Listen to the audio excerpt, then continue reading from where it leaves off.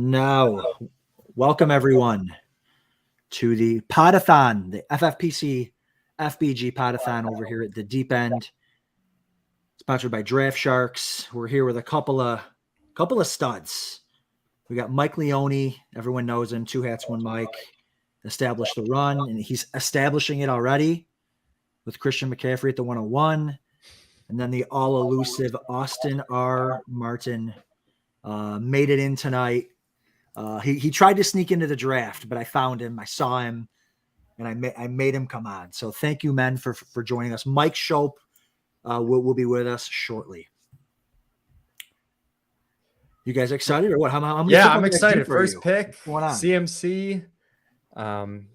It's nice to get the 101. The only hard part with the 101 is it's a weird spot for like the elite tight ends. You kind of usually miss, Andrews, Pitts, and then Waller, Kittle. It's too early, and they don't usually come back to 4 or 5. But I think if CMC hits, that'll be a pretty big advantage. For sure. I know. I heard you guys been talking about that over there, and I've had a lot of picks in the main events and stuff in the front half. Like the first, I don't think I've picked later than 5 or 6 so far in the mains. So I've been able to go Kelsey or Pitts has fallen a lot into the second round. So we'll see about that tonight. But yeah, it's tough getting that elite tight end when you're picking from the top 3 spots there. But Christian McCaffrey's a nice little consolation there at the 101. Yeah. So Austin, where are your favorite? I know I haven't heard much from you as far as draft spots. What are your where's your comfort zone right now? We've been getting more front end picks, so just kind of the way some of the builds are shaping up, we might have to mix it up a little bit. Now you are on the clock. Austin is on the clock, so take your time, figure it out. Not that you haven't done this in a minute. Yeah, so Austin's right in front of me. Leone, I don't got to worry about because he's way up there, but Austin's going to be sniping me all night. All right. Diggs, love it. Is that where you like Diggs, Austin? Right there? I think he's fine anywhere. Really, starting the front half of the first. I mean, there's a lot of different ways. These guys are interchangeable, pretty much from whatever your cutoff is, 6 through the middle of the second. Yeah. It's pretty flat. So, yeah, I like him there. I'm not trying to take him every time. Got a little bit heavy on mains right out of the gate. We had a bunch of 1 and 2, and then kind of that 8 to 10 range. So he's there most of the time. Yeah, for sure. I love Diggs. Leone, how high do you see Diggs maybe finish? Would you be surprised if he was the wide receiver 1 this year? I'd be a little bit surprised, but I mean, he has it in him, just given the nature of the offense and his talent level. Slightly worried about Gabriel Davis ascending, but not too much. I mean, they're going to be able to support multiple pass catchers. I slightly prefer Devontae Adams, but I seem to be somewhat on an island with that. But I think it's really close between those two. And I think if I'm picking 8 most of the time, it's one of those 2 guys. We did a main event with Silva and Levitan, and we started with Diggs as well out of I think it was the 8 spot. It was either the 8 or the 9 spot. Okay. Yeah, I really like him. I think he's super safe, and he has that upside. So everyone was disappointed with him last year, and he was like wide receiver 7. So from that standpoint, it's like it's probably going to be better than last year, and he was really fine in terms of cumulative scoring last season. He just never had those monster weeks, which is more of a DFS thing, really. I mean, that's where he was killing people, I think, mostly, right, Mike? Yeah, I think people, they play so much DFS, and he had a lot of boring, fine weeks. He didn't have a lot of spike weeks, and people got kind of sick of it. And if you look at it, his touchdowns, I think, were up a little bit. His catch rate just fell off a ton, which I think was, those things are just kind of fluky year to year. I think he had a catch rate in the 70s his first year with Allen, and then it dropped to the low 60s last year. He's generally more in like the high 60s, and that was basically it. People were worried about the targets being spread around and whatnot, and I looked at that, and he still had, his target share was still completely fine. For sure. Okay, interesting here. Coming back around. So I like I said, I don't really pick this late. I'm on the clock with two guys that I really like. I really like Pitts and Swift here. So I'll take either. I mean, I'm on brand right now with the Pitts. I feel like you have to. Come on. But... I mean, if Pitts is there, it's definitely Pitts. But I like. Listen, I'm an open book tonight. This is supposed to be fun. All right, this isn't. I'm not going to yell at you, Mike. You know, we're not on the same team. We're not on the same team either. So, like, you know, Evan's. I can talk about players. Say whatever you want to say. Okay, this is all fun and games tonight. Speaking of fun and games, Mike Schauf in the house. Mr. Fun and Games. Sorry, I missed the whole first round of the Pod-A-Thon. I know. Any surprises? Mike, I'm on the clock, Mike, in the second round, and I've got a Kyle Pitts jersey on. No, I feel like I have to. The night is young.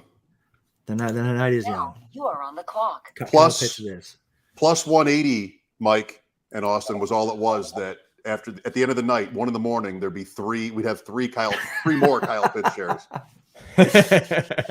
Mike, what's your Mike and then Austin? What are your guys like micro takes on Kyle Pitts? Can he finish tight end 1, tight end 2? I'll let Austin go first here. Yeah, I mean, and don't be afraid to hurt my feelings either. Okay, you're not gonna hurt my feelings. Yeah, of course, it's in his range. I don't see why not. I mean, I was Kyle Pitts 101 in Dynasty last year, so I've been all aboard the hype train, and probably didn't end up with enough chase because of that. But in any case, yeah, I'm in on Pitts. It was nice when he would kind of fall to the 2-3 turn sometime. Yeah. That's kind of over. So just depends how you want to build a team. I mean, yes. I'm into it, but there's different ways to go too. I like building with elite tight end a lot.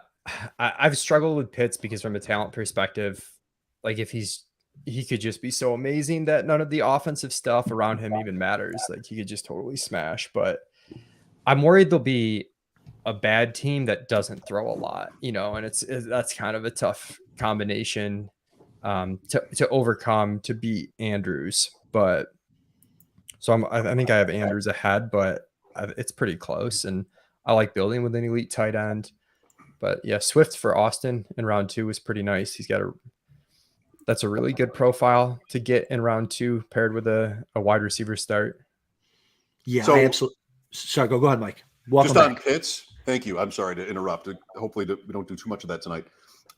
Mike, I got to work today and I was listening to you and Jack with Adam talking about, you made the Pitts point, the argument, what was Atlanta, 20th or something, some low ranking with the terrible point differential. Why did they throw the ball more? You know, that point. And so I was parking at WGR when I heard you make that point. I'm like, I'm going inside because maybe this is a team that, to look this up, maybe this is a team that had, you know, some high number of lopsided losses and then, you know, close games where the differential might be a little bit deceiving. Usually I would never say that, but I really couldn't find it. Atlanta stayed in playoff contention. I don't know, like maybe they're so addle-minded that they thought what they were doing was working. And, you know, it was one of the worst teams ever for the record that they had. So the bottom line is I couldn't poke a hole in your argument. I know you're up here and I wanted to. The best point I've heard made about Pitts. Now they're going from Matt Ryan, Adam, to Mariota. And I don't know, like, why should they be expected to throw the ball more than they were? So I like Pitts a lot, but I do respect that point a lot too. Yeah, I get it. A couple things I like too, though, is I like that their defense stinks. I like they play in a dome, and I like that they play. There's 2 other teams in their division that have terrible defenses as well. So I think that they're going to be, you know, able to, and I think they're a sneaky good. We've been laughing about this in the Draftsharks podcast. They're a sneaky good offense for fantasy when it comes to funnel. Like it's going to be Cordarrelle Patterson, it's going to be Drake London, it's going to be Kyle Pitts, and that's it. Yeah. So like if you don't have to worry about them spreading the ball around to 6 different terrible players. So that's where I kind of love Pitts. DeAndre Swift too. If I could go, you know, if I had the same start I would certainly go Swift. Also, Barkley Swift would be a really, really awesome start. And if I have this opportunity again, I might do that. I just don't think I have any Barkley Pitts starts yet. So one question I had for thinking about Austin here, if I can ask this here, is that you're coming up. That's going to be all night, right? Like you guys are going to be on the clock or close to it. I don't want to get in your way, so ignore me. Is diversification a key thought for you as you make these picks, Austin? I mean, are you well enough into the season, all the drafting you do where it's 50-50, or even if it's not 50-50, you're thinking I have too much of this guy, I want more exposure to someone else. How much is that going to enter your thinking tonight? I've kind of delayed my drafting this year, so I wasn't doing a bunch of early football guys. I did that hard way draft, but beyond that, I haven't really been playing around with the football guys. So I know there's teams you can't build anymore in this contest. So we're kind of, we don't really have anything to work off there. In mains, like I'm going to take the guys I want until it gets to a point where I have Diggs on 3 of my first 4 mains, and maybe I should start thinking about diversifying just a tad. Like I don't, I'm not going to pivot way down, but like I said, I think mid first to mid second, like I think you can make a case for really a lot of these players to go anywhere in that range. So yeah, it's very flat, it feels like. Right. Well, I have 104 at 9 o'clock, and this is exactly what I would like to see happen for me at 104. Jefferson, but I know Javonte. Jefferson. Yeah. But Austin talking up Diggs and Adam, Dave Hubbard last night, Diggs at 4. I asked the question on Twitter using the Draftsharks War Room, who's the pick at 104? He's like, there's only one answer, Diggs. So I don't know what his ADP is, like 7 or 8 probably, but maybe he ends up ahead of Chase. Is he too far behind? It feels like a lot of sharp players are that way. Not that you guys have said, or that Austin has said Diggs ahead of Chase, but really, Dave Hubbard did. I want to hear about the heart-to-heart that Austin and Hub had last night via DM. I don't know. Maybe it was that exact conversation. Maybe we'll never know. I love it. Josh Allen. Heart-to-hearts with Austin in the DMs. That's right. People go to Austin to say what they really think. Well, the problem with Austin is he doesn't tell you how he feels. You really got to pull it out of him, So it's like it's so difficult to talk. He's up. He's Mike, up. It should be you and me when we get to like 7, 8, 9 here, right? Yeah. That's right. Yeah, because Adam's up at 9. That's the 1-2 turn or the 2-3 turns. Like, I mean, I love drafting wide receivers early, but I also feel like it's kind of flattish, and I definitely wanted T. Higgins there, but the Tyreek pick I feel like could have been one of 3 or 4 wide receivers.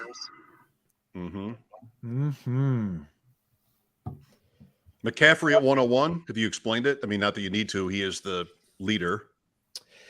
For me, it's just like coming from a DFS background. Whenever we do DFS projections, I mean, we're projecting McCaffrey for 24 PPR points. The highest scoring running back last year that made it through a season was 22 with Jonathan Taylor. So, especially in a format like Football Guys Championship, but honestly, even a 12-team home league, I'm taking CMC 1 because it's your best shot at getting a huge systemic advantage over everybody else, because running back scoring, just doesn't get that high. Like, people can't match him if he just stays healthy, barring, some unforeseen drop off in his targets. But it really seems unlikely that would occur, at least to a large extent.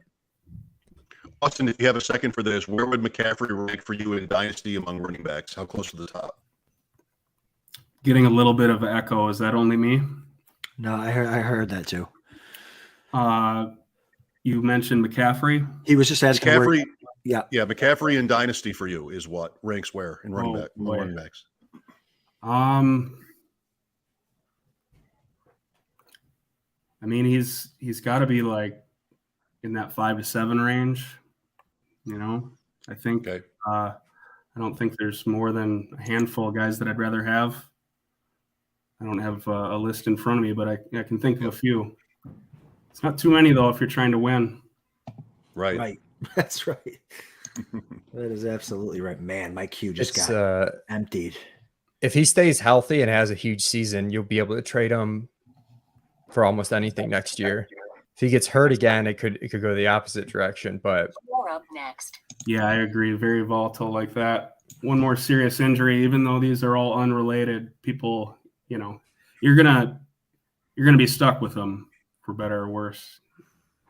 It'll be interesting to see what Carolina does at quarterback. I mean, there's some chance that Mayfield does well, and there'll be pressure to go forward with him. I think the coach needs to win games. More likely, they're both gone, I think, and they start over. But McCaffrey is big money, and he's the franchise player. So maybe on a higher level, the desire would be to, of course, keep him and try another new quarterback with him next year, probably a rookie if they're really bad. And there's, a decent chance of that too. But Mayfield's path will be interesting now. I mean, he's got a little bit to work with, and he's gone to a team that is giving him a shot. So whether that's measured by wins or whatever else, we'll see what he can make work there. All right, Adam, I'm coming to you now. You can take a breath. That was an ugly spot for me there. I had like 5 guys queued up. They all went. Mike Williams, is that late? No, it's about right for Mike. Okay. I wanted Robinson. I couldn't get the trifecta. Barkley, Pitts, Robinson. That's my dream. That's my dream team there. But yeah. So Gabe Davis. I've been. He's just going to be so solid.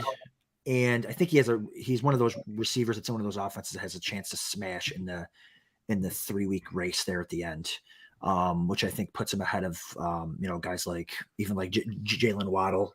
I think just the Bills' offense is going to be so much better and so much more consistent. And Gabe Davis has a really good shot at double-digit scores. I mean, he averages.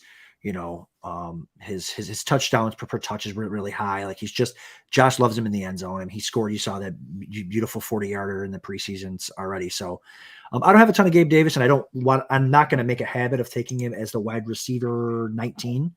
I prefer him as wide receiver 24, but fine, I'll take him there. Austin, would you have taken Davis if Adam had taken Waddle? With Josh Allen off the board, no. With Diggs, right? Yeah. If I could put Gabe Davis on the team and have a coin flip, maybe 40% chance of Josh Allen coming back, then I'm pretty interested. Mike, I know you're coming up here, but what is it like for you living in a world where we're talking about the Bills all the time on fantasy shows? it's pretty crazy. I mean, how did that happen? Right? It's what a turnaround from, even the first Allen year. So it's like really just the last 2 years. Compare the last 2 years to listening to me for the previous 15. Who is this guy? Man, I love the Waddle middle round 4. That's really good. That's part of the reason my hot take is Waddle outscores Tyreek, even though I'm absolute coward and took Tyreek at the 2-3 turn anyways. But it's going to be a blind spot. Jalen Waddle will be my blind spot this year. I think Tua stinks.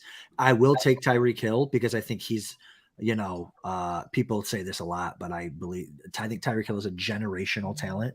So I think he can overcome. And so I just don't think, I think Jalen Waddle is fine.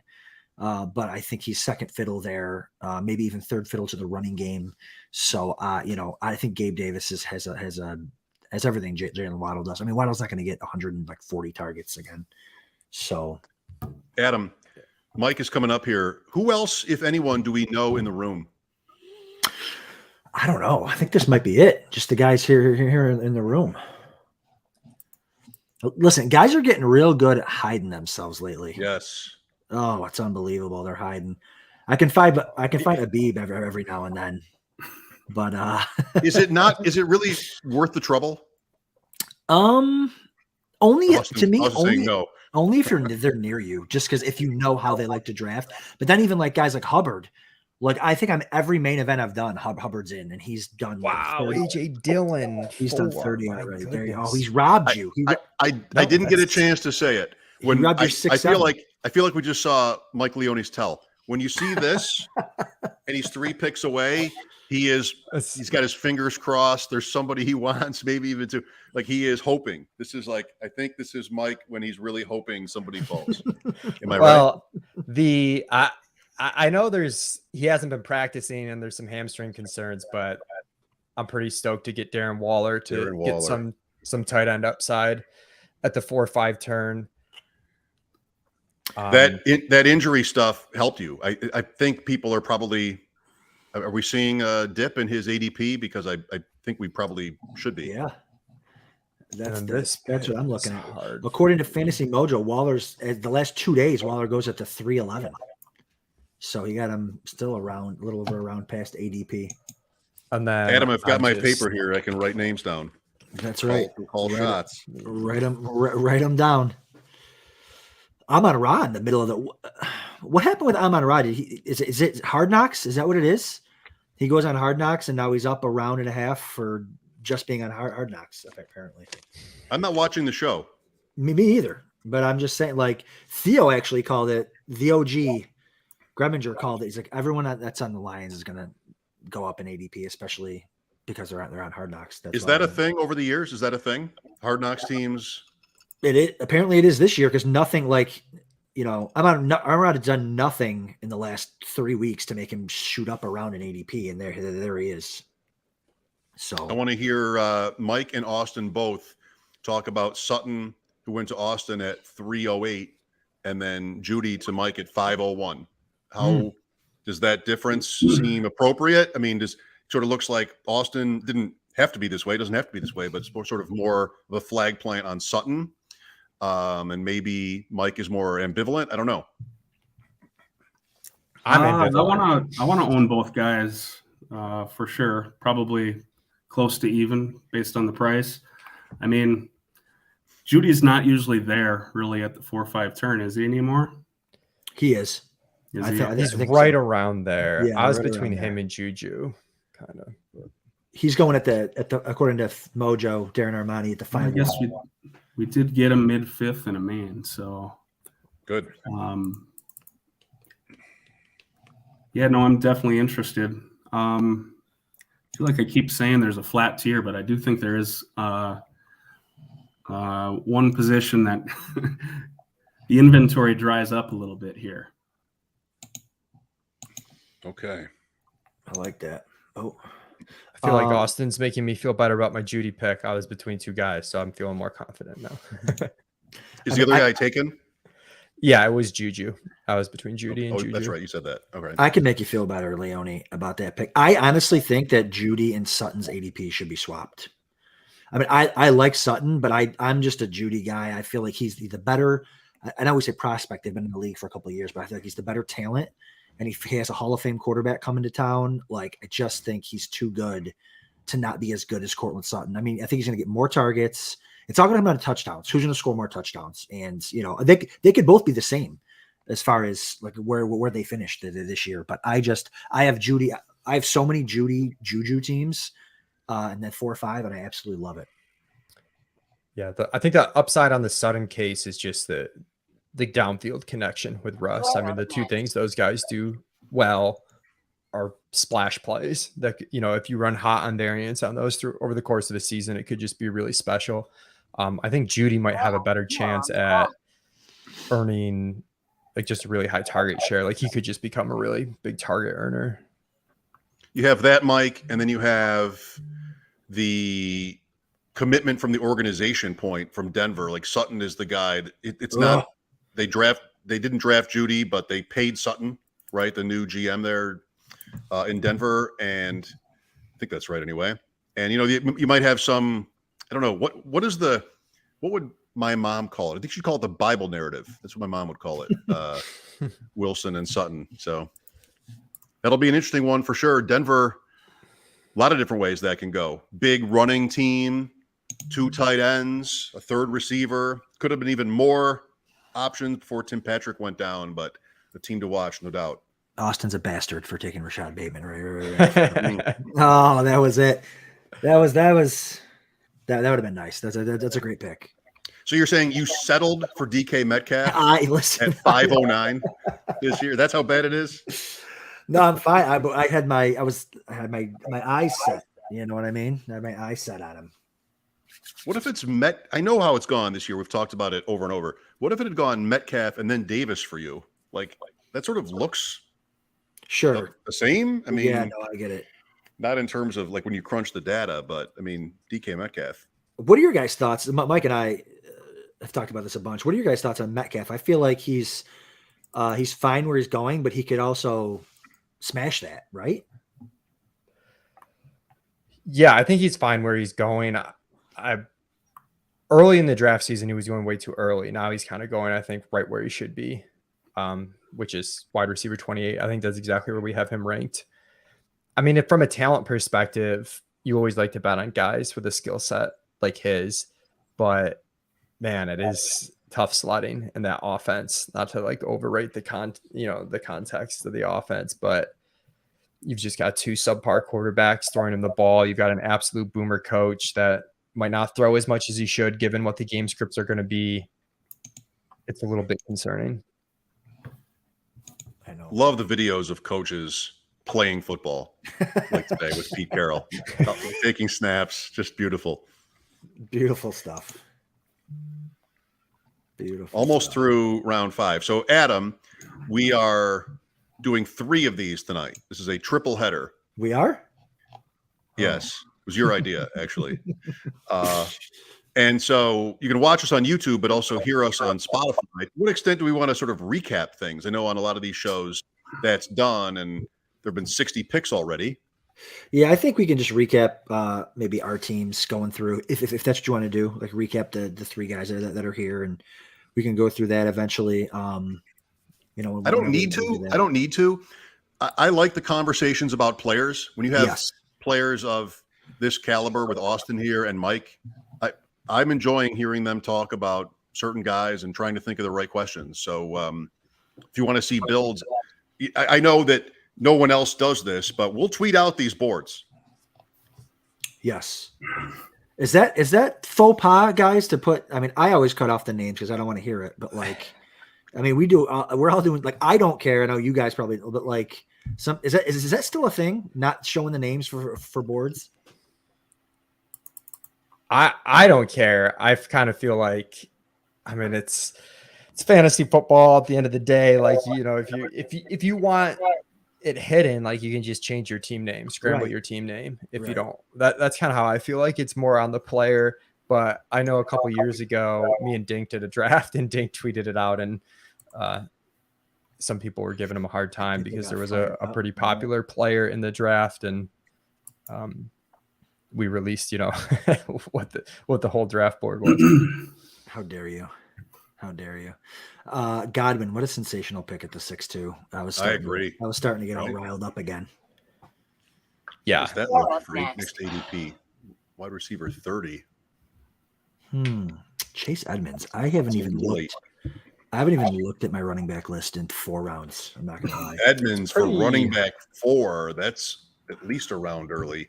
But love the player. Sure. With the exception of our teams, it's a pretty running back heavy room where everybody, and team 5 as well. Right. F. Yeah, F it. Do I want to do this? Probably better than naming teams after fruit and vegetables like I'm doing this year, Mike.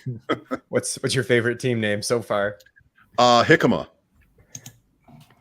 You try to think of a fruit or a vegetable with each letter, and some are tough, and a couple there's not one there. You'd think with all the planting, the growing, all the crops in the world, there'd be at least one for every letter. But jicama is I don't know what jicama is. Me either. And no, don't ask me for a recipe, but I know just quickly, it's my favorite one, jicama. Michael Thomas to Adam, 4 receivers in a row. Mike, you like it? Sorry, I was just setting up my cue here. He hates it. Oh no, I like it.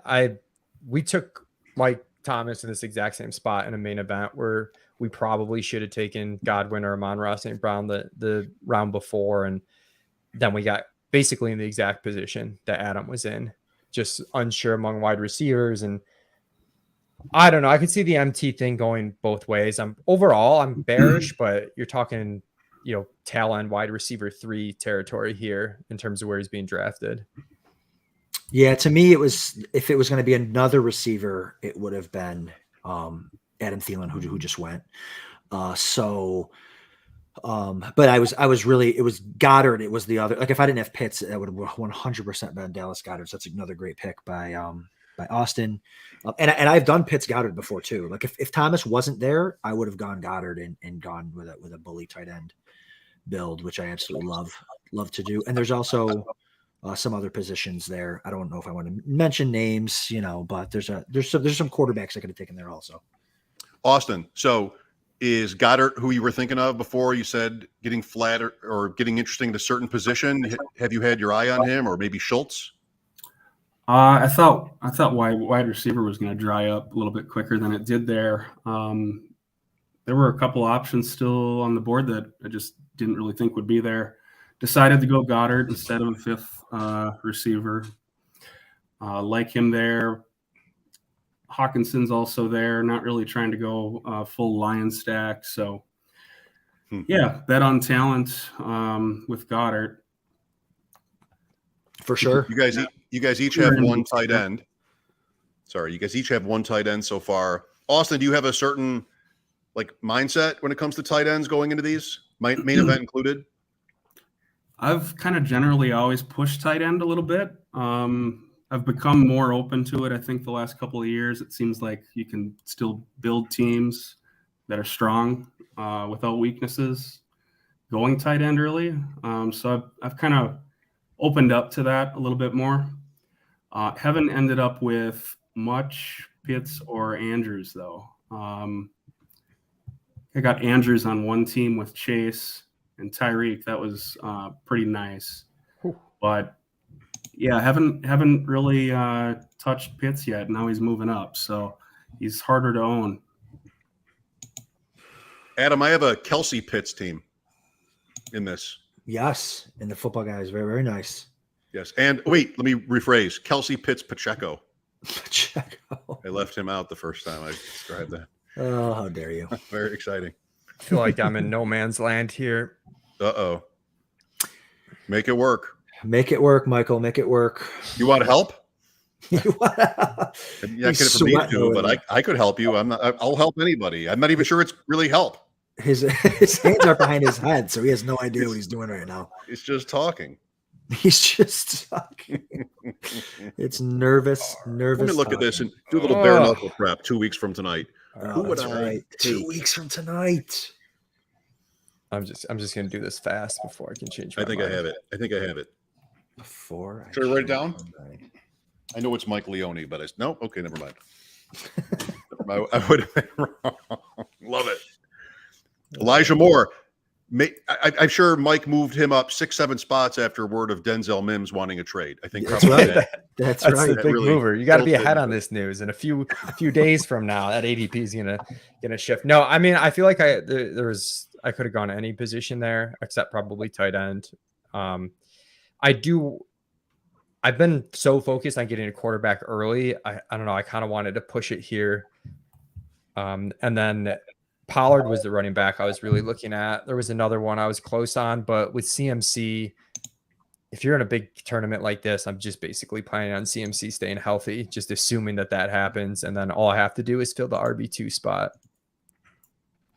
Yeah. One of my favorite of the many things I've learned from you, that just simple point to plan on success, account for your top picks having huge years. You sort of need that to win.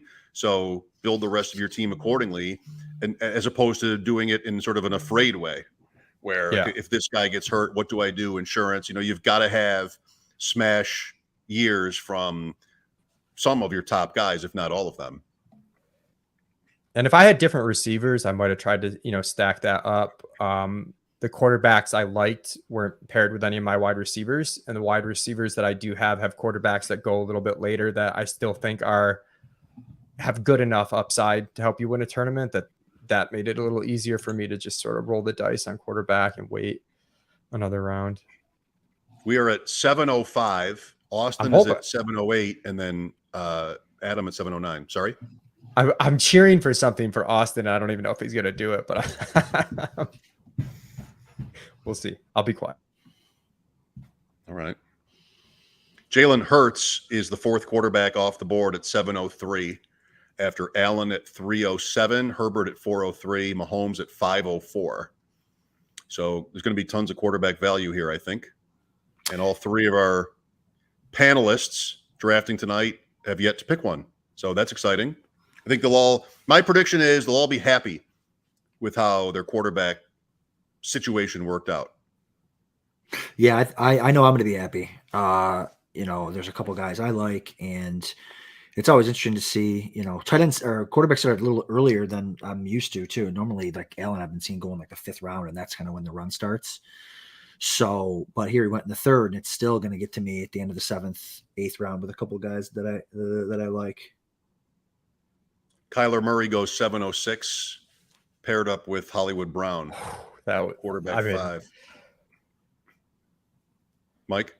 Yeah, Austin did what I thought he was going to do.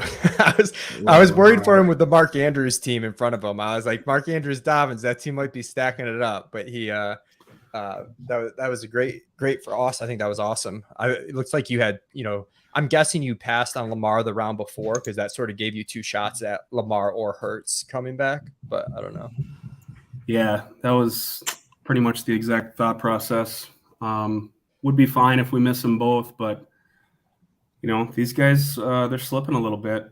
They float sometimes towards the end of the 7th, so figured it was worth it.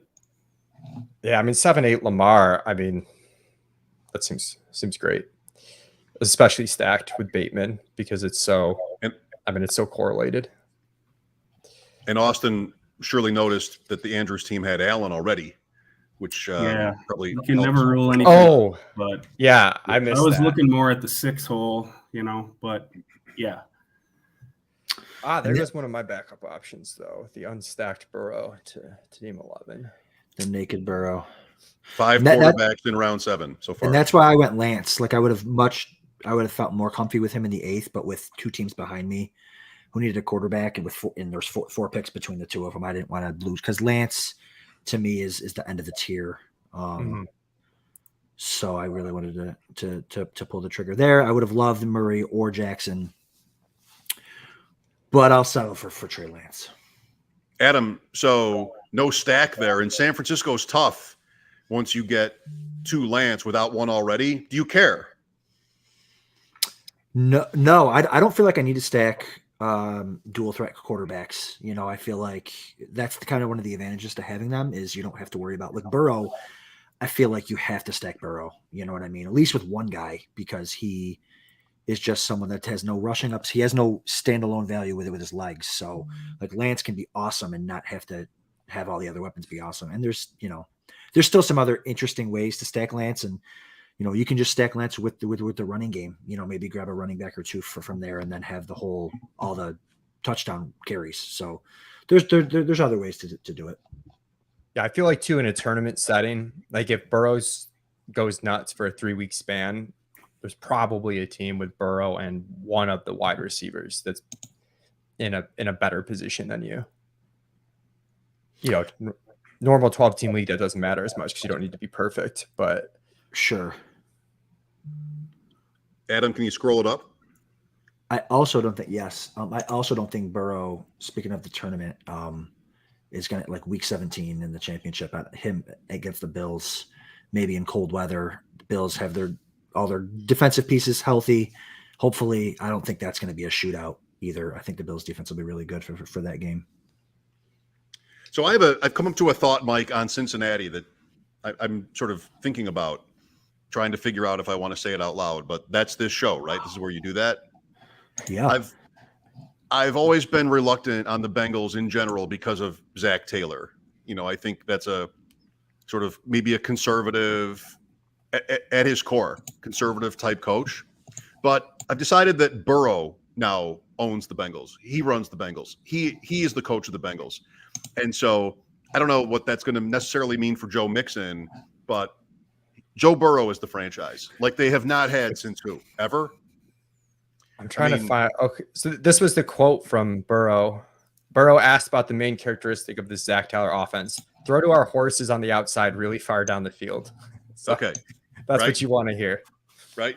Like if John Kitna were the quarterback of the Bengals, would the coach of the Bengals be talking like that? Like, I mean, I want to, I've changed my mind on Cincinnati a little bit. I want to, after shying away from, I mean, the schedule's different and certain metrics about the Bengals make you want to predict regression.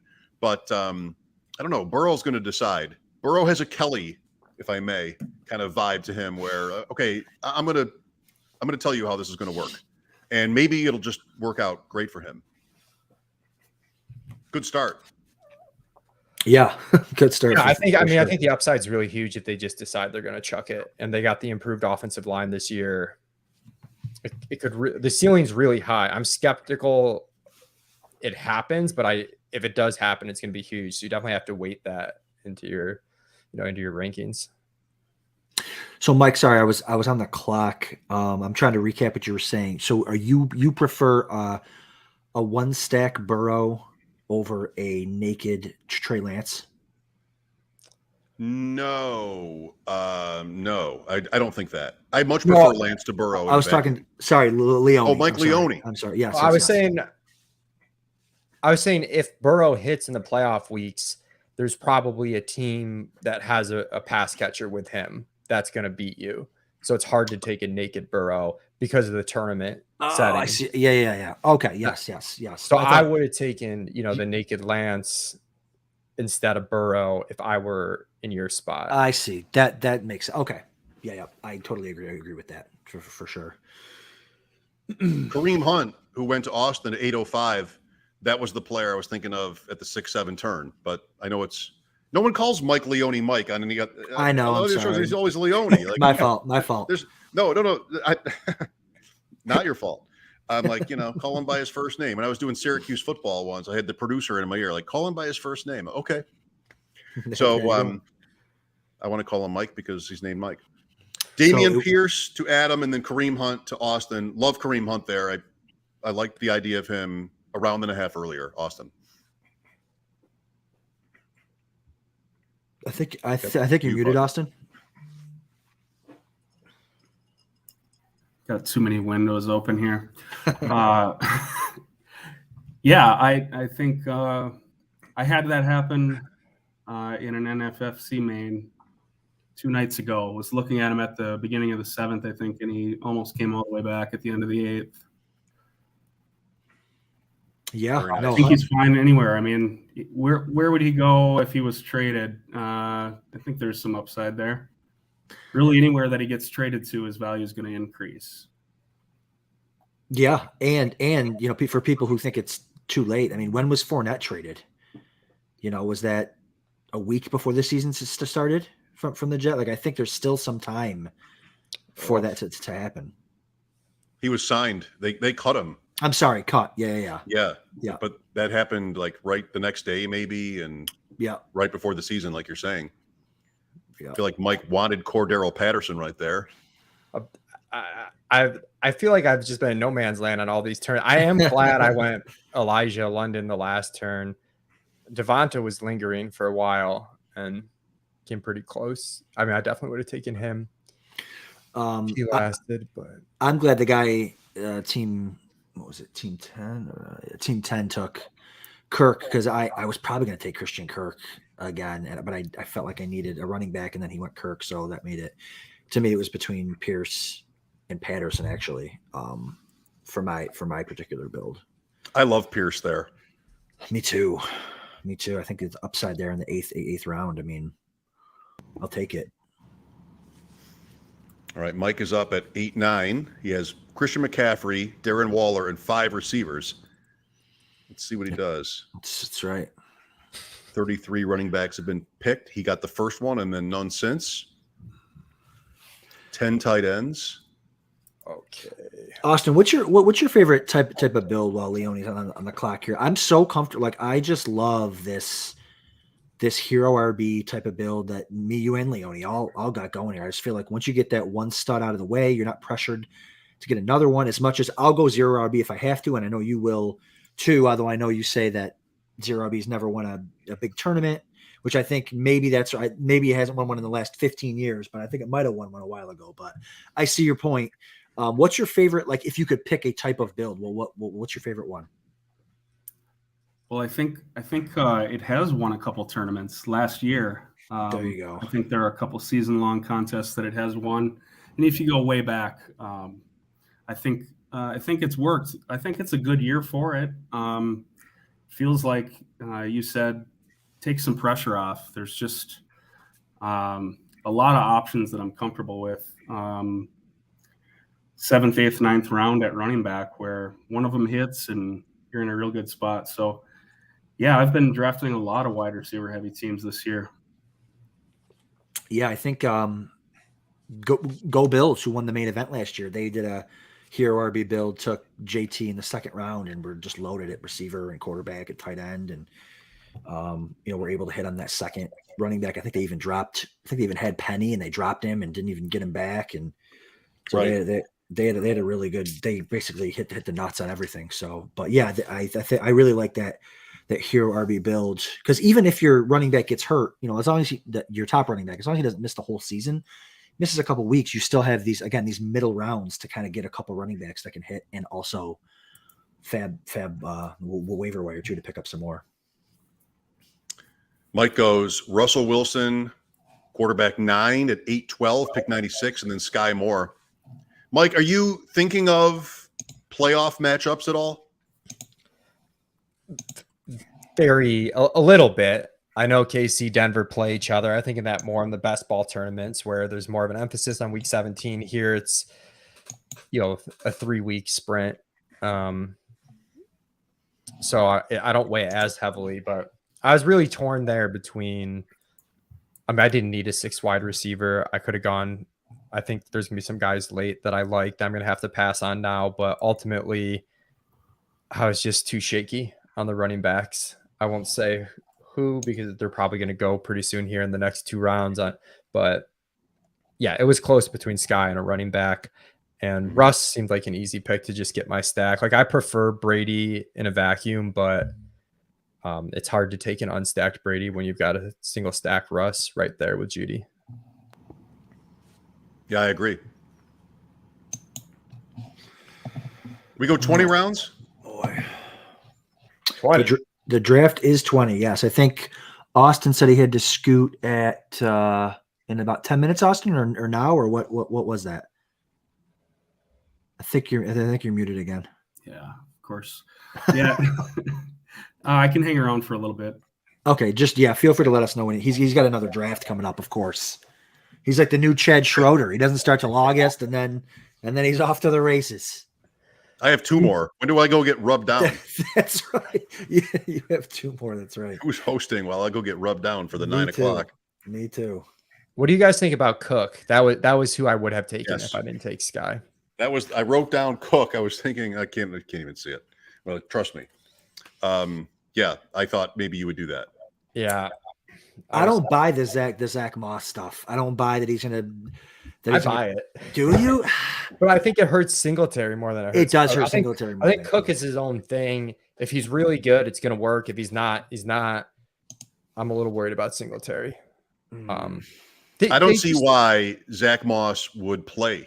Like, I could see keeping him on the team, but I don't know why. If you have Singletary for like a first down, maybe second down role, you have Cook for his role, and you have Allen near the goal line, like, why would you dress another DB or an offensive lineman? I don't know. Like, it feels like if Singletary goes down, then Cook goes in, and you're still throwing the ball 45 times. So I don't understand, like, Moss. I've never really disliked him as a player or anything like that, and it's still a great offense, no matter who you're talking about. But Mike, like, yeah, we talked about this a lot on GR today. I don't know why he would be active. Rondell, that's a nice pick. They just seem to have always wanted Moss to be a thing. And I think particularly by the goal line, they want it to be Moss. And I wonder if they view Cook as almost his own position, and thus he's not the backup to Singletary, and they need Moss as a backup to Singletary because Cook is just his unique. Well, he's going to get some carries, he's going to get a lot of short catches and whatnot. If he's really advanced and that is right, I mean, that's logical, then that's bad for McKenzie. Yeah. This is boring, but I think Crowder might end up playing more than people think. And I do too. The thing I keep coming back to, Adam is sick of it by now. He's pushing McKenzie. So is everybody. But his second most targets last year in 19 games was 3. Like, do they want him running routes on how many passes? What's good? Like everything else is just fine. Beasley. Yeah. He's not Beasley. Crowder is. Yeah. 100%. I'm with you. I still like McKenzie. Like, I get betting on the offense being really good, and he's got speed, and he had that game he did have to start. He was amazing, but they don't want Cole Beasley. They don't want a guy to run 5 yards and fall down anymore. They do. They would have brought him back. Nobody wants Cole Beasley, by the way. Nobody wants receivers that leave the Bills. I think they do. I think they do too. I mean, Allen is different than these quarterbacks on the top tier. He's not like Diggs is running curl routes, and it's just like the Bills are near the bottom of the league at yards after catch. They can talk about wanting to improve that. How are you going to do it?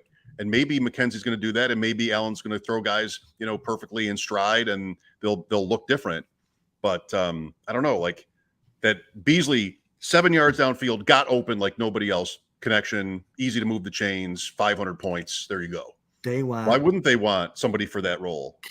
Run after the catch. That's what they were. They were one of the lowest percentage teams in the league last year. They were run after the catch.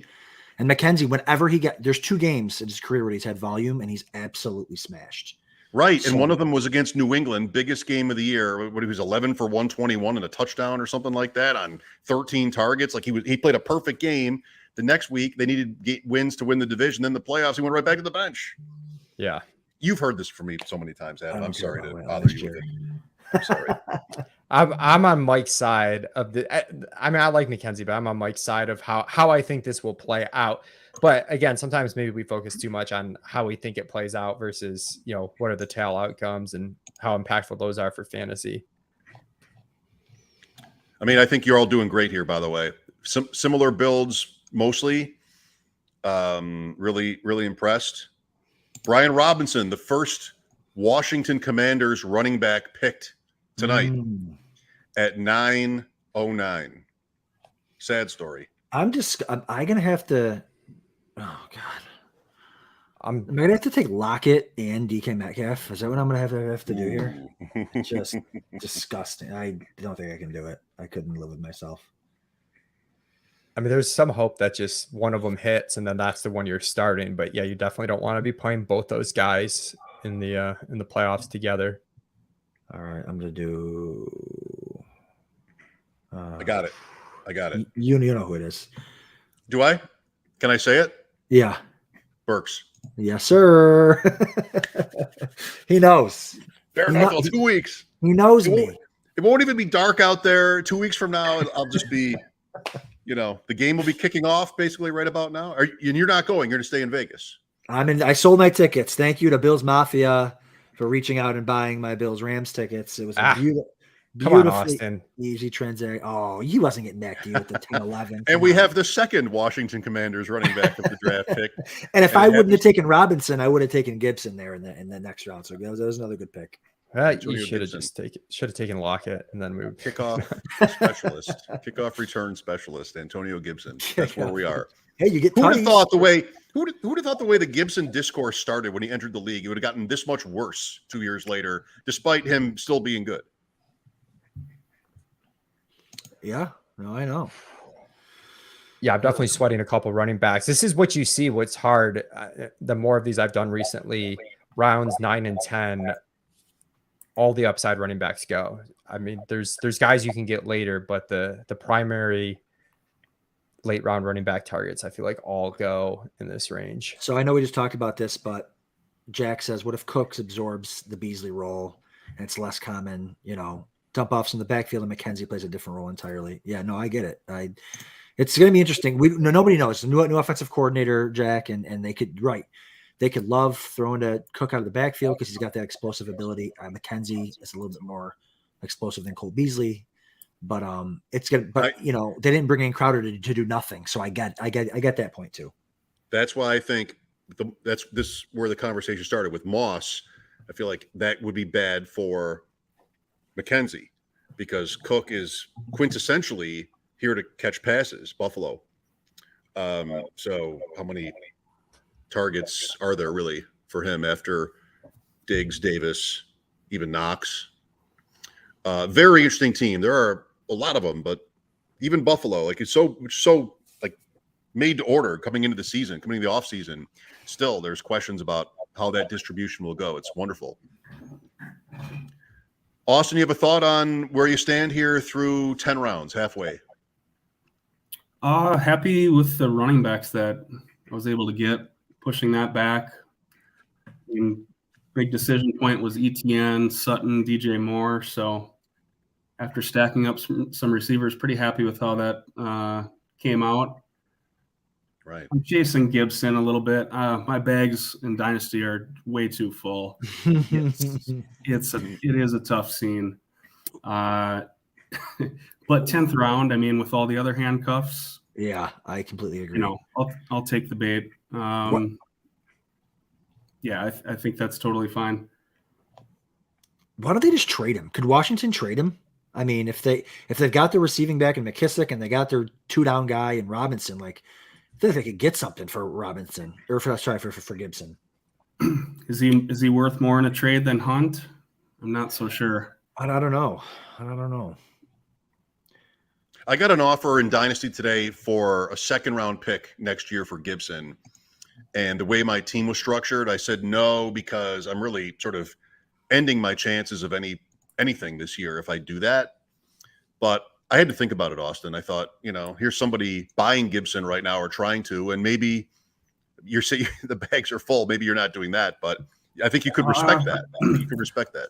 I tried to do a little bit of damage control last week, and I was able to get him off of a couple teams. I traded him for Gabe Davis in one, and at $12.50. I was pretty happy with that, and traded him for Cooks and a third, I think, in another. So you can't do those trades today. But yeah, I sent out offers in all leagues and got very, very little interest. Few 3rd-round insults, but no one's really even trying to buy low. Mike loves the 3rd-round insult, or is that the 4th-round insult? No, the 3rd. The 3rd. You and I, didn't we talk about people we know in a league recently where someone offered Trey Sermon and a 3rd for McCaffrey? Oof. Yikes. That's almost not even insulting because it's not. Sometimes the 3rd-round ones, they're like just close enough that the person maybe thinks it's serious. Like there's no way anyone thought Sermon, and maybe that was like hey, I'm interested in CMC. Send me what you think. Right. Or maybe that there was camp buzz around him for 8 seconds, and maybe they were trying to get younger. That's what I'm trying to do here. I'm trying to get younger. All right, mid 11th round. Oh my God, I'm coming up here again, huh? Wow. Okay, all right. Same team has Pacheco and Dobbs. Sorry, Dubes. Team 3. Hurts, AJ Brown, Eckler, Breece Hall, Patterson, Pacheco. Okay. Debo, Juju, Hopkins, Dobbs, Dotson. Mike, what do you think of Team 3? Team 3, Eckler, Debo, AJB, Breece, Juju, Hopkins. Pretty nice team. I probably wouldn't have gone CPAT and Pacheco there, but I mean, I'm always taking another wide receiver. It'll be interesting to see what they do at tight end. Sometimes if I'm stuck at tight end, what I'll do is I'll take 3 or even maybe 4 and try and get lucky, but it's harder to do that if you've taken, I guess he's only taken 6 wide receivers, but it almost substitutes one of your bench wide receivers for an extra bench tight end, knowing they can be used in the flex spot. So we'll see what they do at tight end. But CPAT for me is like a really good back if you need that filler to start. I don't necessarily think he needed it. Right. Eckler and Breece Hall above him.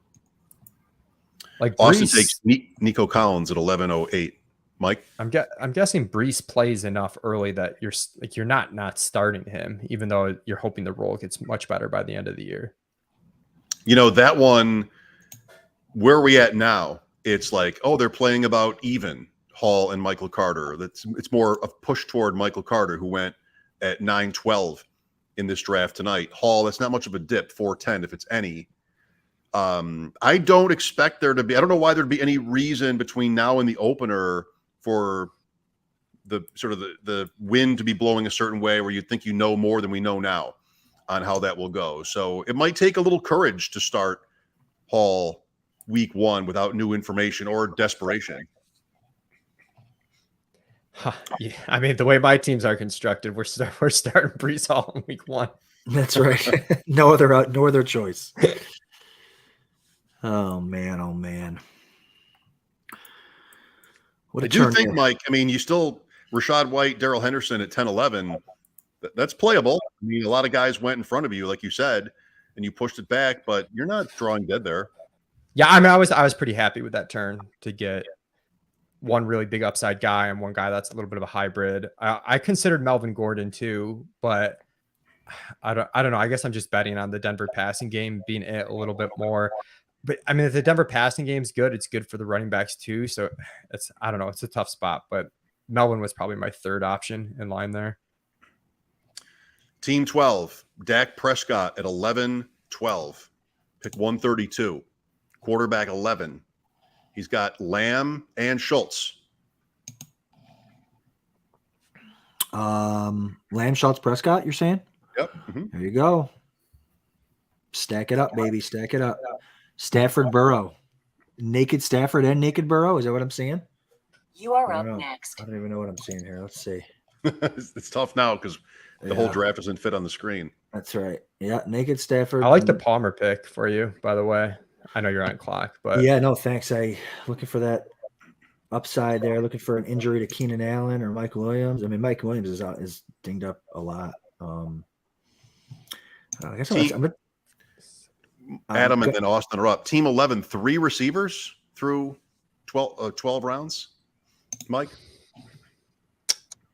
Yeah, looks that way. I don't see. What did they start with? I'm missing the top. Oh, sorry. Hold on. I'll no, you're good. You're good. They started with Adams Henry. Yeah, I mean, you can start 2 running backs in the flex. Like I like the wide receiver upside in PPR where I want to be starting wide receivers in the flex, but if you have the right running backs, it's not like you are on the clock.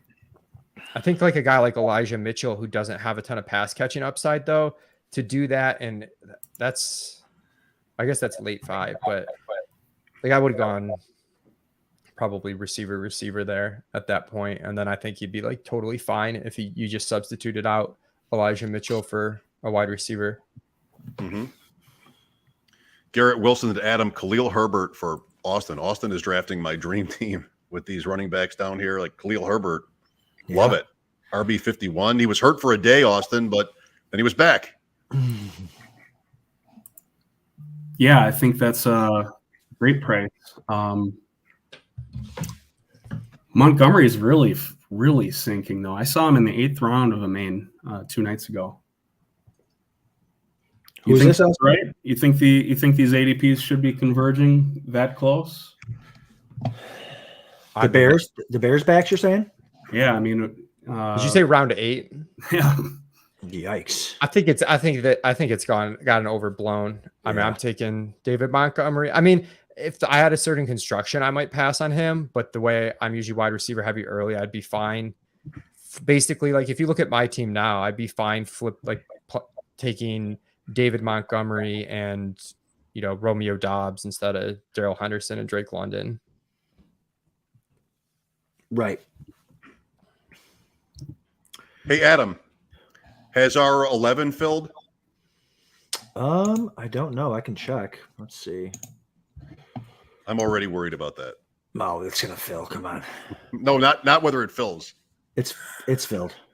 Who? Okay, good. Do you have a draft order? Oh, baby. Let's see. What do you want? Don't look yet. What do you want? I want 4. I want 11. We're screwed then. Let's see. Mike, you said 4 is the best spot, you think? Right? I think in these leagues, like 5 or 6, probably. Maybe one of the running backs falls, all 3. To me, I think Chase is he's 3rd wide receiver, but I don't think he's that far off. Jefferson and Kupp, that I'd just be fine with that. And then you still get a chance at a really high ceiling running back coming back, or Pitts or Andrews. So I like that spot right in the middle there. Michael, we are pick 3. Pick 3, my friend. Pick 3. Oh, it's Jefferson territory for you, baby. Mike. We got to talk. No, we're saving it for the stream. We're not saying a word. Okay. Content. I might by accident. I might without thinking. As Leone comes up here, Mike Leone, at the end of 12, 2 teams have just taken their second quarterback. So Adam and I were in a FBG football guys tournament last year, a league together last year. And because I didn't know anything, I had Prescott and Brady on that team. Just like, good value, whatever. Wasn't thinking. The team won. Adam's team was undefeated until almost the very end. So we were both successful in that. But do you want a second quarterback tonight? Like, you have Lance, Austin has Jackson. We've seen 3 backups go already. I don't need one. I would feel much more comfy with Lamar and not a backup than Lance. I think I would prefer another one with Lance. So we'll see how the draft pans out. I certainly don't need one, and I could go naked tight end too if I wanted to, and really load up on running backs and receivers and see what happens here. I did one of these where I picked Kyler Murray and Travis Kelce and didn't pick a backup for either one. Murray, exactly. Oh, good pick, Mike. TDP. I was hoping he'd fall back to me. You're a TDP guy now? I mean, I'm not big on TDP. No, Adam. Oh, Adam. Yes. I mean, when you go hero RB and you're just kind of in the 13th round, 13, 14 turn there. Sure. There's a new name on that team. There is? Mm-hmm. I probably should be taking some safer running backs but Worried about, what about Spiller's injury, Mike? So it's not good.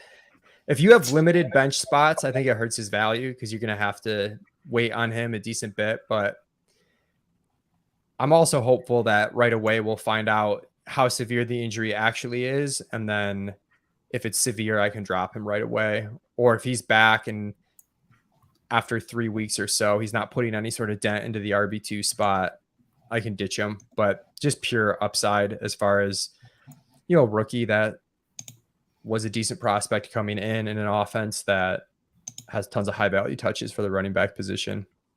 Did you want Irv Smith? I did. I think it just would have been good value and kind of would have substituted as, instead of a final wide receiver, I would have taken Irv as a backup tight end. I think Waller's going to play week 1, but it's not 100% certain. I would have been fine grabbing Irv. I maybe should have just grabbed Gesicki or Hunter Henry there to be safe, but at that point I was just kind of meh on tight end. Gesicki is one of these players. There's 20 of them around the league where teams leak to certain national reporters that they are available in trade. They might be available. And Gesicki is one of them.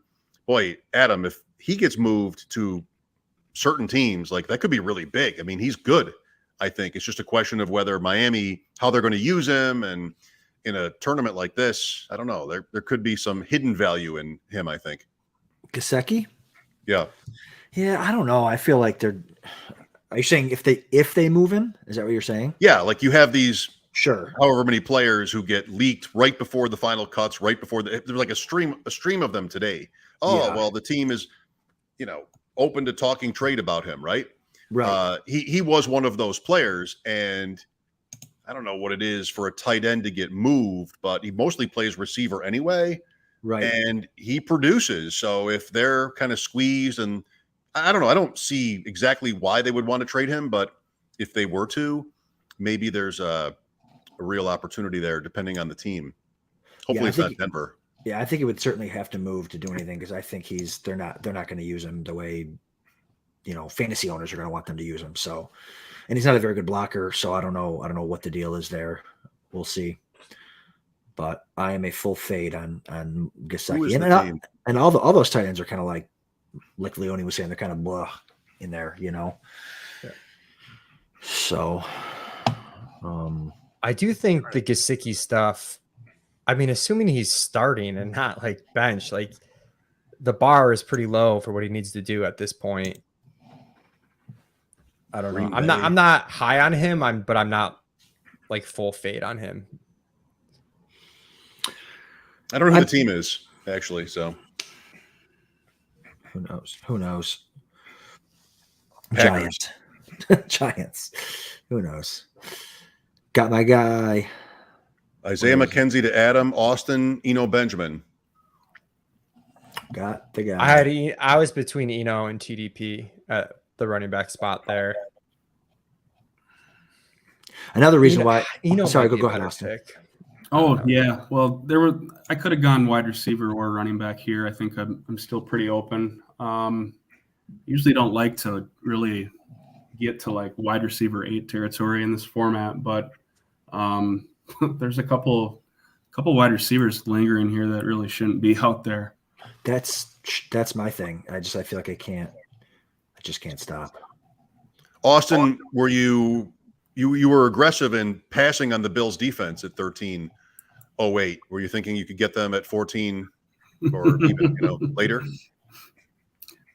Wasn't really in my thought process there. I will say you notice a little bit of a difference between the main event rooms and the FBG rooms. It's a tangible difference. Yeah. It's These like are more fun. You can taste it. That's right. It's funny too because it's only like it's like 3 or 4 things, but they make a huge difference. Like a lot of these, I mean, these 2 quarterback teams are just putting more guys on the board. When you take Mahomes in 5, taking Cousins in 12 just seems unnecessary. Yeah, the draft seems softer, but it gets to be harder. You're making hard decisions between players that shouldn't be there. Right. That's right. It's tough. Adam, you're at 8 receivers already. Yeah. I know. It's just like Austin said, there's a couple more that I want to take. It's not, but I got to be responsible at some point. I got to be responsible. You are up next. And they're still there. All right. He went already. I was going to. I'll try to be responsible here. Can you see anything with this thing? I don't know. It just takes me out of the picture. Never mind. I'm going to retire that piece of paper. You are on the clock.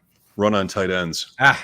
Adam took top of my queue. Trying to be responsible, Leone. That's all. Jerick McKinnon at 14.4. RB4 on this bomb squad. Okay, let's go. Really? Yeah. I like McKinnon there. Barkley, Pierce, Robinson, McKinnon. Got to. Just rolls off the tongue, doesn't it, Adam? That's right. Barkley, Pierce, Robinson, which is Brian Robinson, right? And then McKinnon. That's right. James Robinson went in round 10, by the way. 10.09. Anybody moving a little bit on ETN? ETN's been one of these guys that everybody loves all the time, and on every show, every draft, draft ETN with the upside and everything else. Here's James Robinson, not on the PUP list at first, and now there are some training camp highlights, and he's good, right? I think we all agree he's good. New coach there makes it tougher.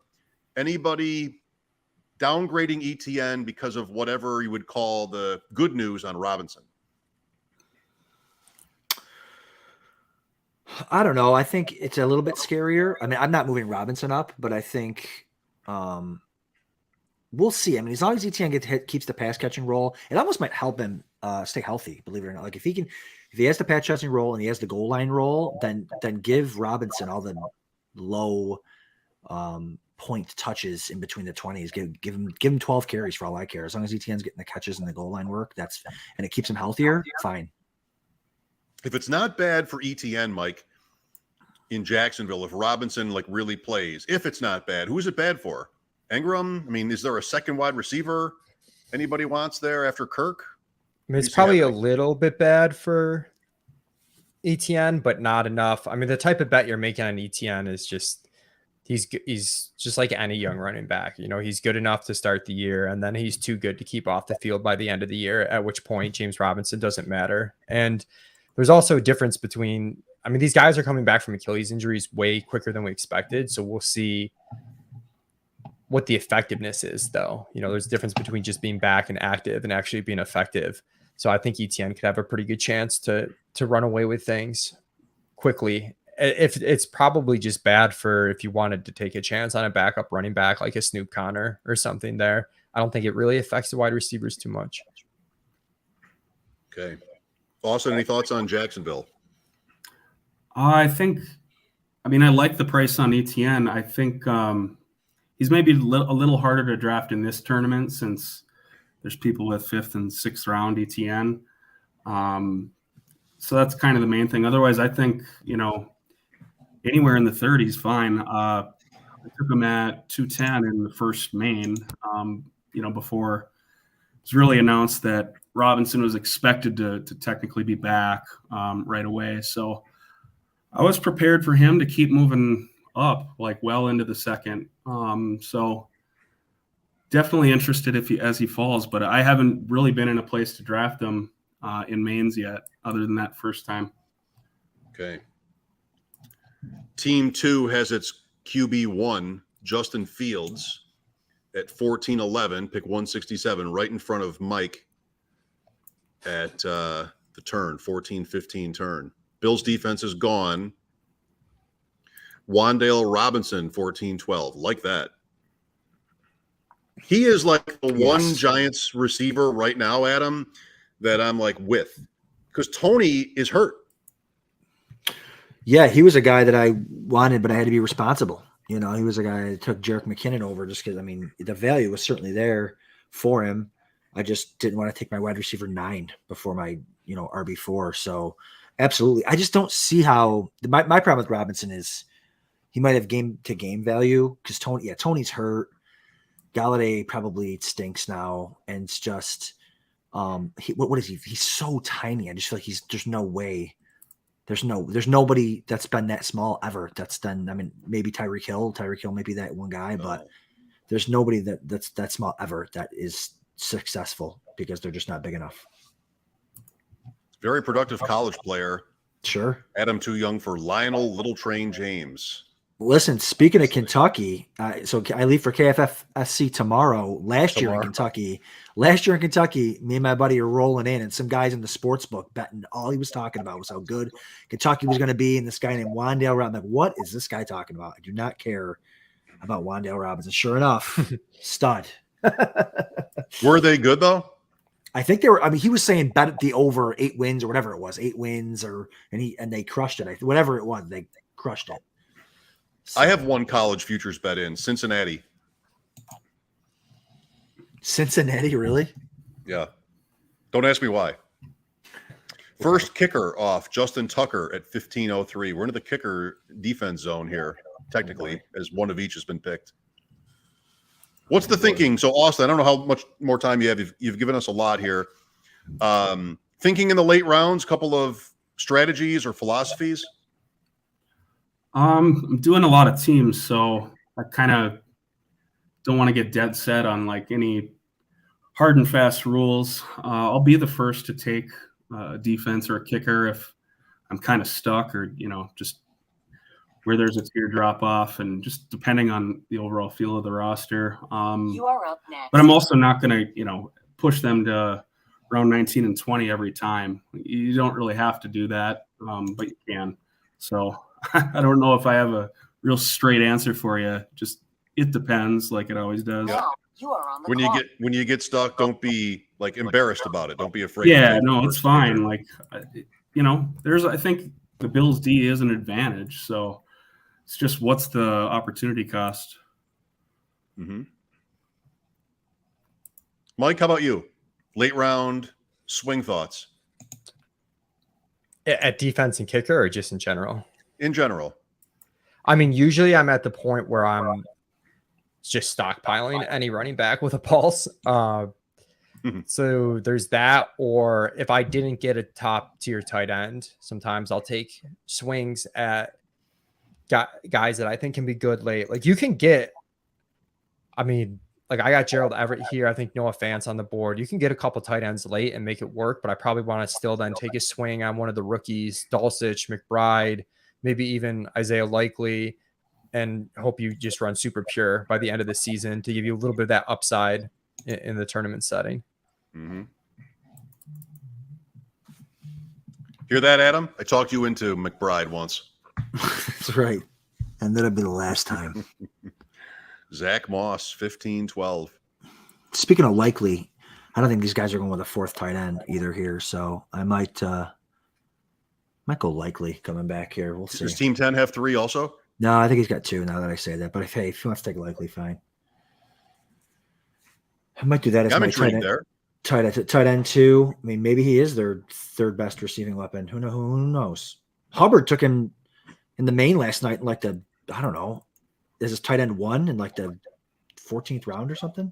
Really? I think. I fell asleep. It was a long camping trip. His tight end 1 for sure. Yeah, I mean, I can see that. Draft capital is fine. Rookie tight ends work against everybody in that category, but he's on the right team a couple of different ways. They've been a multiple tight end team since Lamar Jackson, really, if not before that. And some pretty good highlights to see. For sure. Is that Joshua Kelly at 16-1? Oh, sorry. Yes. So I wonder what your guys' thoughts on this is. I don't generally handcuff top end running backs because, the whole draft is if you're right, and I want swings at other guys.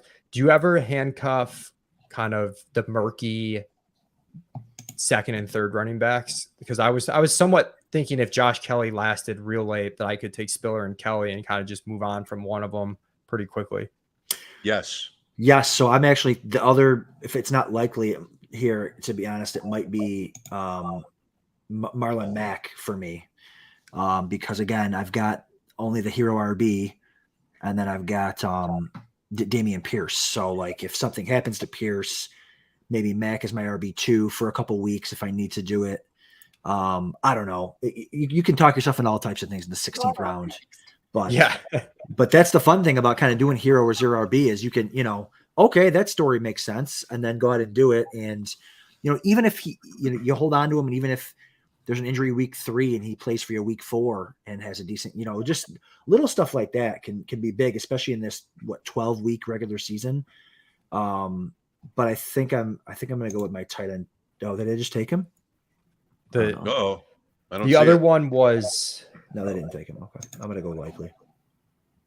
The other one was Jeff Wilson, TDP. Like I had 2 kind of shots at maybe handcuffing the same secondary backs, but yeah, I would have wanted it to be real late. Yeah, the Likely thing's interesting because he might have enough of a role to be playable, with Andrews. And then if Andrews goes out, you have pretty significant upside. It's just kind of waiting what those probabilities are because he does go at a point where there's still starting tight ends that are going. Yeah, I'm trying to see. I was regretting it right after I clicked the button on Fant. I was thinking, yeah, okay. And now I'm either stuck taking Likely when he comes back, or he's not going to make it. Yeah, just having Lamar, that was probably the play. If I could do that again, probably rush. What are your thoughts on Likely, Austin? Even from a micro perspective, or just from like a building your portfolio? He didn't really catch my attention as a prospect. Like I wasn't targeting him in rookie drafts, so I missed him. Like the measurables aren't that impressive, but he looks like he can do what he needs to do. Like he's a serviceable young tight end, and if Andrews got dinged up, I mean, who knows? Like he's a tight end for sure. I think that's pretty safe to say. So I don't know. There's just not a lot of other competition out there. There's also, I mean, if you look at tight ends that have real meaningful upside, there aren't a ton. There's these starting tight ends that we feel safer with, but like Austin said, if something happens to Andrews, you're walking into a spot where the tight end could have really significant upside, and that makes such a huge difference. Yeah, my thing that I just tend to come back to too, and I know I just took Likely, and I'm not going to have a ton of him. It has to be the right situation, but like, there's just rookie tight ends just never do, historically just don't do enough to even be like almost rosterable. Even the ones that the first round picks, So Likely probably won't do much. And again, he might be a guy that I cut early in the season for another tight end or something. But we'll see. I'll take a shot. Like you said, if Mark Andrews goes down early, man, oh man, now you've stumbled into a bully tight end build maybe with your second one being in the 16th round. I think they've shown an aptitude for multiple tight ends. Hayden Hurst, going back to him, or Boyle, same offensive coordinator, incredibly. Same offensive coordinator all these years in Baltimore, incredibly. Trade Marquise Brown and do what about it? Draft 2 tight ends in the 4th round. Like, yes to all that. Yes to the rookie tight end point. There are exceptions. I mean, Kyle Pitts, but that's not even fair, right? I mean, there are exceptions to it. I think that is a team in a situation for a lot of different reasons where I could totally buy into that. And again, the highlights look good. I mean, that's just what it is. This last game, it looked like they threw the ball to him on every play, almost likely. That wasn't Jackson, the game in Arizona, but I think there could be some value there. And the interesting thing is Baltimore wants to win these preseason games. So for them to throw to him on every single play, they believed in him. They wanted to playing to win. So yes, they're playing to win. Yes. Go, it's 22 in a row at least. That's right. Crazy. All right, we're getting late here. We are a couple picks left.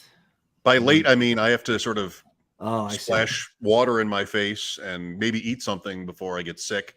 Don't you have a ways to go? That's right. We got. Yeah, listen. we have 4.5 hours to go. But it was like less than 5 minutes from when I got home from work to when I sat down for That's this. right. So I might listen, Mike, feel free to we started this. We can start it and we can close it. You want to duck out, take a little nightcap, get a little nightcap before the rest of the feel free. Say hi to my family. Are we getting Louis? Louis in the waiting room. So Louis been Perfect. watching for about 5 rounds, dying to get in. Yeah, Really? Bring Louis in. I can hop out here. I've got this FFWC. All right. Probably shouldn't be thrown around. That's right.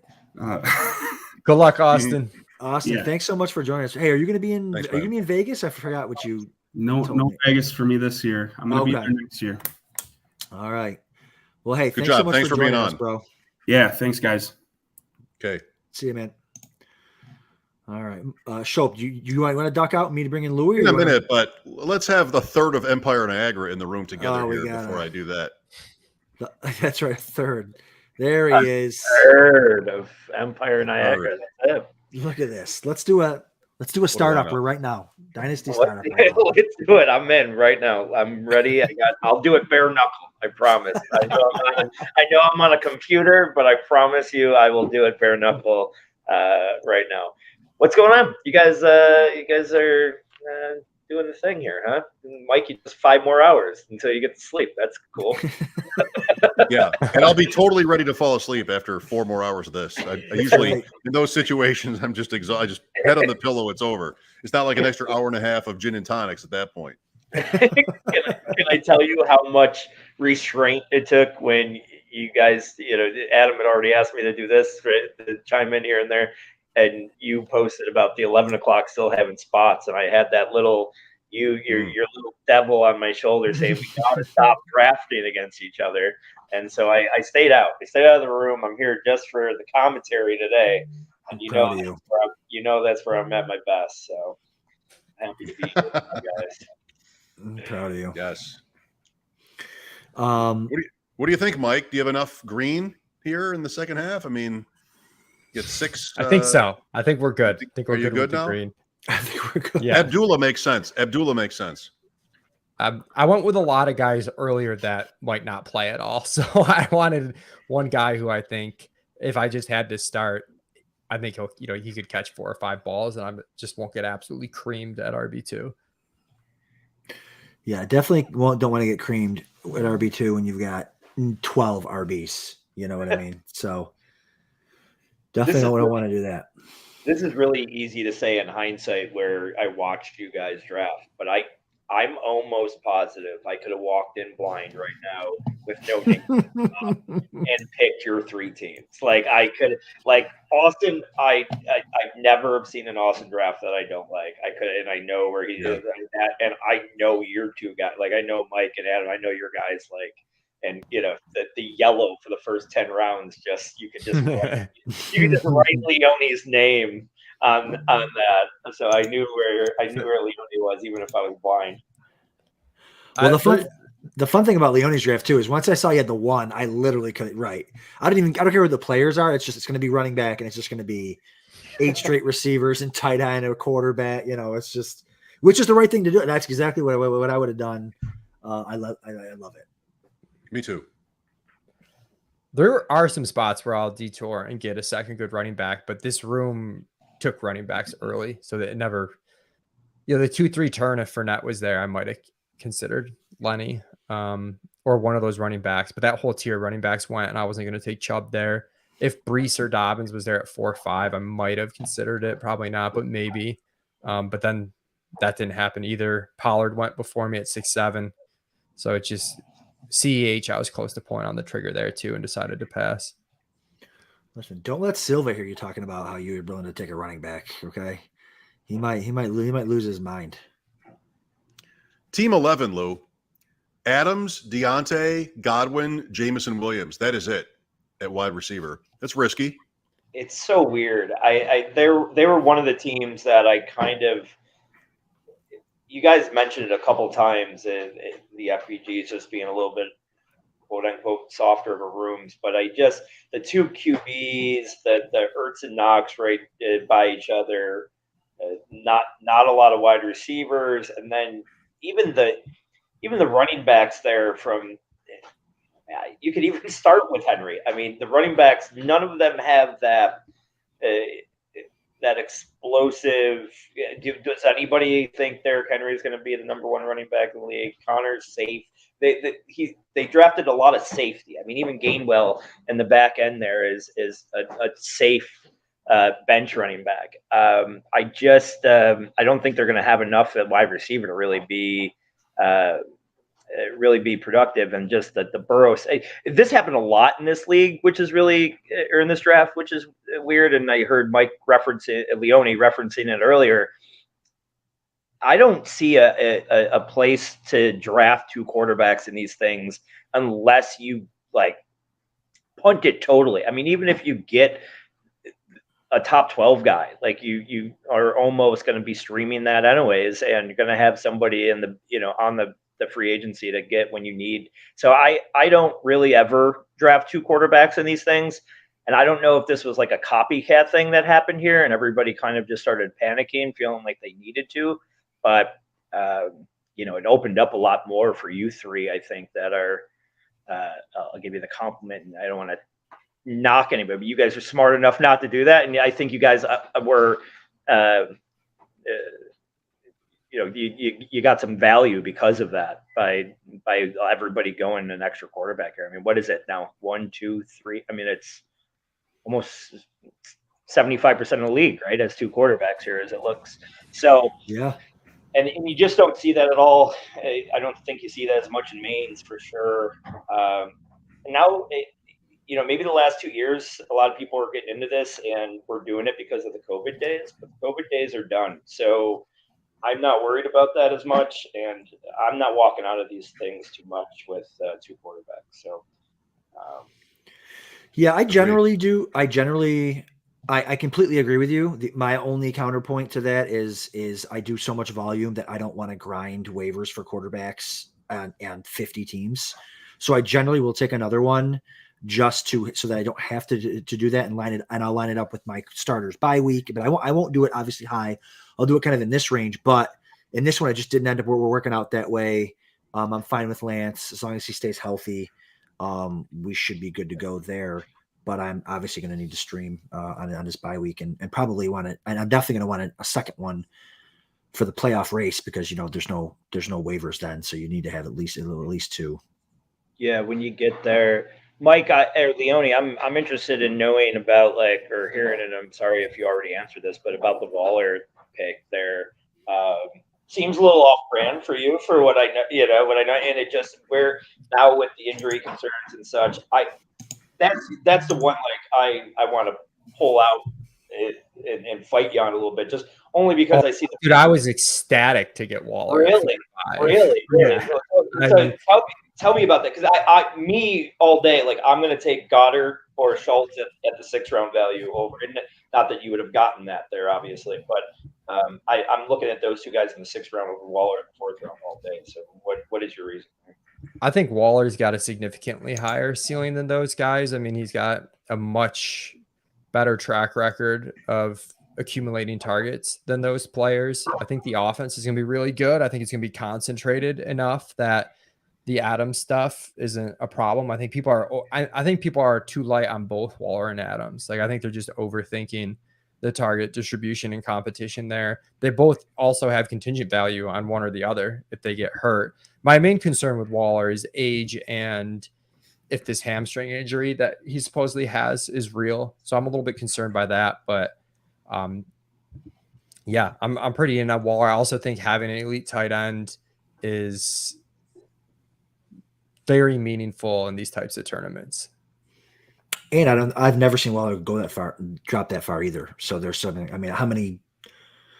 Here's the thing: you're going to find some CMC Waller teams, but it's going to be Waller at the 2-3. It's not going to be Waller at the 4-5. So if you went and looked it up on Mojo, you're not going to find McCaffrey, Hill, Higgins, Waller. That might be the only one, to be honest with you.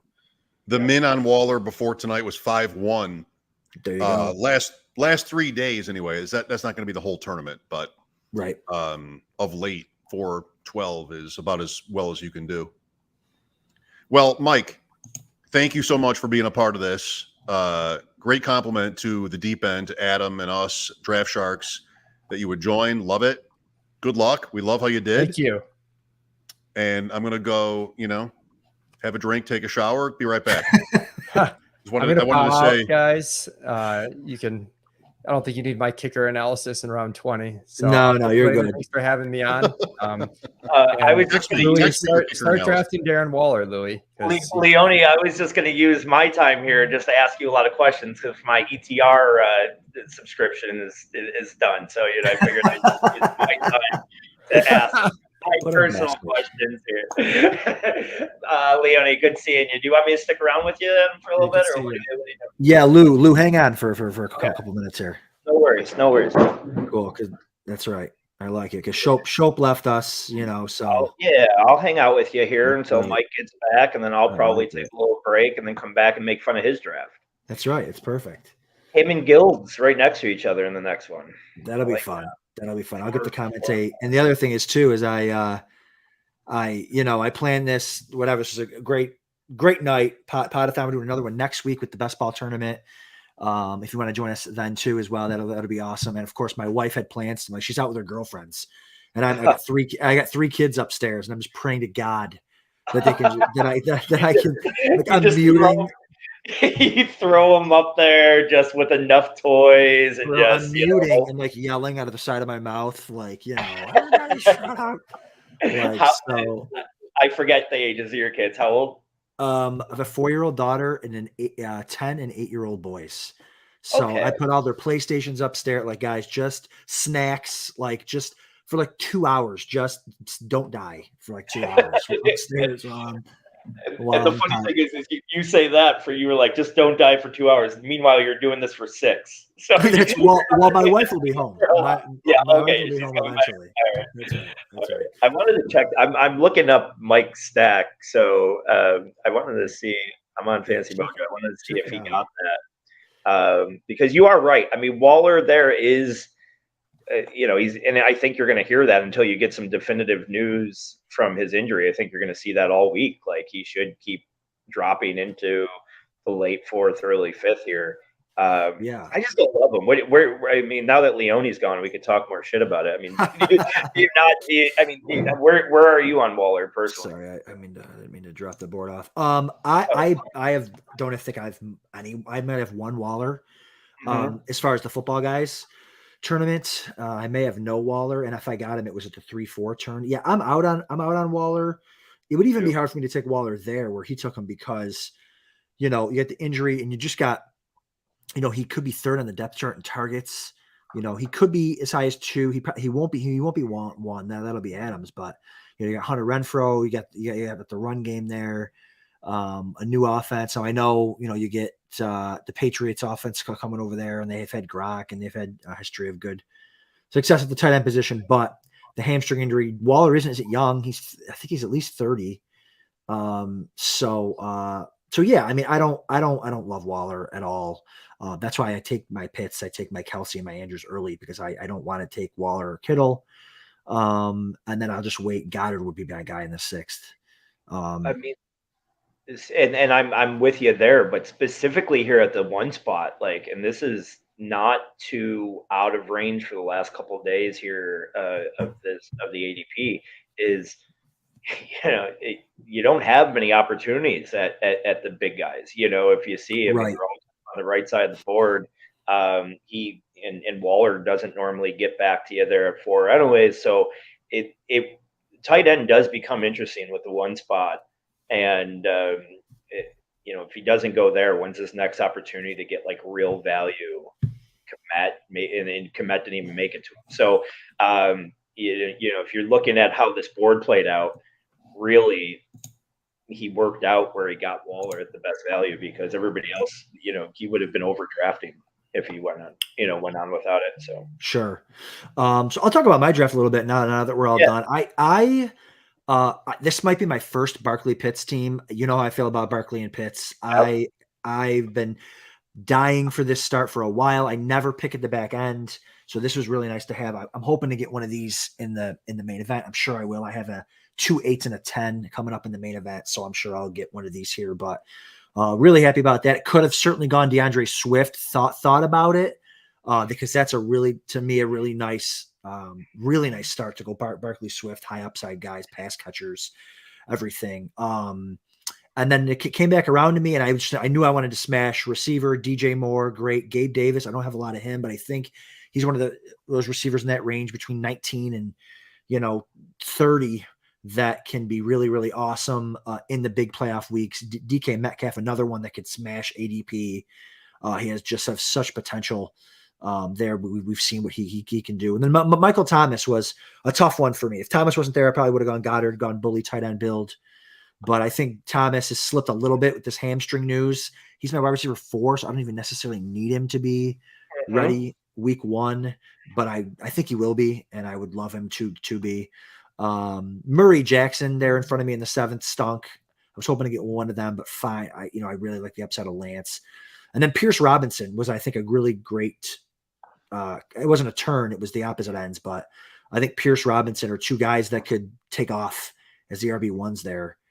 Pierce more than Robinson, I think. But what do you think? Feel free to kill any or all of those picks. Yeah, no, I love Pierce, and I mean all day there in the 8th. I mean, especially with how your build turned out. To me, not blowing smoke up your butt just because it's just me and you here right now, but that is the pick of the draft. That made the most sense for me for where the team builds were. I hate, and you're seeing a lot of this here in Underdog. If you're grinding those like you and I do, that 8th and 9th round is it's like picking between your stepchildren. It's just look at the names, and now you're seeing these guys like Brian Robinson jump up, Pacheco coming up, Cook coming up, because the guys that were there, the Tyler Lockett's and the Nyheim Hines and the Gainwells. I mean, it was just such an ugly round to and now you're seeing a little bit of this movement that I love, taking these higher upside and running backs there, and especially the way that you built with the wide receivers up strong. Sure, I don't know how to feel about this Robinson thing. Right. The Robinson Gibson thing is baffling. I think we are very similar minded on Gibson. We've all, or at least me and Mike are. I know that we both have wanted to believe in him, and it just is all really weird how it's being handled and such. I think it's being overhyped. I still think he's going to be the RB1, but we'll see. But Robinson's definitely going to get goal. They'll get some goal line care, and just for the upside of what that is, and like you mentioned it earlier when I was tuning in about, do they trade Gibson? I mean, are things going to really go downhill that quickly to where Robinson could be a big force there? The Pierce thing, I'm with you on Michael. Does it ever feel good to submit on Michael Thomas?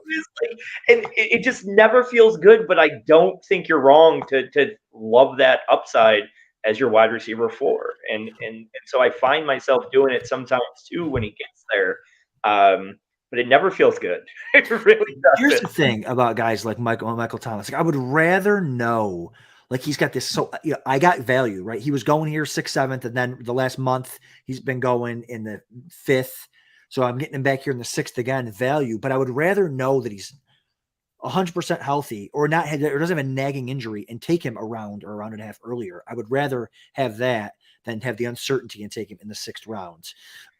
Also, too, the Dameon Pierce, Brian Robinson points are they make sense for builds like this. Like, you don't want Pierce and Robinson as like your RB 4 and 5, because now they're boxed out of, if they hit, they're buried on your bench. Like, you can't even take advantage of it. So, you want them as your RB 2 and 3, or, maybe as your 3 and 4. Let's say I went Barkley Swift and went all receivers and came back and went Pierce Robinson. Fine. Cause you can still start them as your flex spots or whatever, but you don't want to box out those guys that you're hoping to smash, because now they smash and now they're buried on your depth chart, and you're starting the wrong running backs every week. Like, this is the type of builds that you really want to put those type of running backs on. The two, let's say the first surprising pick, or the first thing I know kind of looked at you a little weird when you did too, is they talked to me about McKinnon, because that's what I feel a little early from McKinnon. Maybe he's going there, and these more that I look at, I just am way off of him with everything that's going on there. I don't know if you guys are seeing, but Jones is having a little bit of a game today. Is he? No, I didn't see who. Ronald Jones, Rojo. Yeah. He's having boy, nothing, a game. But I think he was like 4 for 25 or whatever in the first drive. But again, I just don't. McKinnon's the guy I want to get off of the most on that team. Yeah, I think it was a guy where I needed to get off a receiver. I wasn't going to do a tight end. I wasn't going to do a quarterback because I already had those early. And it was just like, you know what? Give me a piece of the Kansas City backfield. Give me a piece of this Niners backfield. Give me, Marlon Mack. I have the whole Texans backfield for the cost of. I know you do, for the cost of an 8th rounder and a 17th rounder. Perfect timing. That was crazy that Mike walked in while some fake red wine and just giggling over Marlon Mack. While I was saying his yearbook quote. That was his yearbook. That's quote. Right. That's right. Marlon Mack. Did you guys get the Waller notification? No. He left his agent. Oh boy. Uh-oh. What does that mean? I don't know, but I'm a circle now. Narrative Street. No, I see. We see you. We see you. Do you? Yeah. Yeah. Let me refresh. So I can see myself here. Not that I really want to. Man, I'm that's a bad thing about potting on when there's football going on for 6 hours. Yeah. I'm missing out on all the goodies. Yeah. Did you move outside, Mike? Is that yes? Behind you? Moved outside. You put on a cardigan and you moved outside. I want to be able to sort of timestamp these different drafts, so I put a little shirt on and then changed the background for the second time already. I like it. All right, real quick, Mike, give us your general thoughts on this draft, and then we'll move on to yours because we're starting in 11 minutes. Well, I think yourself, Austin, and Mike did very well. None of that 2 quarterback business.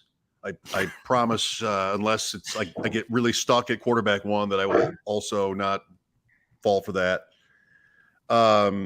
You know, Adam, you finally got Barkley and Pitts. How much better can you do, right? Come on. Picking 9, best chance to get those 2 guys is 9. Yes. Yep. Agreed.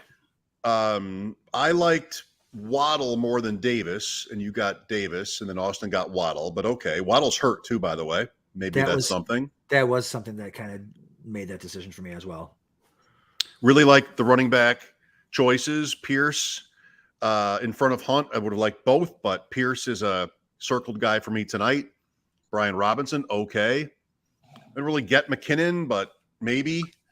And then, I was talking to Lou before you jumped on. It was more of a hey, I need a running back. Let's take someone out of the Chiefs backfield that's kind of undecided, kind of behind the start, behind CEH there, and then he told me that Rojo had a pretty decent night tonight. So, oh yeah, he started off with a good drive. First drive, 4 for 21, and was running. Was he with the starters, Lou? He was with the starters, but you know that's maybe a kiss of death at this point, right? They're showcasing him. Trade. The starters are backups tonight, right? The starters are backups. Can I see the bottom? Absolutely. And can I ask something about the bottom here real quick from both of you guys? Like, are you? I know Adam, you're playing a little bit more volume than Mike is in these, but like, no matter what, if it's this underdog, whatever you're doing, are you guys from the 15th, 20th round? Do you have your running back flyers that you're taking constantly, or are you trying to be variable there? Are you rotating them in and out? Like, how do you treat that last 5 rounds? I know you kind of brought this up with Leone, but you guys didn't really answer it. I'm kind of interested to know your answer. Yeah, I'm mixing it up. You know, it depends. Again, my builds really determine like the type of player that I'm looking at, the archetype of player, and mix it up. But I'll generally have a lot of the same guys in the later rounds, because if they stink, I can drop them across all formats. I know that I'm probably going to drop most of these guys, regardless. Everybody is. So I don't get tied to, having to go a certain way or whatever. But, you do have your, if I need running backs, I will generally take the same couple running backs at the end. If I need receivers, I'll generally take the same type of receivers at the end. So that's just kind of how I roll. But regardless, I'm taking as Isaiah McKenzie no matter what. So all the Isaiahs, you got 2 out of 3. That's it. My guy that I mentioned halfway through the first draft was not picked.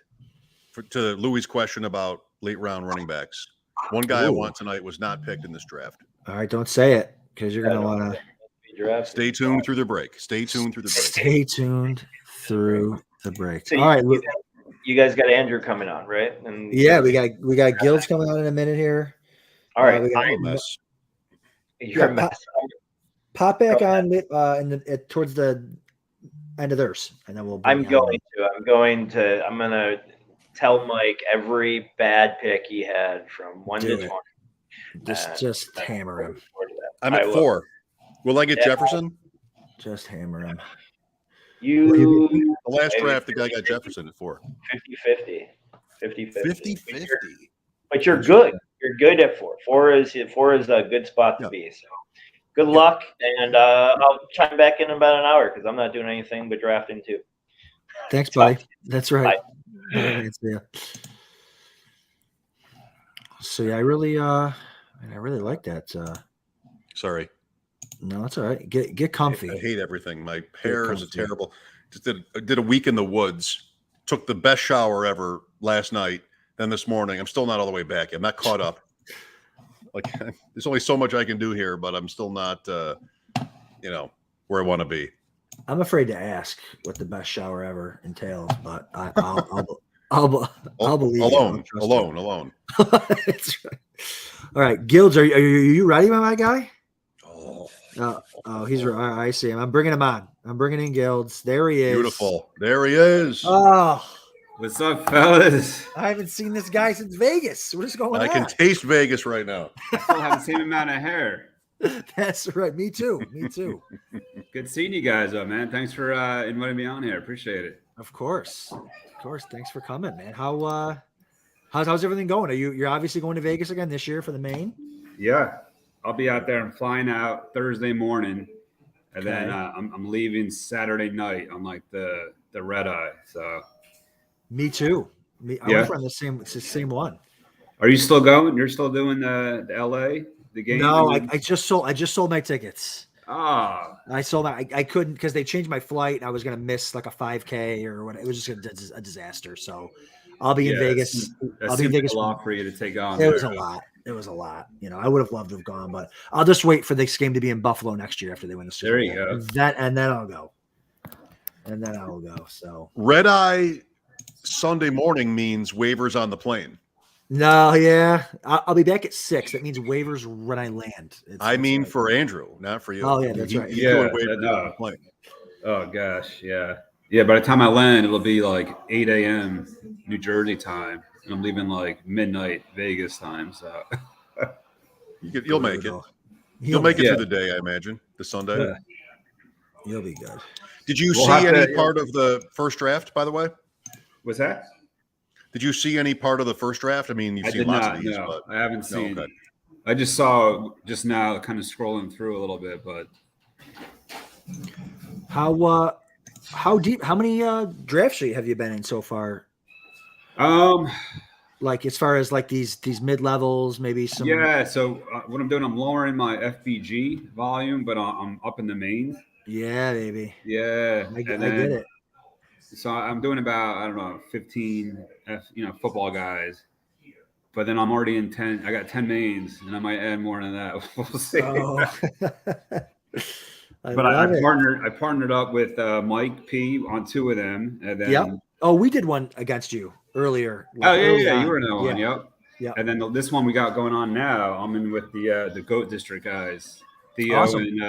and Andrew. So Yep. It's going well. It's a 6-hour one, which is brutal, but whatever. I know. what do you think of the competition this year? Is it tougher? Is it what? No, it's. I was just talking to somebody about that. I don't know what's going on. I mean, these rooms are so soft. I don't know if it's new blood or. To me, the mains are easier than the FBGs, the football guys. I don't know what's going on in these mains, but I See, think- you look surprised about that, and that makes sense to me because there's so much more content and it's more sophisticated. I listened to a couple shows; they're sort of fairly often pointing out there are more players who know more, so it should get tougher and also more similar. But maybe that's not really what you're seeing. no, I'm not. I'm seeing. I mean, some builds you just kind of scratch your head. I mean, there's 3 or 4 guys in each room. I feel like that are tough opponents, but there's a lot. I don't know what you guys think. And Adam, what are your thoughts on that? That's something that's sticking out to me though so far. Yeah, I've kind of lucked out. So I feel real comfortable at the 1 through 5 or 6 picks. I feel really good there, and that's where all of my mains have been so far. So what? I Really? know, dude. I know. I know. I have a couple of all my back end ones are still coming up. So I've got a couple 8s and 10. So I feel comfortable there, which has been great. So I don't even think it matters who's in my draft. But I tell you, I did the live one with Matt Schauf last night. He picked from the 10, and it was like I don't know, like it was brutal. There wasn't a lot there for him.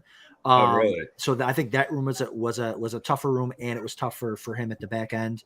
So I think it depends on what room you're in. But for the most part, dude, like the drafts I've been in so far, I got Pitts at the 211.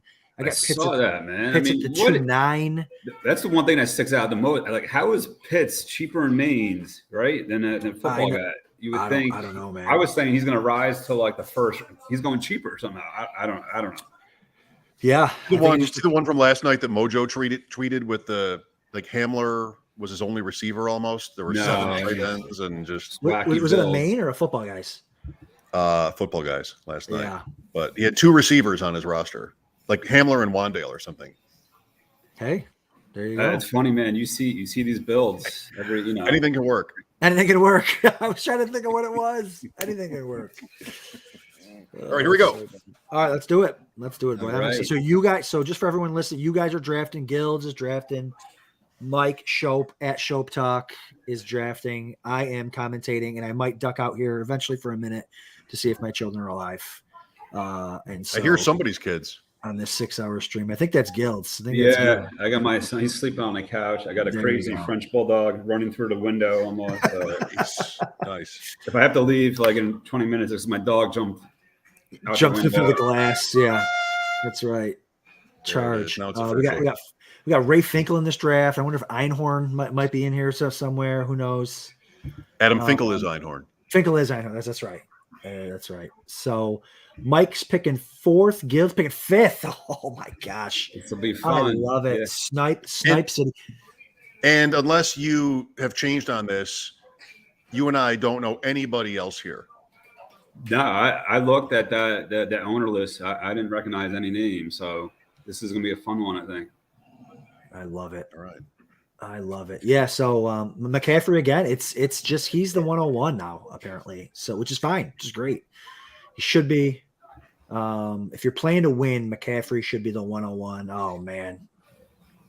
All Mike wanted was a little Justin Jefferson in his life. You are up. Maybe at That's all he 11. wanted. Maybe at 11. Maybe at 11. That's right. That it is right. JT. Andrew, what would you do if you were up right now? I love it. It's tough. It's tough. You know, these football guys. I mean, I have both guys who you're looking at pretty well. I have one more than the other, I feel like, but they're pretty close. I don't know. Whoever you don't take is probably who I'm taking. So. That's generally how that Okay. works in the top 5 there. Yeah. Cup, Okay. easy. Right. It's not sexy anymore. Taking like the greatest receiver season ever it's not sexy anymore. No, I mean taking it the next year I know. is I know. definitely not sexy. But we'll see what happens after that. We will. I actually don't have as much Cup as I do Chase, but I'm happy to take another Chase share here. Nice. Speaking of Chase, and before we get too deep into the football, how's the Chase and fantasy baseball going for you? So I'm having a huge night right now. I have Nola going. I have Alonzo who just crushed a homer. Had Goldschmidt earlier. I'm up to 8th overall. Oh baby, Mm. So let's go. So drinks on you in Vegas? Is that what you're saying? definitely 150K on top. That's definitely in sight right now. Oh, I love it. I'm gonna need. How's some, Nola doing? I have Nola, but not for that kind six of money. Right innings. close. 6 innings, 1 hit. Beautiful. One at I think they're up 3-0, 2-0. So he's pitching shutout. Yep. 2-0 through seven innings so far. Yeah. Excellent. If I get some saves, I'm gonna make it interesting. We'll see. Nice. Good luck. Sensational. So If I finish top 5, that would be 3 straight years. Top 5 finish and with 2,000 plus teams in it. In this, wow. Good for you, man. pretty sick. What's it pay? What's 5th pay? So it drops like I get it. Nothing. it goes like 10 grand or something. 150, 30 into second, and then down from Yeah. there. I know. Not even enough to buy us drinks in Vegas. Come on, what the heck? Offer rescinded. That's right. That's right. Fifth is 10. That's 10. not. I mean, it goes from Yeah. 150 first. Fifth I is know. 10. I know. Listen, the year I came in 5th in the main event here, first was $500,000 and 5th was like 15K. So it's a little bit higher now. And now I'm chasing. I've been waiting, just like you guys. I've just been waiting for it to be $1 million to win it. That's all I've been waiting for. I saw how many mains are you putting in? I'm probably going to end up in like by myself or co-owned or total, both. Just like total. Total. I'm probably going to end up in like 11 or something between co-owned teams and probably like 7 or 8 of my own. So I see some of these guys like Hubbard putting in like I saw one last night. So I was watching the Ship Chaser stream, and I know Hubbard's name on there, and he had the number 27 after his yes. team. So we Diggs at Matt, 4. 7 names already. so Matt Schauf was in that one, and we streamed that. We taped it and we played it today because we wanted to be able to talk freely. And so he was in the same draft. And I saw that it's like 28, and we're still got 28. Oh my! or whatever, God. 27, 28. Yeah, that's crazy. Diggs So at Gildz, what do you? Yeah, do you have so top 5? Do you have a clear top 5, top 6? Where does your tier kind of cut off? You just talking overall? pretty much? Overall, yeah, here overall. Back to the first round. Yeah, I mean, the top 4 to me is set in stone. Occasionally, I'll throw in some Eckler with Chase, maybe Kelsey even. Yeah. But I mean, once you get past that 5 6, I mean, it's a mishmash of who you want there. Yeah. Yeah. No, I would have liked Kelsey. It was Kelsey or Cup, because every time I get through one of these, I just feel like that has that much more value. Adam and I talked about him at 101 last year. I feel like you can't go hard enough at him and the tight ends early like that. I mean, Kelsey's on his own tier. So the one guy I don't have nearly enough of, like at all, and scaring me right now is Diggs. I hear you. And that's why every time I'm in that spot, I'm either looking at Swift, Barkley area, even Devontae. I'll take a little. For whatever reason, I'm missing out on Diggs. I'm definitely Diggs over Devontae, and I saw Hubbard took him at 4 overall last night, 4 or 5. Took him. I mean, when you're in that many, you can afford to take your guys kind of wherever you want them throughout the first round. But I mean, I get it. There's some guys you don't want to be too low on. The whole Kelsey point is, I want an elite tight end, and it's like depends on where you're drafting. Like I think twice in the main so far I've taken Kelsey at the 5 and then once at the 6 because I didn't think Pitts would make it back. And so, take Kelsey and then go another route in the second round because I don't want to lose out on both of them by passing at them. So that's the way I kind of look at the Kelsey thing. Yep. Well, no surprises so far. Right. Nothing too amazing here yet. Pretty by the book. Absolutely. But I like Kelsey at 5. I would have been there. Absolutely. And then maybe you get 2, Adam. I mean, have you and I done that yet? Starting with 2 tight ends? Not you and I together. No. No, sir. I think it's doable. Absolutely. I think so. I mean, again, it just depends. Like if they finish as the top 2 tight ends and you're able to hit on some of the later guys, I think it can definitely work. And I don't mind RB starts here, like to the Jolly Rogers. I feel like unless you're going to get like Swift, I mean, I guess Kamara does have that ability to be. I mean, they're saying, we've been lost in the suspension talk with Kamara, but reports out of camp are that he's great, that he's in great shape and he's focused and all that stuff. And I know that's what they always say, but not in these types of circumstances. Sometimes when there's a bunch of distractions around, sometimes they can really talk down the player, but Kamara seems to be locked in. But like, I just don't think I would go RB here with Henry Kamara, especially with some other players on the board. Gildz, Adam went Barkley Pitts, right? Yeah. At 109 in the first draft, and they're both still up. That's right. Yeah, I'm looking at that right now. I'm looking at my chops to see if one of those falls. Okay, let me just delete. I took a lot of early Barkley. I had a lot of mid-second Barkley. Yeah, I was looking back at a couple of my the earlier football guys, and I was like, there's some big teams there that you just can't build anything close to that now. Yeah, I'm totally jealous. Like I was the guy that always, and Mike knows, every time I was in a draft, he went to pick before me in the second round. So I got to the point where I just started taking him in the first. So I was the guy getting third round Barkley at the very, very beginning. But I don't even think the football guys were out yet back when I was getting third round Barkley. Maybe the first couple. But in all the other sites that were doing the best ball stuff, I was taking Barkley early in the third for sure. So there he goes. Kelsey Barkley, really sweet start. Oh no. Back to back. That's brutal. Back to back picks there. And you guys picked back to back here too. So for the people listening, Christian McCaffrey, Justin Jefferson, Jonathan Taylor, Cooper Kupp, Jamar Chase to start it off, followed by Eckler, Najee Harris, Kelsey, Dalvin Cook, Derrick Henry, Stephon Diggs, and Devontae Adams run out the first round. Second round starts DeAndre Swift, Mark Andrews, Alvin Kamara, Joe Mixon, and You then are on the clock. Barkley, Pitts, and who does Charcharu take? Aaron Jones. Got two RB starts so far. The Gildz is on the clock. Watching baseball. Is he in? Drafting. Is he going to check his notes? He's going to check his notes. He's going to grab his dog, and he's on the clock. He did and go he gets Lamb. CeeDee Lamb. What a pick! I thought he What was a maybe beautiful start. taking the dog out first and then That's coming right. back and That's just what okay, click. And Sorry, yeah, the dog was going crazy. Mike, an analyst could never do that.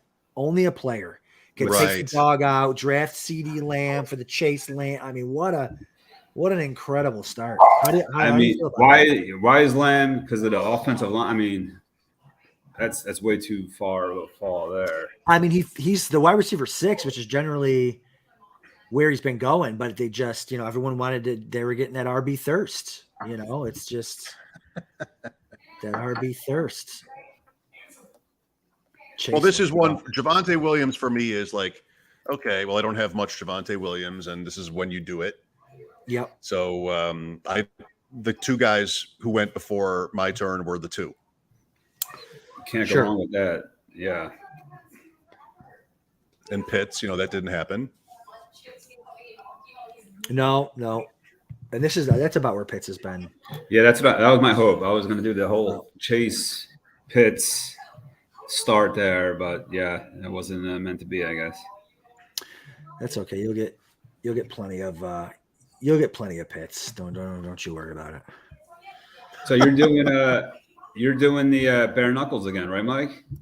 Yeah, crazy. But you got. I wasn't even going to go to Vegas, and then I thought about that night, that draft. I'm like, you know what? That's me right there. I got to be at that, and that one you have to go there. So that's when I booked my flights, hotels, everything, like right in that moment. Nice. So nice. Love it. That's a lot of preparation for that, right? You got a lot of studying. Yeah. And I also think like every draft is preparation for that too, True. But we know the Go Bills guys who won the main event last year, they're cramming, like one guy comes over to the other guy's house every week and turns his back to the TV and they're just banging out, drafts. So I'm not doing that, but I trust myself. See, but Mike, that's what you can do. Like, I'm pretty sure if they're listening, I'm pretty sure they don't have any kids. Like, you can do stuff like that. When you can go to your buddy's house, turn your back to an underdog draft in the TV, like that's where they got a leg up. All right, Yeah, you've got experience. You're wily. You're good. If only I only had to pay like a fifth of the entry fee, then it would even things out. Like yeah, that's right. NFL owners still pay the same price for a hot dog. That's right. So their advantage is an advantage, but I just love it. Gildz, like I love the night going from main event in the morning, my WGR show to the party and the Bills Rams game this year. Incredible. I'll be doing the Bills pregame show on their network from Las Vegas from a hotel room, then to the party and then to the bare knuckle. So that'll be that sounds like a good time, Mike. So my not that anybody cares, but my Thursday cleared up. I'm not going to LA, so I might have to find that main event number 13 to get into or something on that Thursday. I was looking at my schedule earlier today, and because I was looking at the prime times out there. Also, I don't know if it's going to work with the mains and then prime times, the scheduling, the time conflicts. I don't know. I'll have to squeeze one in maybe. No, main events only for us. FFPC main events only. Okay, so you went Lamb, Mike went Javonte Williams, and it went Tyreek Hill, Leonard Fournette, T. Higgins, AJ Brown at the 2-3 turn for the Christian McCaffrey owner, and then Mike Evans, wide receiver 10, Jefferson, Fournette, Evans. Evans was a guy that I was taking as wide receiver 7 for a while.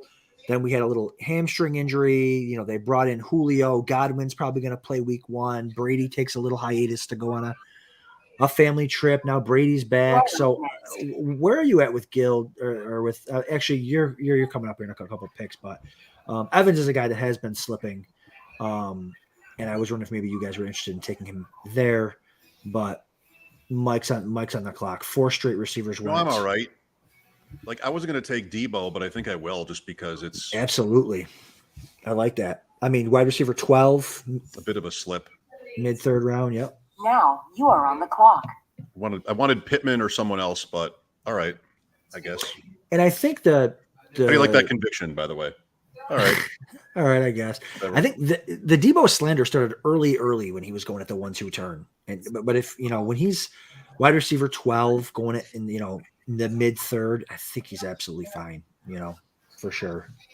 I can see the argument against him. More of a running team, different quarterback, changes so much, and the efficiency last year was elite. Like I have liked fading Debo Samuel for the most part. So this is turning into that draft. Yeah. DJ Moore. Yep, that was the other one. It's turning into that draft for me where it's just guys I usually don't get, and we're trying it. Yep. So Gildz, DJ Moore, you go Chase Lamb Moore. What's your DJ Moore take here? Yeah, well, just really, I don't have enough DJ Moore, and I'm pretty bullish on him too. That's just more. I like so many receivers in this range: AJ Brown, Pittman, Debo. Moore. I mean, it's just hard. It's hard to balance out your portfolio. You know what I mean? So I just checked. I don't have much DJ Moore on the FFPC side. So I was actually looking at Sutton here or Mike Williams, but I think just DJ Moore. He's due for one of those 110 catch, 8-9 touchdowns, 1,400 yards. I mean, it's got to happen at some point. Right. Yeah. No, He's only ever had 4. I know. We need some positive TD regression there. And yeah. Baker's starting. Baker's. I'm not a Baker fan, but he's still better than Darnold for sure. And And listen, Baker knows. Here's the thing. Rip on Baker. He knows where to go with the football. They're going to throw a million slants to DJ Moore in that offense. He can do that. He can get the ball out quick. That's what his strengths are, getting the ball out quick, and that's what this offense wants to do. I think DJ Moore is going to be fine. Going to be really, really good there. Here I'm saying I'm not a 0 RB guy, and I don't know. Well, listen, Chase Lamb will change that. I mean, that's such a sweet start. Chase Lamb will do that to you. Look at the division here so far, yellow to green, although 2 receivers in a row now. You know what's funny? I've noticed that a lot in these drafts. I don't know if it's just a weird thing, but like where half of the room is wide receiver heavy, and then the second, the back half is running back, or vice versa. Yeah, it's just odd how maybe that's just the board the way it falls, but I think that's how a lot of the board. Yeah, it's that 2-3 turn. Oh yeah, and that 4-5 turn generally are the receiver heavy areas, and that's kind of where I like to be. Yeah. In drafts, which is why I've been so kind of comfortable with a lot of my main events, because I've just been picking at the top half. That's true. One CD goes right at that 2 or 1 exactly, and it's just people sleep on them until the end of the second, top of the third. For I sure. wonder if there's a little bit of a dip on.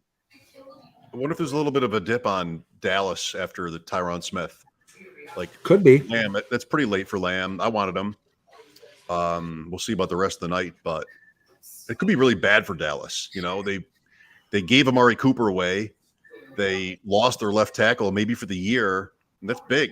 And now they have all this snap space, and I don't know, like they look really thin. I think he is. I think it's confirmed. It was a torn hamstring, and I think they said 6 months he's out. Okay. So yeah, he's done. They're saying I saw 3 to 4. Yeah, he's going to be maybe back for the very end of the season, but no, that's a big. Yeah, I mean that's not that could impact the offense for sure. Oh yeah, I'd probably say more to running game than a passing game, but I mean both. Yeah, maybe more Tony Pollard in the slot, quick passes. Absolutely. There was Waller a round and a half before where Leone got him last draft. Yeah, so I haven't actually drafted football guys in maybe a week or two, so this is kind of I feel like a little rusty, or I got to get back into the swing. That's right. Here. Come on, it's showing too. Come on. Chase Lamb Moore. Hey guys, I'm going to pop out for like 2 minutes. I'll be right back. Okay. Yeah, Drew. The tight ends went later in the earlier draft. Did they? Waller was 5-1, I think Adam said, and Kittle was maybe just before that, but a little early there. Do you have a tight end strategy in general that you like to subscribe to? I mean, I've been all about that top tier. You know, I have a lot of Pitts, and that's the one guy. I have some Waller and Kittle. I'm not really going after the Kelsey Andrews though. I'd like to wait until that second, third, even top of the fourth to try to grab one of those guys. And then I actually, I like Goddard too in the sixth and Hawkinson. I know people say if they don't get the top elite ones, they wait, but I actually like a few of those middle tier guys too. So I just don't want to get caught holding the bag and, starting, Austin Hooper, who I like actually, but as my starting tight end. Actually, I actually like him as a backup, a tight end too. But it kind of means drafting an extra one, right? Like if you get started later, that's one more roster spot, which can be fine. Like in the earlier draft, these guys were drafting wide receivers because they felt like they couldn't not do it based on who was still left. Numerous teams went for 2 quarterbacks. So, all right, well, I'll take a 8th or 9th wide receiver. But, in sort of a perfect draft, if you will, like you're going to have that extra roster spot or even 2 tied up in tight end, which you may want to avoid. Well, that's how I approach it too. It's if I take, one elite one, I'll only back that, I'll only take 2 total. And if I miss out on that top tier and I grab, maybe like a Goddard as my one, I might take 3 total. You know what I mean? But if I have a Pitts or a Waller or a Kittle, I'm not taking more than 2 tight ends. If I'm starting that 3rd tight end, I'm likely screwed anyway. So yeah, waivers is just as good a chance of leaving you there, I think. And I'd rather gamble on the extra wide receiver or take a flyer on the running back. I mean, you're drafting those elite tight ends to be there in that tight end spot all year, all season long. So, All right, a lot of running backs behind us here again. Everybody's got at least 2 in the bottom third of the order here. Great job on that baseball. Oh, thanks, Mike. Yeah, appreciate that. Auto pick Zeke. Oh boy. That's the thing though with baseball too. I have to keep grinding that, and then at the same time I'm drafting. It's a lot at the same. And then the waivers overlap for a month. If you have teams that are contending in baseball, September is like insane. Yeah, so many changes. I mean, different than football, way different. So many changes to the rosters, and you have to sort of the day-to-day on these bad teams, who they want to look at. It's just the rosters expand. It's got to be really tough. Well, you are 3 picks away here. A run on running backs yet again. Chubb, Hall, Connor, Elliott. Wow. With the first 4 picks around 4. Yeah. There goes Gabe Davis at 405. So I was just about to say Next. Montgomery. Oh my goodness. Montgomery at 40. Oh, Drew. Come on. 6 through 12 has taken 6 total receivers in the top 4 rounds. 15 running backs. Wow. 4 in the front half for the first 5 teams, including us. Holy cow, is the shopping good right now, I think.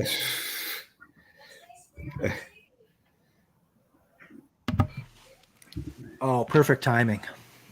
Adam, look at this draft. Oh, the thirst. The thirst. The thirst. Chubb, Hall. Although Chubb, Hall, Connor in the 4th is not bad. Zeke, Montgomery. Timed out on Zeke for Burkhead there. Yep. Brutal. Seriously, though. Wow. Now you got to punish them for taking those running backs. Now You punish you're on them. the clock. What happened? Or do whatever. What happened? Waddle. Or do whatever Waddle. you want to do. Drew is up. That's right. You got one guy here. Come on, buddy. Come on, buddy. I One thought we were time. friends. One time. Robinson. Of course. Of course That it was is. My guy. What a pick. That's all right. I had Cup, so that's fine. Probably better off not doing that. Oh, That's right. he loves that pick. He loves the pick. Is the dog's name Robinson? Did you hear Mike talking? Yeah, she's a nut, man. I don't know if she liked that pick or that means she didn't like it. She loved it. She loved that pick. This is crazy though. This is a wild draft already. I was telling Mike, if you look, they drafted 6 wide receivers in the first 4 rounds, the back half of the draft. That's crazy. Right. I'm on Ra. There he goes again. Hard Knocks. Deep I don't even end. watch it. Mike Schauf. I'm doing this every night. When am I going to watch Hard Knocks? Right. That is true. So wow, I like it. One running I was back. busy watching the Champions League draw. I don't have time for Hard Knocks. In Spanish, the show's in English. It's in Istanbul, like the presentation, and I'm watching Tudden because I don't have Paramount Plus, which is in Spanish. So I've got Spanish translators translating the English of the draw, even though nobody there, their first language is English. It's all twisted, but I do love it. Dortmund got in Group G, Adam, not the group of death. Borussia Dortmund. Okay. Yes, these. As long as the coaches are shaking hands real firm at the end of the game, that's all I care about. That's right. Firm handshakes. I hate that. In life. Just come on. Drew will come out to Vegas and the handshake is like breaks my arm. Somebody snipes you in the draft and you just freaking grab him. Oh, hey, how you doing? Buddy? Then the other hand comes around the back and just punches you in the back. That's right. Oh my gosh. The worst. All right. So the 4th round went starting at the 401. Nick Chubb, Breece Hall, James Conner, Zeke Elliott, Gabe Davis, David Montgomery, Jalen Waddle. Then Gildz takes Allen Robinson as his 4th receiver, wide receiver 19. Then Mike takes Amon-Ra St. Brown, wide receiver 20, is his 3rd receiver. And then Deontay Johnson and then Dalton Schultz at the 311. Man, interesting there at the end. I mean, listen, I don't love all those heavy RB builds, but I don't mind the value on those. But that's why you take, I guess you don't really know going in, but that's why you take a receiver there instead. If I knew that this was going to play out, I would have taken Javonte Williams there. Sure, no, I get it. I get it. I like to have one almost no matter what. Yeah, I don't like the feeling of not having one. And honestly, I think that's I've said this before. That to me, that's the best build there is the hero RB. It's the 1-4s. I was running the data last year. What was it? So for the championship rounds, the running back 1 in the round weeks 15 through 17 was drafted in the top 3 rounds every single year, going back to David Johnson was the last one that wasn't drafted in the top 3 rounds. Okay. This was prior. So I think Penny did it last year too. So it would be Penny, and then like 10 years before was David Johnson, whatever year that was. Yeah. Which doesn't mean much, but it's telling you that the running back 1, and when the money is on a line, is usually taken in the top 3 rounds of these fantasy drafts. Sure, and like we talked about earlier, the main event champs from last year went hero RB JT in round 2. Go Bills, and me, Leone, and Austin in the first draft went hero RB. It's just, it feels right. It lines up with the way that kind of these drafts ebb and flow. If you can get one, it doesn't have to be the first round either. To get a running back in the first 2 rounds. No. And there's some guys like James Conner's a Draftsharks favorite. If you can get James Conner in the 3rd round, I think he's probably an RB1. He's maybe not a hero RB1, but he's an RB1. If you can build receivers around him too, but I'm much more comfortable with like a Saquon or a Kamara. Yeah, it just gives you that flexibility where you could kind of go anywhere, right? You're not under the pressure to just chase running backs. AJ Dillon at the 503. What happened? He went early. Did Aaron Jones go down tonight? Did the Packers play? Oh my God! You are on the clock. Give me some info. Give me the info. There's still selection here. Wow. Yeah. Wild. Want to go 5 for 5? 5 for 5. Might. That whole turn, man. That whole turn is just sensational. Isn't it? Ripe for yellow. This will be a fun one to watch play out. I mean, I know. The league. I know. I love watching Gildz have to go off brand live on stream. I know, It's right? This is incredible. the first. This might be my first draft where I haven't had a running back in the first top. Ooh, That's good, talk to though. me about Dobbins. That's the Talk to guy, me. though. I mean, yeah. I mean, if there's a guy that I feel like is worth that selection here, I mean, if he's healthy, he's going to be a smash in the 5th round, right? It's just a matter, I mean, Gus Edwards the news has gotten worse and worse about Gus Edwards, and Dobbins has gone nowhere. Yep. Like, and I saw some clips earlier of him. I mean, he looked good to me. So I'm not out there. I'm not on a training staff or anything, but I mean, he looked spry. He looked fast. He was cutting. I mean, they are still keeping him out. They are still keeping him out. Fairly often. Like, he's not all the way. Yeah. Which might just be precautionary, or it might be like they're still worried. I don't know, but I tend to think that he's probably good to go. Yeah, to me, I think he's it's more. Go ahead, Andrew. Sorry. To me, he's more of a back end play. Mid-season, week 5, week 6. He starts getting right again, and then you got an RB1, right? Maybe. What is going on? I'm loving my draft more and more. I love it. I wanted Dameon Pierce. He had Pierce queued up. He looked good earlier and had a touchdown. So. Oh, did he? Oh, we're missing all the fun, Mike. Come on. Oh, I keep trying to check, but I'm looking at Aaron Nola's stats now. Yeah. through eight, 4-0. He had a couple nice runs and he scored. So. Let's go, Pierce. But I'm wondering too, it looks like it was a auto pick. I wonder if they just had Pierce queued up and they forgot about it or something. Who knows? I mean, because it went on auto. Yeah. Interesting. But back to Dobbins is, I think the coaches just sat there and watched that backfield get massacred all last season, and they're like, we're not going to let this happen again. So I think they just have Dobbins on ice, which is what I think every team should do with their RB1s, man. They don't need to let them get warmed up week 1. Like, they don't need to do all that stuff. Like, just, they know how to play. If they're 23 years old and playing running back for 13 years, they know what they're doing. Exactly. That feels right. You do have like Josh McDaniels saying about how he's used his running backs in the preseason. I think that's the one position where it's the most valuable for them to play in the preseason, because they're really taking hits. I mean, they're getting brought down. They're sort of going through that routine. So I don't know, like, Baltimore, it's so tough. It's so much fun to try to analyze this. I mean, the Ravens were 8-3 with Devontae Freeman and Latavius Murray leading the way. Then everybody got hurt. I mean, Marcus Peters and Jackson eventually they fell apart. But there's still something to be said for how they stayed afloat without their top 3 running backs. All went down with ACL injuries before the season started. Right. Yeah. Yeah. Pierce 6 for 37 and a tutty running with the ones against the Niners. Oh boy. Yeah, I saw one run he had. It looks electric. I mean, he does look. I mean, listen. Sometimes you just got like I'm not the guy who acts like there's a couple. I'm not a big dynasty guy. There's a couple guys I'll get into. Pierce was not one of them.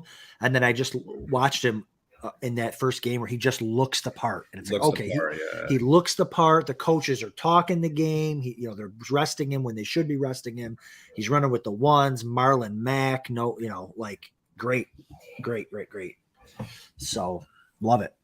Well, the right people for me spoke very highly of Pierce before the draft.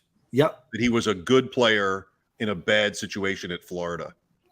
Sure. And so, I'm not grinding that tape either, Drew, but I know who I trust. And if there was a consensus for me on Pierce, like, this is a good player, but he goes to Houston and it's good and bad. There's an opportunity there, but who wants an early down running back on the NFL's worst team? Maybe they won't be the worst team. I mean, I still think there's a downside for him if he's good, but they're bad. I don't know that their offense is going to be as bad as people think, though. I mean, you have Cooks. Brevin Jordan, I think, is going to be a player. Nico Collins. I mean, they have playmakers on that offense. Improved offensive line. I mean, again, I don't want to get crazy, and I'm not. Pierce in the 5th round is really like as high as you want to be taking. Right. Yeah. But like people being able to get him. Mills, he looked pretty good to me.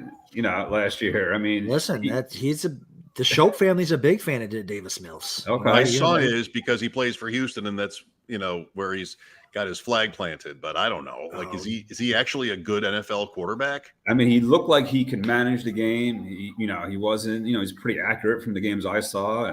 For fantasy, you want to know, it's like we were talking about with Baker Mayfield. Like, can you just get the ball to the guys that need to get the ball? And I think he can. I think he can do that. Yeah. Yeah. So, and that Brevin Jordan, that's another tight end, late tight end. I've been targeting. Yep. Athletic kid. Don't tell the guy sitting next to you. There's a guy sitting right next to you. That was probably not too me. It's not a plus EV move here in the 5th round, Gildz. Come on. Oh, I like Mike. Mike, you could snipe me if you want, man. That's right. I like on Brevin Jordan. Come on, not now, obviously. Come on. Yeah, take him now. You got it. He's all yours. That's right. All right. So the back half of this draft caught up a little bit. Trying to play catch up. Yeah. The value is great. The value is Juju great. at the 5'10" is wild. Marquise Brown at 509. Yeah. I mean, it was coin flip for me between him and McLaurin. Yeah. And that's the thing. It's super flat. Like, even starting with like Gabe Davis all the way through, Darnell Mooney, even maybe not Mooney, but Juju for sure. It's all pretty flat. I mean, just the upside case for all of them, the downside, it's just who you prefer. So yeah, I mean, I would take Juju, and I have in the late 4th. I think the kid, he's got major upside there. So I think, the team 10 really made out there.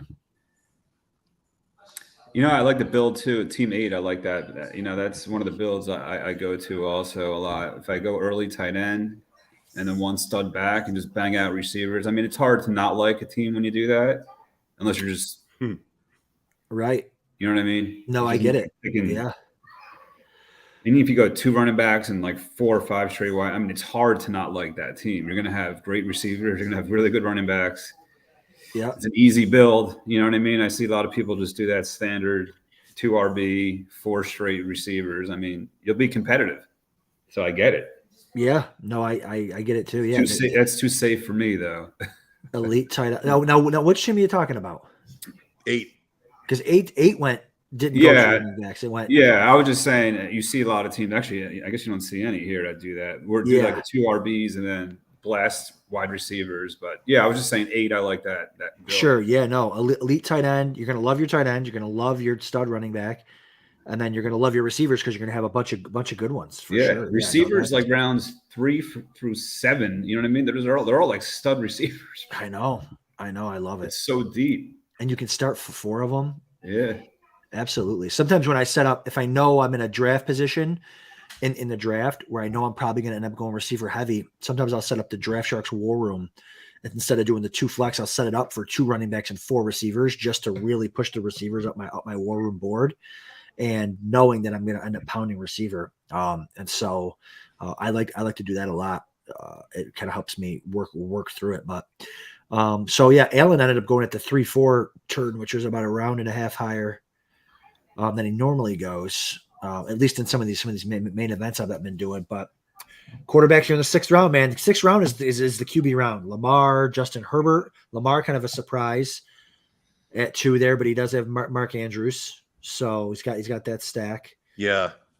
Herbert's got Mike Williams, Josh Allen. We have a naked Josh Allen so far, but yeah, I feel like if you have a naked Allen there, you just know so many Allen owners are locking up Gabe or Dig, you know what I mean? And how is Allen going to have huge? I mean, I guess he can, but the odds of him having monster games without one of those 2 also having monsters. Gildz is sour. Yeah. He's sour, Mike.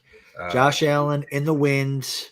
Oh, eight points. You had to bring that up. Don't we want him to stay? Firm handshakes. That was a firm tough one. handshakes. That was the difference in our main, right? That's what cost us the playoffs. Oh my God. Yeah. That game. Yeah, I was telling that story recently. I think Lou and I had Jermar Jefferson get a 0 that week because it was Craig Reynolds. We played that wrong and like, all right, well now we're gonna get beat but you were texting like Wednesday the previous week, like, hey guys, how bad is it gonna be up there for that game? I'm looking at weather. Worse and worse. Yeah, I'm looking at weather. Yeah, in a week in advance, just trying to see the winds, and I'm like, oh my God, this is going to be. Now you are on the clock. And I was there, Gildz. It couldn't have been worse. without canceling the game. I mean, they Oh my were gosh. just so bad. What did they run the Pats? They threw it 3 times or something. Three times, and the 2 of them were on the final drive or something. Like, Oh my gosh. so gross. But yeah, sorry I brought that. I can't remember my son's 3rd grade teacher, but I can remember that stupid bad beat Gildz took in the stinking FFPC main event last year. All right, so 5th round, I'll recap that. So Judy ended the 4th. 5th round went 501, Rashad Bateman, Chris Godwin, AJ Dillon, Terry McLaurin, J.K. Dobbins, Damian Pierce at the 506, Brandon Cooks, DK Metcalf, Marquise Brown, Juju Smith-Schuster, Darnell Mooney, Michael Thomas to round out round 5. Really interesting round with some, AJ Dillon went ahead of schedule. Damian Pierce went way ahead of schedule. I guess he's having a great preseason game. I can't wait to watch those highlights at 1:30 in the morning when we're all done here and I got to get up for Kentucky. Lazard, what do you guys think about Lazard? I mean, I feel like it's even more question marks now around Lazard. Gildz, what are your thoughts on the Packers kind of receiving core there and Alan Lazard? Yeah, I mean, I like Lazard. I know he's not the sexy, juicy pick, but I mean, you're talking about possibly the number 1 passing option in an Aaron Rodgers offense. I mean, how does he not get 120 targets, right? At least. Well, do you think are you afraid of Dobbs? I do. No, I'm looking at him too. I like him also. Okay. I don't like Watkins. I mean, there's who else is it? Watson's just getting on the field. Who am I forgetting? Who's the other guy there? And Cobb. You're forgetting Aaron Jones. Cobb. What you're forgetting? You're forgetting I mean, Aaron Jones. It's going to be Lazard, Dobbs, Tubes. What does he prefer? Dobbs. Yeah, no, I get it. I just think Lazard's going higher than he was before, and now we've got more, more receivers kind of splashing there. It's a cheaper stack in best ball. Like if you can get Dobbs and Lazard and maybe Rodgers later. I mean, it's really, really cheap if you think you're going to get the whole passing game. And I think that's a big vote of confidence for a guy like I just don't. I mean, I don't think he's kind of a boring. Yeah, he doesn't do anything special, right? He's not super athletic. He doesn't make crazy catches, but I mean, he's kind of like a chain mover, and he might, if Rodgers trusts him, he's going to produce. I would definitely take Adam Thielen over Lazard just because Thielen might not play the whole season, but when he plays, he's not wide receiver 34. Yeah. You know what I mean? When he plays, he's wide receiver, 15. And a pass heavy offense. So I would certainly have taken Thielen there. I'm fine with the Michael Thomas pick for Ridley's. Great. So you guys picked here. You came back around after taking Dobbins. You came back with Akers.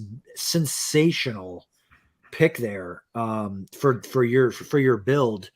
Only have 3 running backs go in between Dobbins and Akers, and one of them's Pierce. Yeah. How do you feel about that? I mean, listen, I'm not, I have my concerns with Akers like everybody else, but we're playing in a tournament with thousands of teams. You know what I mean? Yeah. You have to get lucky. You have to hit on these guys. I mean, if Akers is 75% of what he was, 2 years ago, not last year, I mean, that's a great value. And if he's actually, works his way all the way back, which I know most people don't think he will, but 6th round, mid-6th, I mean, that's a monster value there. Yeah.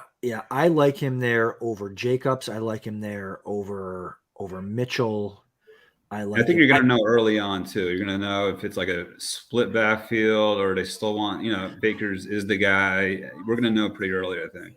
And a cool thing here too is you don't have to start him week 1. You get that free look. That's true. Yeah, get that free look with the Rams and the Bills players too. So, I think they want a guy. I don't care what McVay, coaches generally don't change their philosophies like this, middle of their coaching career. They want a guy, and then if that guy gets hurt, they'll go to the next guy. So I do love Henderson too, but Akers dropping. I mean, Akers was going, at the 1-2 turn last year. He gets hurt, and then even this year he's going at the 3-4 turn, and now mid 6th round, especially with your build. Yes, love it. Love it. Good job So, on Elijah Moore. Good job. There you go. So I was going to Show take it. I was between him and Akers in the last round. So there you go. yeah. So Mike gets a couple Draft Sharks favorites here and a couple of Mike Schauf favorites. Dallas Goedert in the 6th, wonderful pick for waiting on to tight end, wonderful for pick, and then Kyler Murray in the 7th, absolutely awesome. Mike, would you have gone Hurts or Mahomes if they had fallen to you in the 7th? Hurts was the idea when I picked Goddard, like just thinking that maybe that would work out. We're only 3 quarterbacks picked. And who knows what the order is going to be between 2 and 8, 2 and 7 in quarterbacks.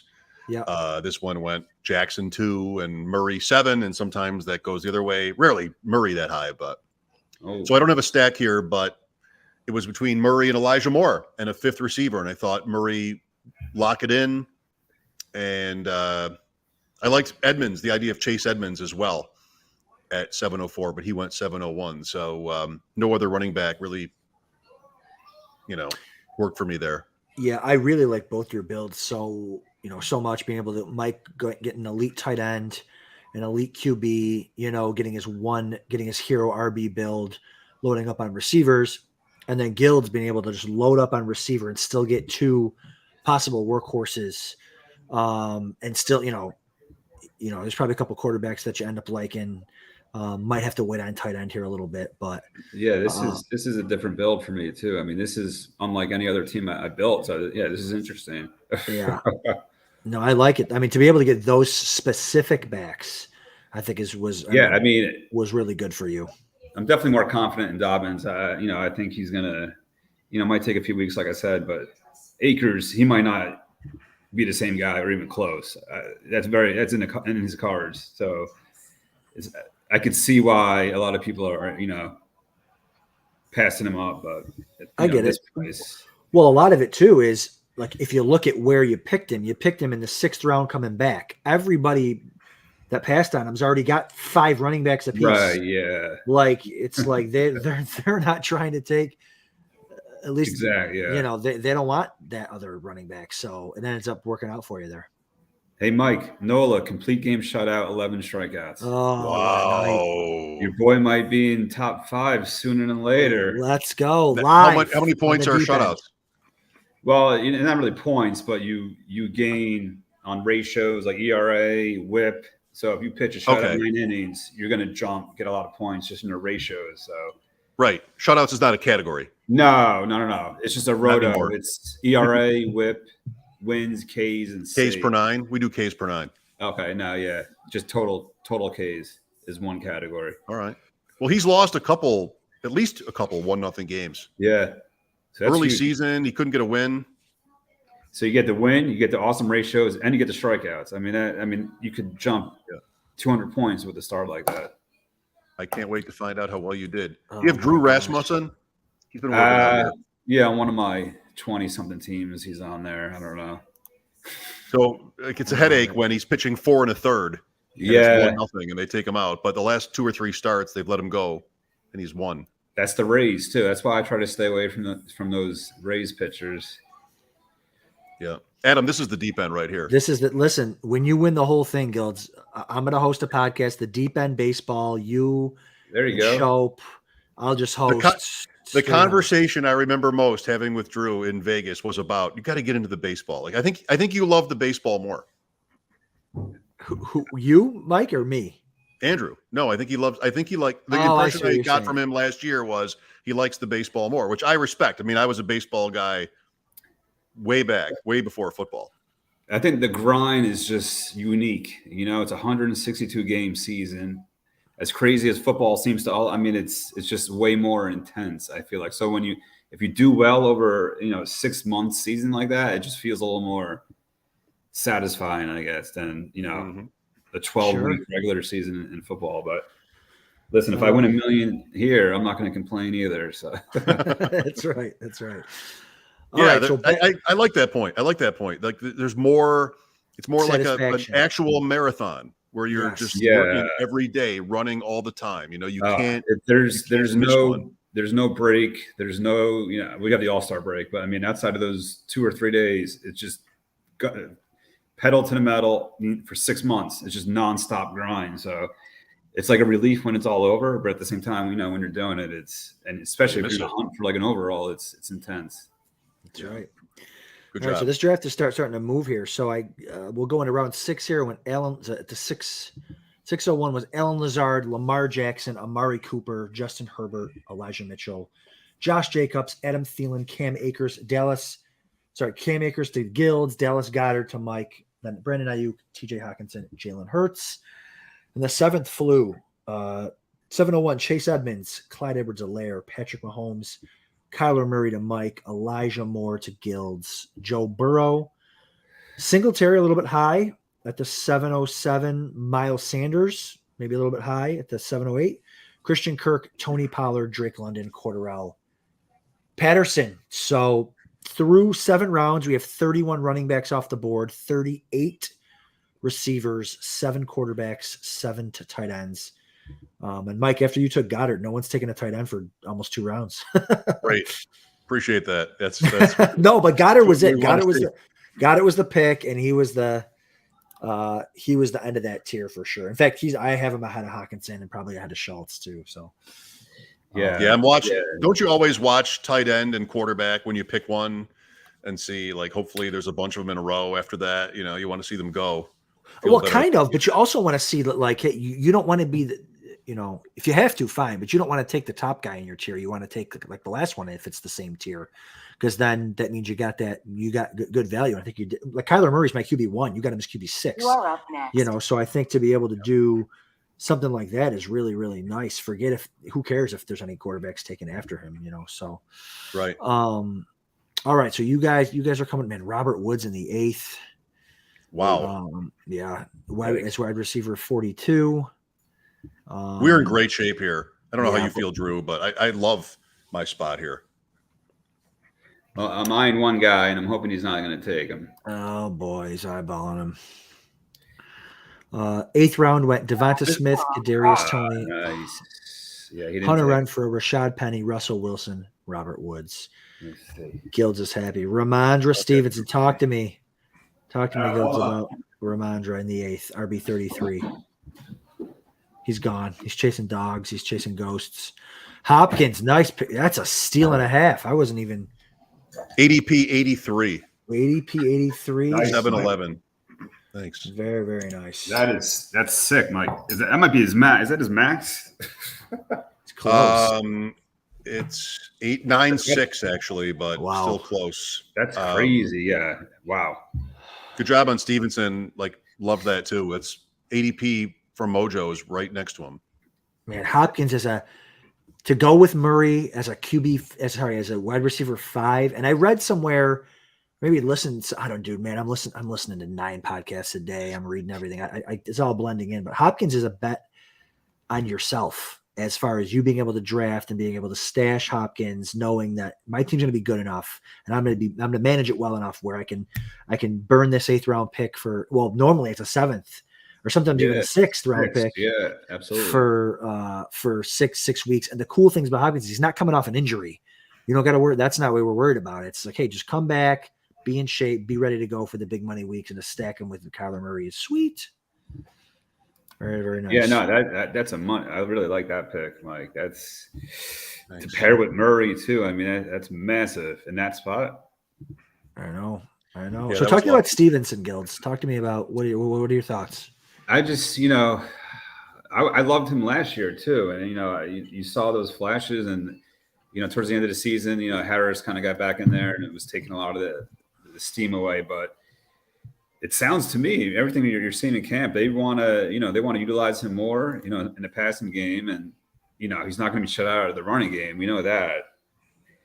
I don't know. I just think he has that path to some huge monster weeks. And if anything happens to Harris, obviously, I think he's standalone value with Harris. So if Harris goes down, I mean, you could be top 10 running back easy, I feel like.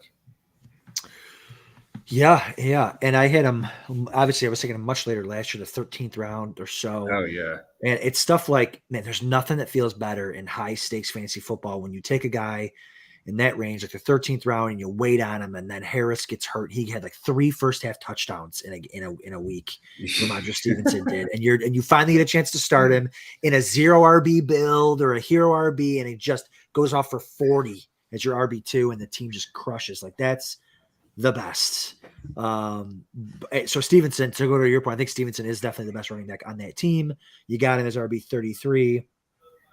Great. I mean, he's going RB29, so you got some value there. A little bit of value, yeah, for sure. So wow. I mean, I think he has more upside than James Cook. Certainly. Because if James Cook's never going to get the role that Stevenson does, he's never going to get that first, second, third down role that Stevenson could end up. I mean, what's the news like out there, though? I mean, I heard they're still praising him, right? They're pretty high on him. Cook. I think they're high on what they want him to do as a receiver, but I don't like. They're talking about Moss now being involved. Mike, what do you think? I think Cook is going to have to matter. They drafted him the way they did, the McKissick saga. Cook is going to be in uniform. I don't think Moss needs to be. I don't think it makes sense for him to have a uniform on game days. Right. Cook is going to get a chance in a great offense to play an important role. I think he could be in the slot sometimes because they're unstable there. We going to get auto pick here? Or no, we got Michael Carter. Okay. Yeah, and I mean, he's by far the best pass catching running back on that team. So, I mean, he's going to have that role instantly. So, I mean. Yeah. And I'm not sure he's really good at anything else. Okay. Sure. So he might be like a Danny Whitehead back in the day kind of role. Yeah, we don't know exactly. I get the new offensive coordinator there, so we don't know exactly what he's going to do, but we know that that's what he wants to do. He wanted McKissick. He wanted a pass catching running back. Obviously, they took him in the second round. This is tough. I just don't know how Moss is worse than Duke Johnson. I don't know how he finds a path. He shouldn't even be on the team. Duke Johnson's good. I don't know why he goes from team to team. Moss. But yeah, this is tough. Mike wants to do. I go running back here, is there a receiver? Oh my gosh, I'm going to get crushed for this. Oh no, don't worry about us. You do you. Now you are on the clock. You do you. No, that's not Knox. He's going there now. Pacheco. Let's go. I mean, I don't know. There are 3 guys there. I can't wait to talk about this later. Yes. How much later? When the other guys go? Is that how long we have to wait? Okay. And there's someone else that would have been nice for me to see him go like 2 rounds ago, but that didn't happen. Anyway, long night. Not half over, but it's a long night. That's right. Yeah, listen. This is his ADP. You're getting the now. That's Trey Lance is nice. There it is. Great job. If you wait. I mean, Lance, 2 rounds, great value there. That's tremendous. Yeah. And I don't mind taking him, without any, paired options either. I know we're doing a draft now. Me and the Goat District guys, we took him with Ayuk and Kittle. So, I mean, that's a nice stack. But that's a guy, even like Hurts, I don't mind these guys that run, that rush. You don't need to have them paired, I don't think. They could still blow up using their legs only. You know what I mean? Yeah. Yeah. No. Yeah. You don't have to stack running quarterbacks. I took Lance in the last draft at 709. What's up, Mike? That's what I wanted to ask you. What pick was that? 709. I picked Murray. So Mahomes goes and Hurts had just gone. Let's see some quarterbacks go. And the Kittle team takes Burrow. Come on. I've been watching Lance the whole time. When you pick Murray at the end of that, you don't want to see Lance just sit there for 2 more rounds. But I agree with that. If it had to happen, at least it went to Drew. I mean, that's right. What a guy. He's winning all night. What he needed. Finally, he gets a break. It's Aaron Nola in the 9th round. There we go. Unreal. Although he looked pretty shitty tonight, I feel like. I just looked at the box score, and I don't think it was good for him. So I don't know. Lance? That's all right. Lance's game is built on being an athlete out on the perimeter. They don't want him doing all that stuff in the preseason. Oh boy, Garoppolo is still on that roster. No, don't even go there. I mean, I like the, I like the upside. When we just haven't seen him do it yet. I mean, it's still a possibility. He's, he can't play. Are you comfortable with you don't have to, I mean, we're whatever. We're just freelancing tonight. Yeah. Are you comfortable with naked Trey Lance as far as taking another QB. Like I didn't take yeah, QB and in me mine. and Mike were just talking about that earlier. So actually that was with tight ends, but yeah, for quarterbacks, similar thing. Like if I take like an elite one, like a Murray or even Mahomes and Lance, though, are you that's okay kinda with where- just riding with Lance? Well, that's the thing. Lance is kind of right on that borderline Right. where I probably Yep. will grab a backup just Yep. to ensure him. But any other guy above him, I'm just rolling solo. I completely agree. Lance can be that kind of borderline, for sure. I ended up not grabbing one because there were some other players I liked kind of in the later rounds, and plus I was kind of distracted running the pod, and I couldn't find guys that I like to match up the bye weeks perfectly. Oh, here we go. I wanted to match up the bye night, and I couldn't match up the bye weeks. So I'm like, you know what? I'm just going to ride it out here with Lance. Knox is a nice pick. I feel like on value. I mean, I don't have much Knox, but going in the behind Fryer, anything from that. That's why I was between Knox and him, just because I felt like the odds are neither was coming back, and kind of what do I want more? Right. Let's talk Antonio Gibson. Oh, that diving board, GIF every time. So I came close to picking Gibson at 904, and I didn't think you were going to based on your team so far. So I feel like I got a Gibson guy in the room here. It could still. Here's my problem. The whole 2+ years on Gibson, you want to sort of trust the talent. Yeah, these coaches say these things. Yeah, they're, kind of maybe incompetent or whatever, but they're going to find their way to him. We're 2 years later, and that hasn't happened yet. Now it's worse. The discourse is worse on Gibson than it was even as a rookie when we talked about how he was a wide receiver in college and you got to trust it.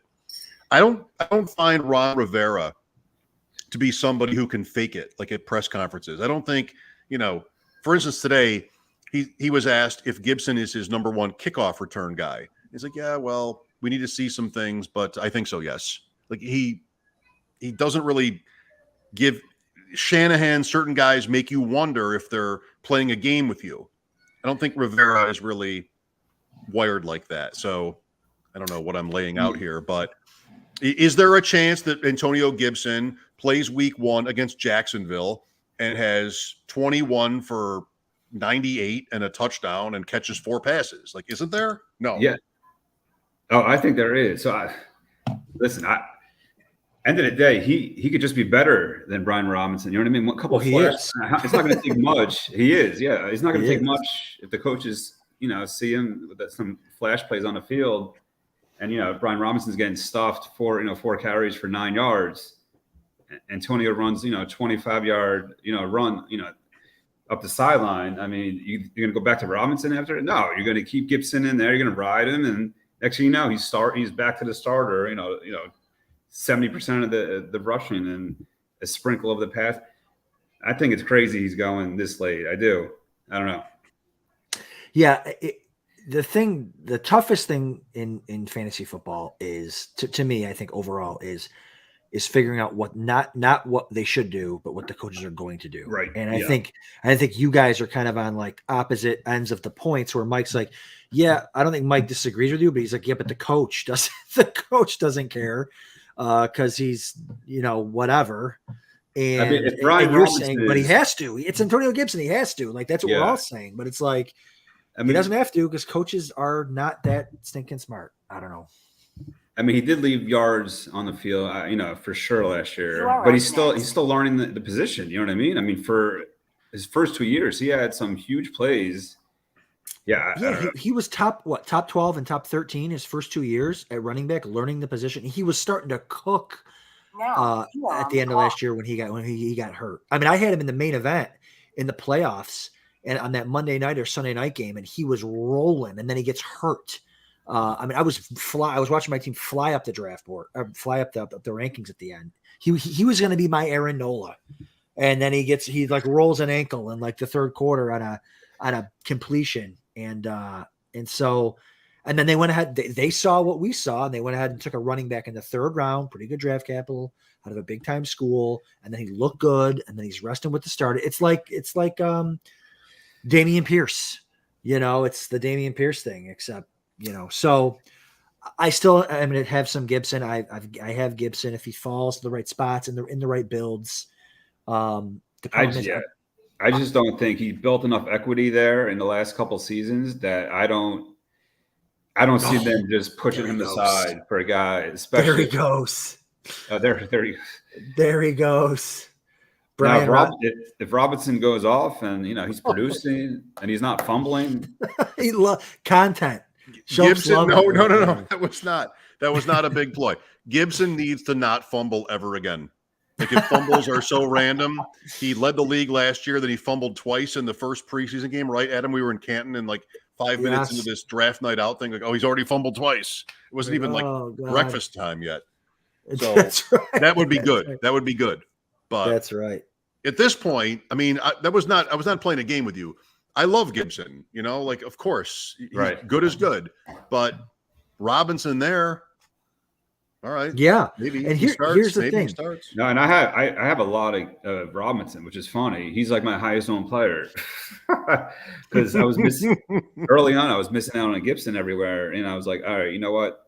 I was just to hedge that backfield. I'm like, I'll take. He was going so cheap too. He's going round 14, 15 in these early drafts. So I just have a lot of him as, a late round flyer kind of handcuff. And now it might be a starter. So, and here's the thing, Robinson on Mike's team is way better than Gibson on teammates' team, because if Robinson hits, Mike can start him and use him and it works great with the build.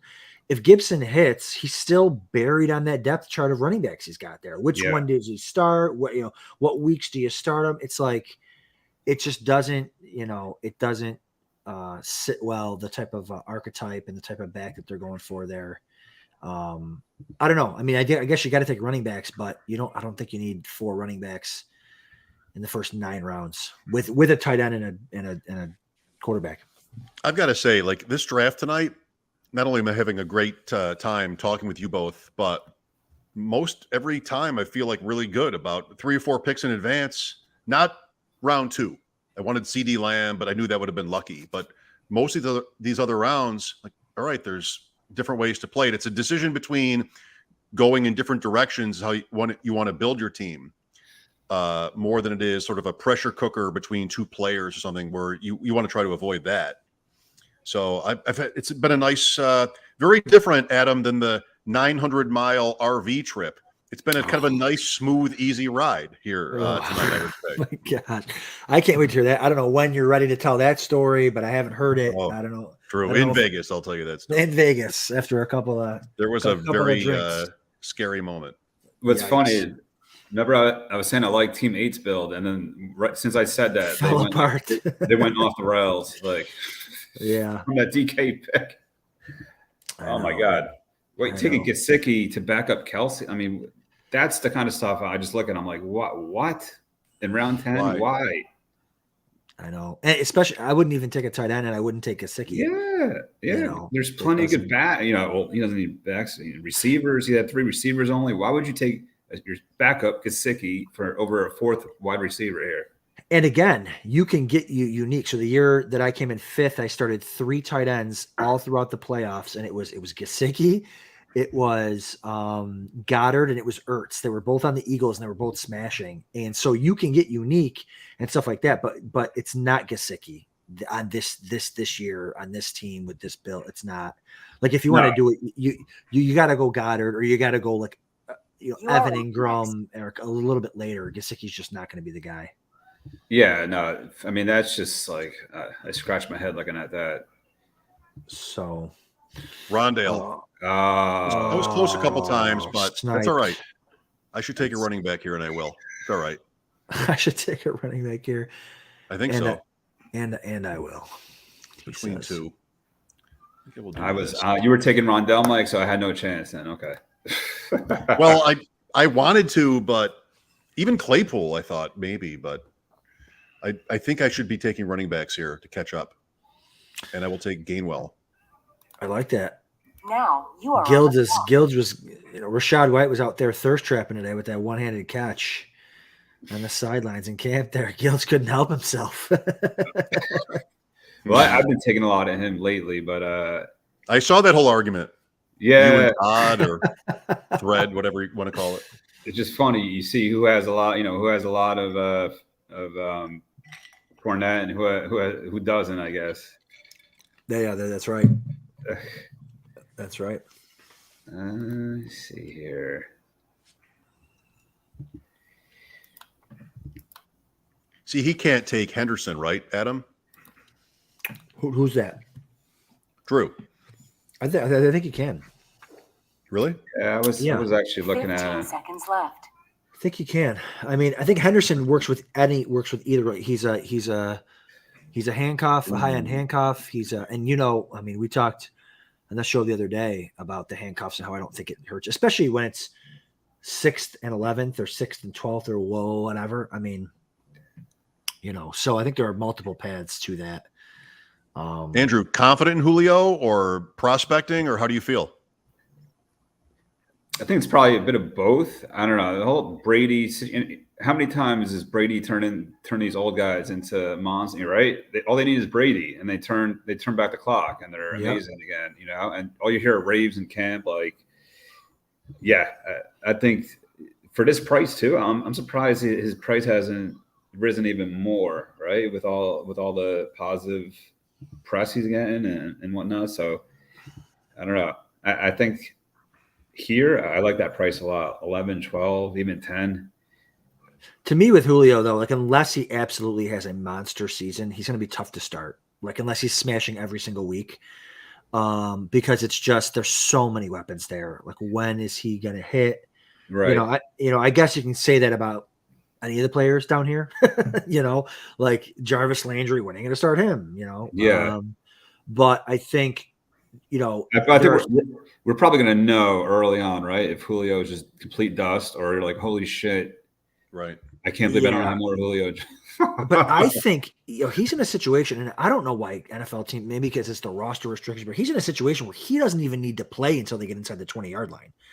You know what I'm saying? If they have Evans and Godwin and Gage working, like bring him in inside the 20 and let him go, or insert third downs. They don't even need to. Which makes also, it. They don't really have a tight end, to that's name right now. So that's I mean, right. He's going to soak up some of those targets. Run those seam routes. Absolutely. Godwin's not going to be huge factor early on. I'm sure. Gage, we'll see. I could. Julio first week goes 8 for 96 and a touchdown. Woo. But you're not starting him. We week one, so that's what I'm saying. True. That's true. Yeah. You're pissed off. He's on your bench. It's just be pissed off. Trade him. That's right. Trade him. Get him out of here. Trade him after week one. That's tough to do in FFPC. Oh, man. I was looking at Dotson too. Yeah. But then Wentz scares me. That's why I kind of been off McLaurin. I know you took him, right? No, you did. Yeah. Take him. Yeah. I mean, I love catch up a receiver again. Just give the guy a good quarterback for once. I mean, I would love to see him play with somebody, that can, that was good. Right. Right. Man, this draft's moving a little slow. Hour and 12 minutes, and we're only not even we're a little over halfway through. Next one's at 11, so next one, we'll have to eventually. Sharp.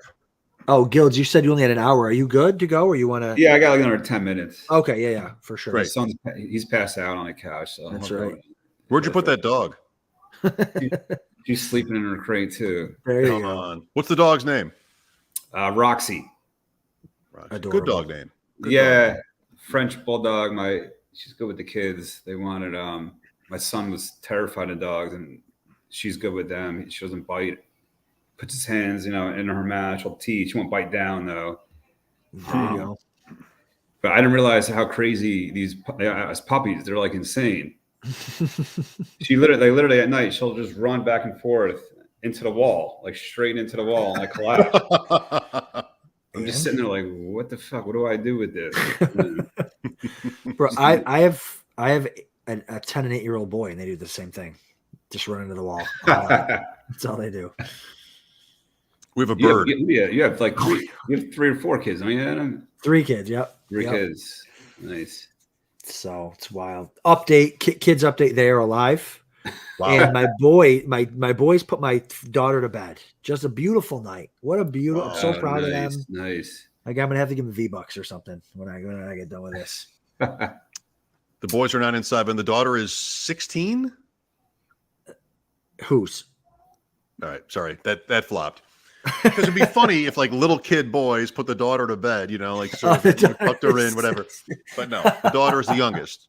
I thought maybe Gildz had a 16-year-old daughter that I wasn't aware well, of. she acts like she. All right. So how do you guys feel so far? I mean, I love so you went Hopkins, and then you went Mike, and then you went Pacheco, Brian Robinson, Gainwell. Love. I have work to do. I like the running backs with the build. I like it. I got to hit on a couple of late wide receivers. Sure. Hopkins is a luxury, and I treated him like a luxury pick, the Murray point. But then I decided to catch up at running back, and I was sort of leaning in both directions. I have work to do at wide receiver. But you're set at tight end and quarterback, so you don't have to worry about that. Right. So you're fine. Right. And then Gildz, after Elijah Moore, he goes Ramondre Stevenson, Trey Lance. We talked about that. Rashad White, Julio Jones. So Gildz has some work to do at tight ends. Yeah, I got work to do here. We'll see how that ends up panning out here, but I do like the builds for both you guys. All the picks made sense for the build. Really well done so far. Tom Brady, obviously, the team 10 obviously had to back up Brady with Rodgers in the 12th as QB 12. Yeah, I should probably look at somebody. I haven't really looked at many of these teams, to be totally honest with you. If you draft Brady, do you commit? I mean, don't you commit? He's quarterback 10 or 11, but don't you still sort of commit to Tom Brady having last year's season again? Yeah, of course. Yeah. If you pick him there? Because I don't want to do that. I don't want to be picking Tom Brady at last year's sort of valuation, whatever that is. Quarterback, what was he? 9 or 10? 8? I think he was 8, somewhere in there. If he's playing, he's going to be a top 10 quarterback. Easy. There's too many weapons. There's too many weapons there for him not to be. The problem is that he's literally in cement, and that O-line is in a problem with all the injuries that they've had there. So, there is a much more downside to him this year as far as just, getting hurt from getting pressure up the middle. But other than that, like if you're going to take him as QB 10, you pretend like, you act as though you're right, and you don't take, Rodgers in the 12th. Oh, Mojo just tweeted about Pacheco. Oh no. Uh-oh. Where did I get him? 9-4. He's like, peak Pacheco may have already passed us. Looking at today's football guys drafts, majority of picks mid 10th, 11th. A solid round later than 9th, 10th. Oh boy. Oh boy. Now I got to fight Mojo off. Get in here, Mojo. Come on, baby. Get in here. Get in this chat. Let me send you the link if you want to pop in. I love it. Zamir White flying up the board. Am I live here? Defense. Oh, Drew. Again, the Bills' defense in our way. I've got a guy here, so careful. Oh my gosh. The Bills actually, defense. That's a better idea. Round. Isn't it? We're fine. We're fine. This is so good. We're still friends no matter what. We're still friends. Yeah. As far as I'm concerned. Irv Smith, no matter what. Yeah. Okay. I guess it's gotta be. How do you feel about that as your tight end 1? Looking at the list of the guys left, he's got that potential, right? If he just gets healthy and he's good to go, he has the talent. He has the opportunity, right? That's all you need. It's just a matter of health, I think. He's never healthy, right? This is year 3 now, and he's barely played. I know. He's super young. He missed a whole year, so that's tough. That's one injury. I love Irv Smith, for what you did. That's great. Pass heavier offense for sure. Super young this year. Yeah. Yep. Yeah, he was super young, right? Wasn't he 19 coming out into the draft, or crazy young? USC? Am I thinking of was it USC or was it Bama? Bama, yeah. He went to Bama, okay. right? Who was USC that same year? I'm losing my mind here. Tight end? Yeah. I can't think. It's late. I don't know. It's late. Get some coffee on. Get some coffee. I might actually get some coffee. Do it. Go get some. I'm drinking Spark right now. So it should Spark? be good. It's like a healthy energy supplement. Spark. I'm running to the bathroom after Advocare, my call next us. pick. I'm going to the bathroom after my next pick. Perfect. MVS, Mike, talk to us. 20 wide picks receiver late. 61 as your 20 picks late. I don't love him, but is he I want normally to catch 10, up 11? at wide receiver, and then what? Is he normally at the 10, 11? Mojo ADP 120. I think I saw. Oh wow, okay, nice, beautiful. So, all right, just catch up. Palmer. And then I want somebody here too. Have a chance at it. Cousins Jefferson stack. There you go. He waited. QB 13. Team 2 makes good. sense. Good. Fine. I like almost all his players. Team 2. Yeah, you got the Tampa 2 there at the 2-3 turn. Yeah. Oh, Tampa 3 there. Holy cow. Godwin. Oh, yeah. Well. Yeah. Engage. Jeez, how does he not go? Wow. Oh, Look at that. Yeah, that's a guy that should have taken Brady for sure. Well, I think he was trying to get him in the 10th, and he's like, all right, I just got to get through 2 teams. And didn't get him. So he took Gage instead. Yeah, right. He's like, fine, I'm taking them all.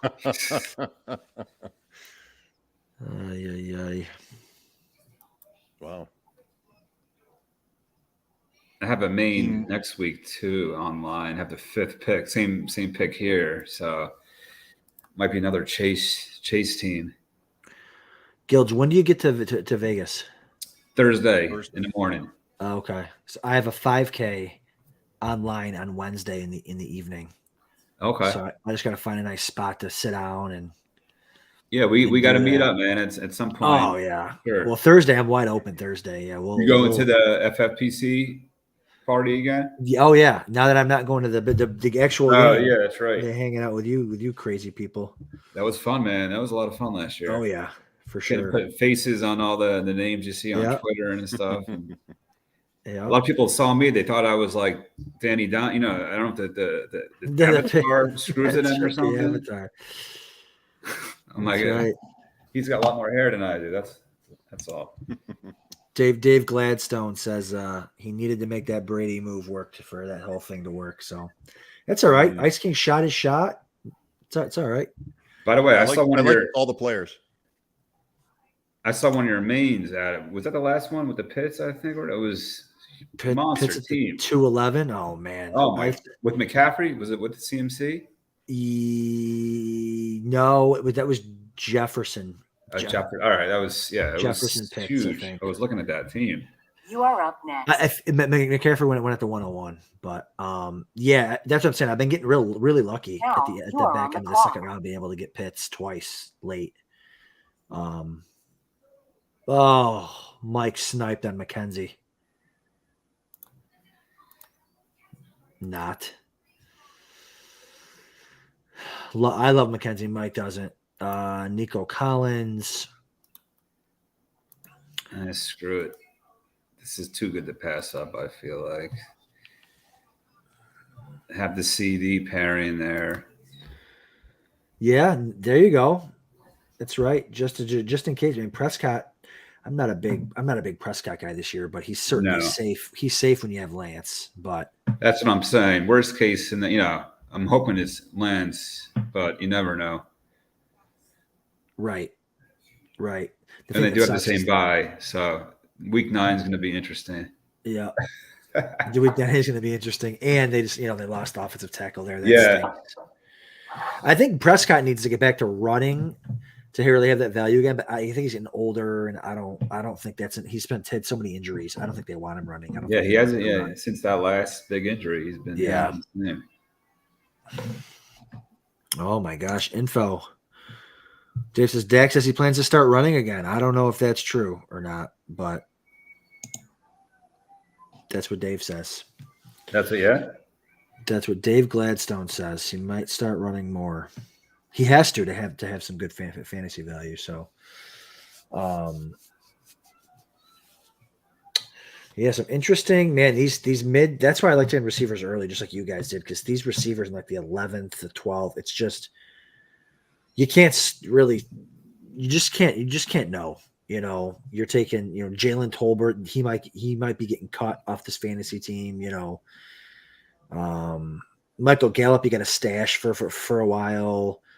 You know, Palmer's got great upside, but again, week to week, it's just hard. It's just really hard. That Dak though, he's going 11-5 in these. Yeah. I mean, that's a pretty good value on him. Yeah. And like I said, sure. Lance, he just makes me a little. He's right on that cusp of shaky QB1s because I'm still a little bit leery that we haven't seen him produce. Everyone's just going on the whim. He's in the Niners offense. Shanahan's a genius. He's got to hit. He might not be that good. You never know.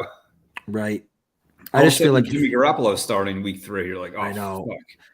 Fuck. Well, honestly, Garoppolo starting wouldn't be bad for the skill guys. I don't think. I think it would obviously would set for the Lance owners. For Trey Lance, yeah, right.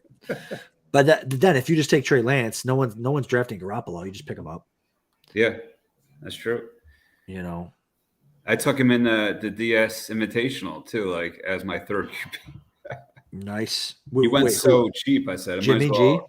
Yeah, Jimmy G. I'm like, he's got to be traded or cut, and then that hasn't happened.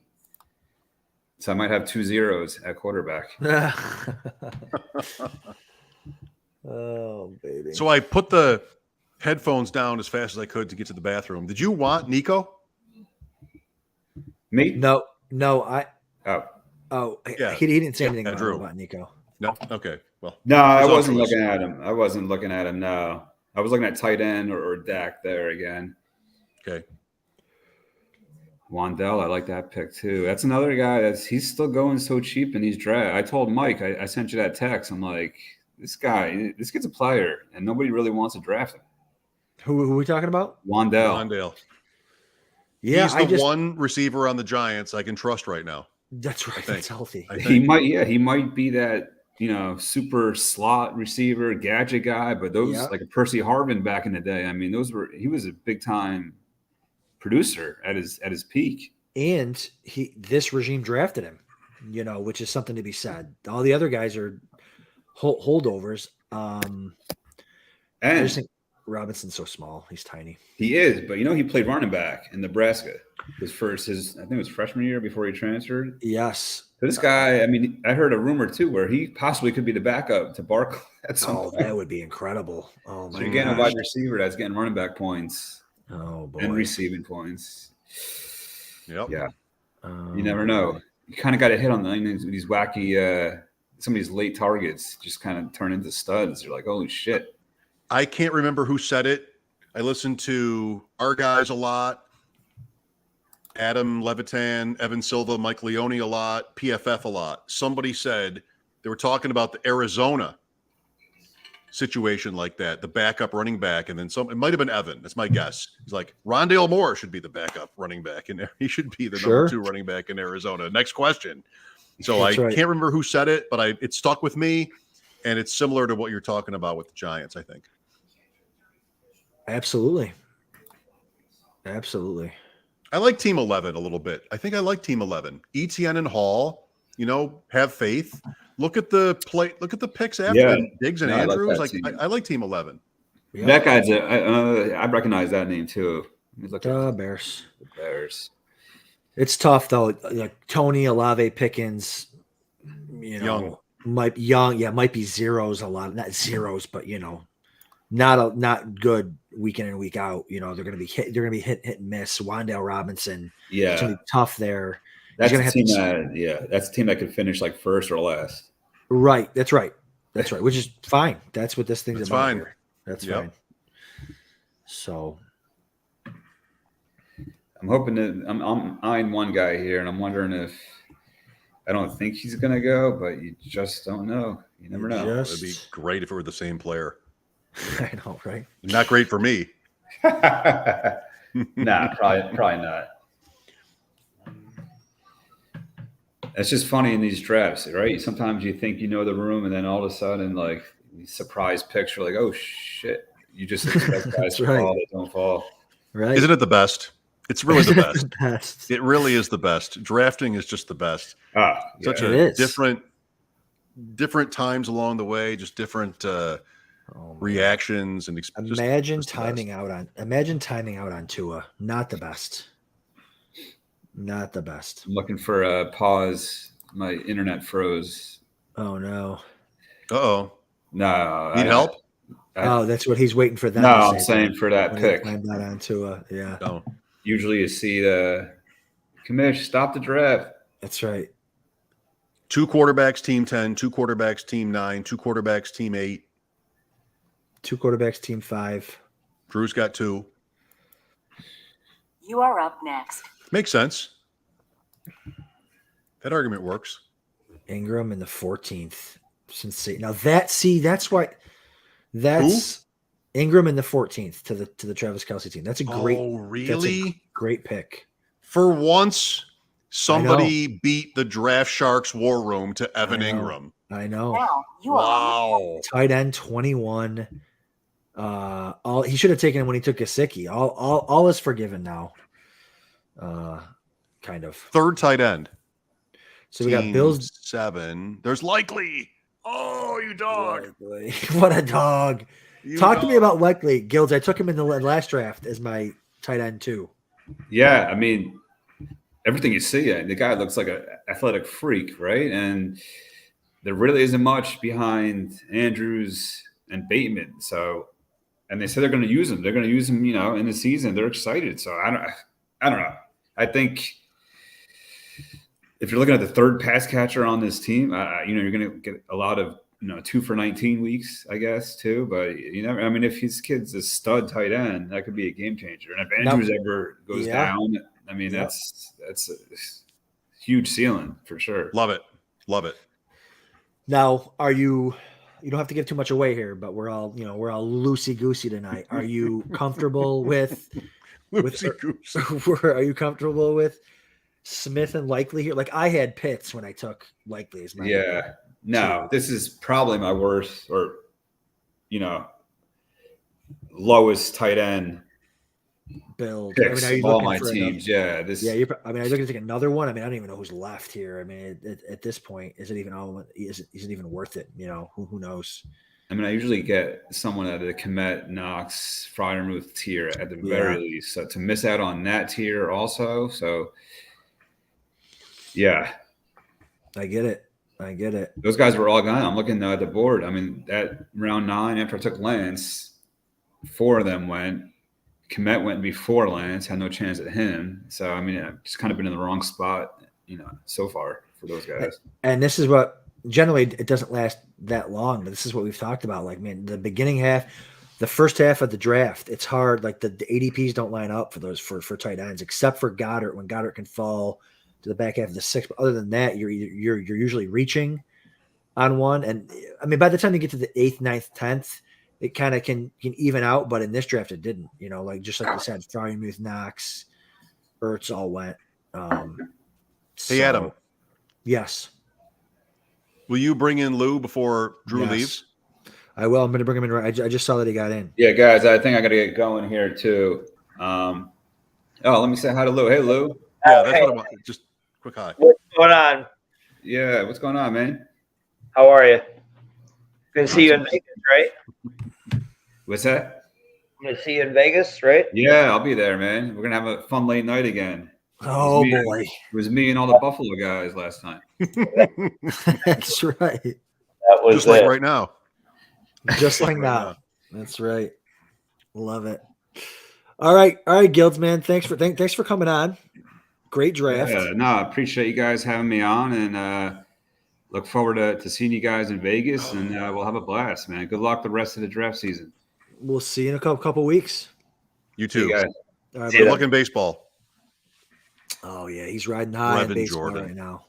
Is that what you threw your hands up for? Yes. Brevin? Yes. I thought it'd be a good story because he was saying earlier you can snipe me on Brevin Jordan, which is my first words ever to my future wife at the time was, "You can snipe me on Brevin Jordan." She fell for it, and here we are. And there you are. But here we are. She's upstairs in bed, and hopefully, or she left. And I'm down here drafting a Pod-A-Thon. Or she's Ray Winkle, one or the other. Or she's in this draft. Winkle is Einhorn. Yeah. I love it. Lou, what do you think? Because we had a lot of the same conversation from the first Yeah. time. But.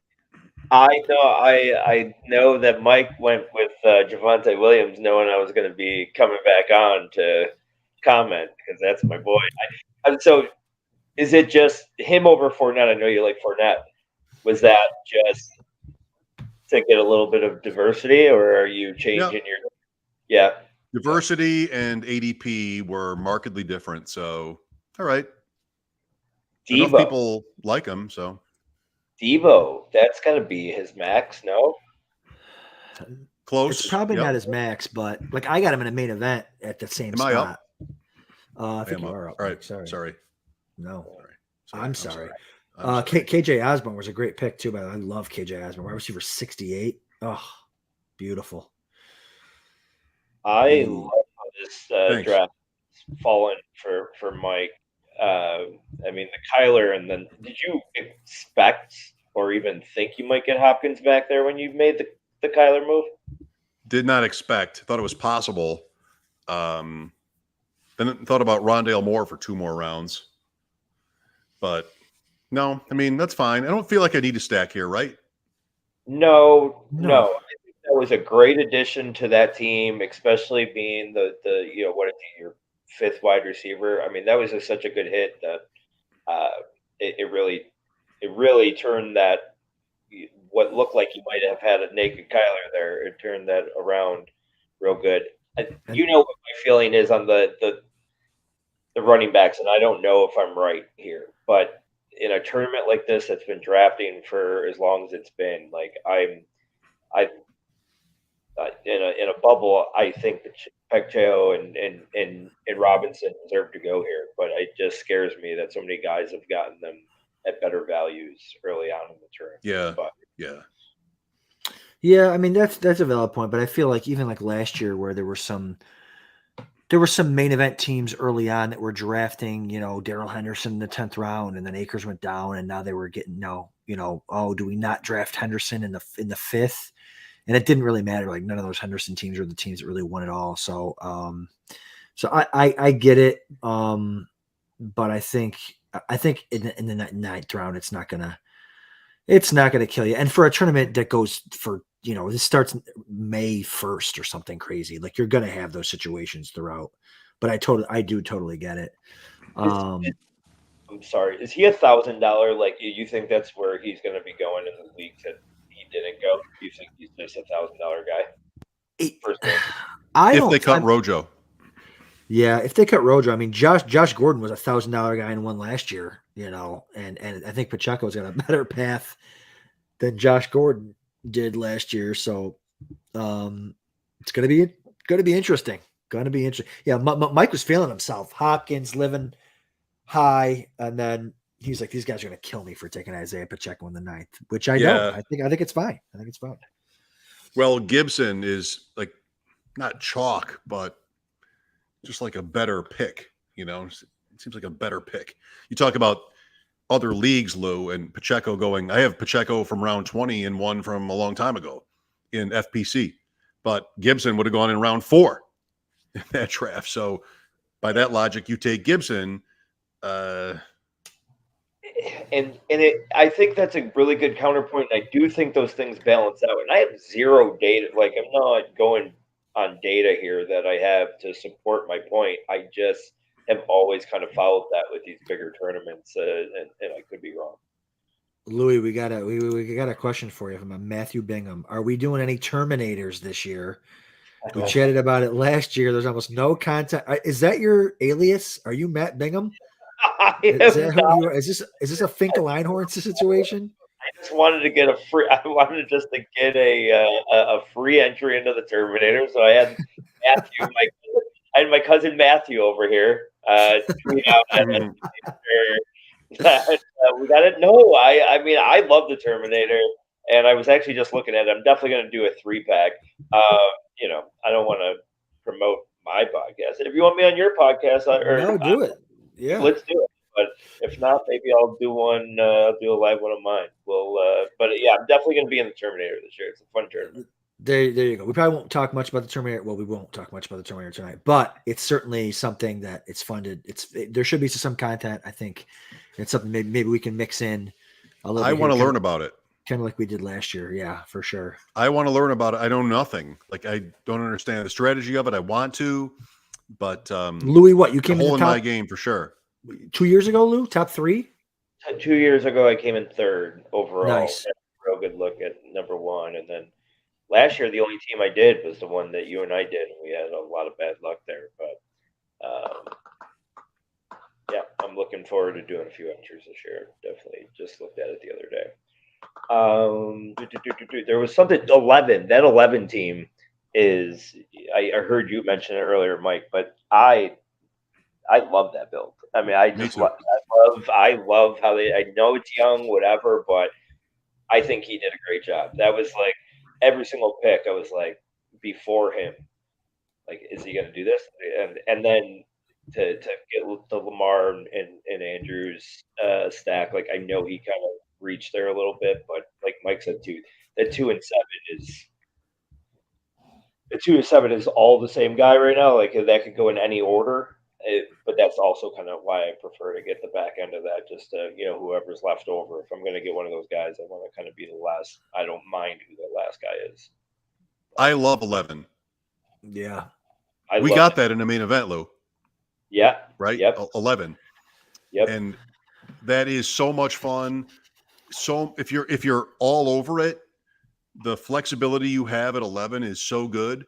I mean, if running backs had gone in the middle of 3, he comes back with Sutton or somebody like that. I mean, you can just play it out.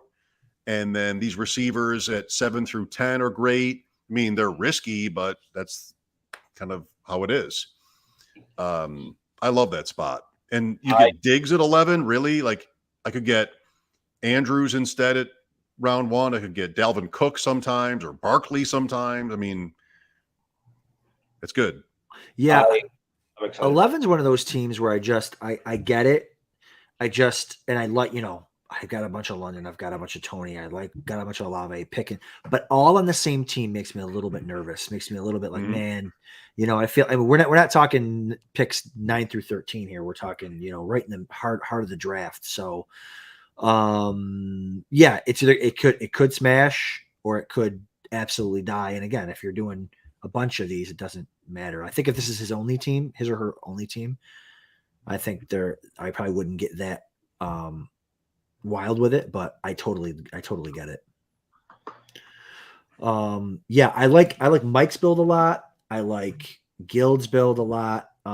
11, fine. A couple of the team, I don't like 12 a ton. I don't like 8 started off hot and then kind of like Gesicki just threw me for a loop. Didn't so there's a couple other. Damian Pierce in the 5th. Lou, were you watching tonight's game? Damian Pierce in the 5th? What's going on?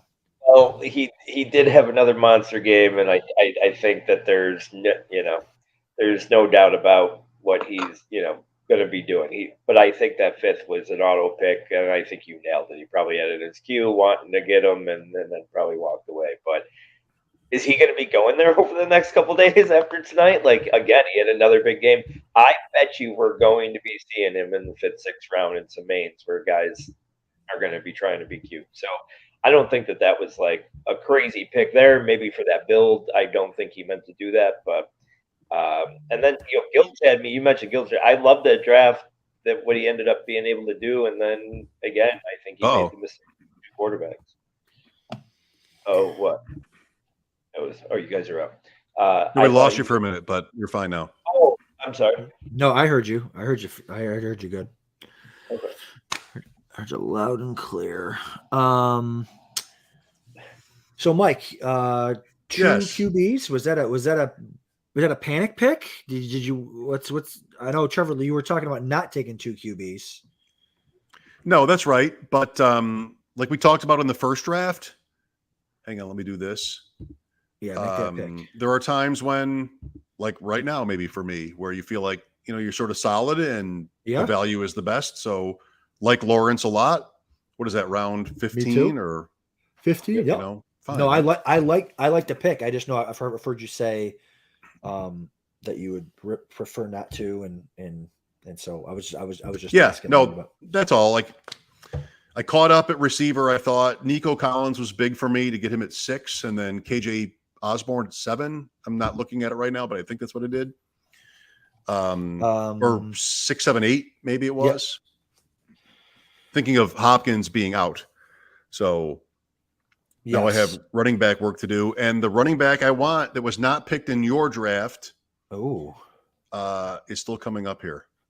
I think I know who it is. But you do? Write it on a piece of paper and show it to the world. I would need a pen to do that. It's not – sorry. It's not going to be in around 17. I'll put it in the private chat. I don't even know if this guy was really? Mine. No, I don't want to see it. Don't look. We're starting in 15 minutes. Are you ready? Come on. Of course. At 103?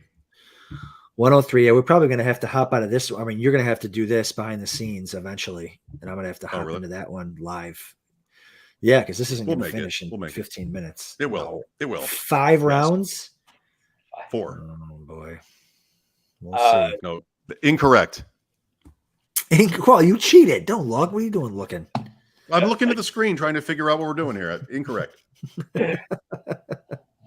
Not to host your guys' podcast, but I do have another question for you guys and with this late round stuff, because you both have similar feelings on it, but I don't know if it's for the same reason. So I'm wondering the early kicker or the early defense. Like, I'm always probably 90% of the time I'm a 19th, 20th round guy there in both those positions. What I know, Mike, you'll go after the Tucker.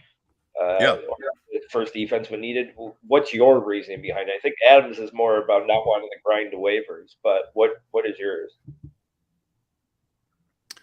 No, it has nothing to do with waivers. I feel like there is an advantage to the best kicker, and the waiver point is sort of folded into it, but there is an advantage there, and you're trying to get, a score out of these late round receivers and running backs. And, okay, sometimes that can work, but I like the safety of Justin Tucker. And I've had teams even in football guys this year where I felt like I was so solid, could be wrong, but was willing to go get kicker 1. He doesn't always have to be kicker 1, but go do that. And then if you look at some of the other positions, rounds 15 through 20 or 14 to 17, they're pretty close, and draft to draft, the same guys will be picked in the opposite order. So I think there's a couple different, layers of value in that. You get it over with, the waivers point, and a round 14 receiver goes in round 17 next time, or flip-flop. You sort of neutralize that, and, you come out ahead by a smidge. Yes, so kicker makes a difference. Kickers can score big. Defenses in this format in FFPC don't really do much. So the only thing for me is getting one that's either like one of the things. I think it's going to be an elite one with a late buy, which I think that's very nice, and I don't have to mess around with it too much. If I can, I will stream them, but I don't want to have to do that. Kickers, I'll generally just say, hey, give me one with like a 10th week buy, so I don't have to stream. I don't have to worry about it for a while. So that's kind of how it works for me. For really both of them, I will take my. I'm fine with taking kicker first because, like Mike said, and they can score 20 points, 30 points. Defenses are unless defenses score in the FFPC, they're not. It doesn't. They all score the same. So that's the thing. I just don't I just can't get on board drafting Buffalo D in the 12th round or the 13th or even the 14th round. Like, it just the top. I mean, they don't have a great week 1 matchup. I'd rather just pick a defense in the 20th round that's got a good week 1 matchup and play the stream game. Now I know that gives you more weekly work, but to lose that 12, I mean, that guy picked him in the 12th tier, right? So look at the players. You can't pick him in the 12th. That's you're giving up on Irv Smith, MBS, right? That's yeah. And Tucker. Yeah, that's right. And Tucker. Damian Pierce looked sensational tonight. Just an update. In case Are you watching highlights? I'm watching highlights as we speak. Oh my god! I Not couldn't. prepping. We're 12 minutes. I'm prepping. Damian Pierce. What do you mean? I'm prepping. Who's making the picks?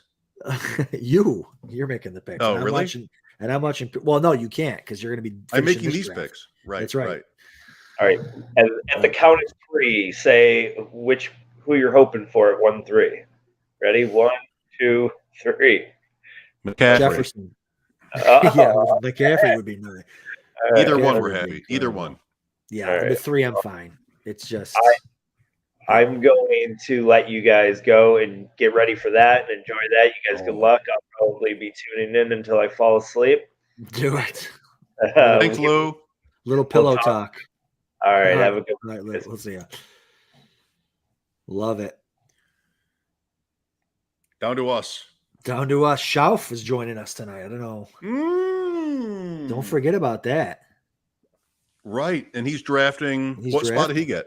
He's down at that's a good question. You know, I'm gonna pull that up. It's time to get into that. Time to get into that room here. In 5 minutes, switch over and I'll fill this out, Yeah. on the phone or whatever. Yeah. How's Pod-A-Thon treating you? Good? It's been great. I mean, what a great night. A night of guests.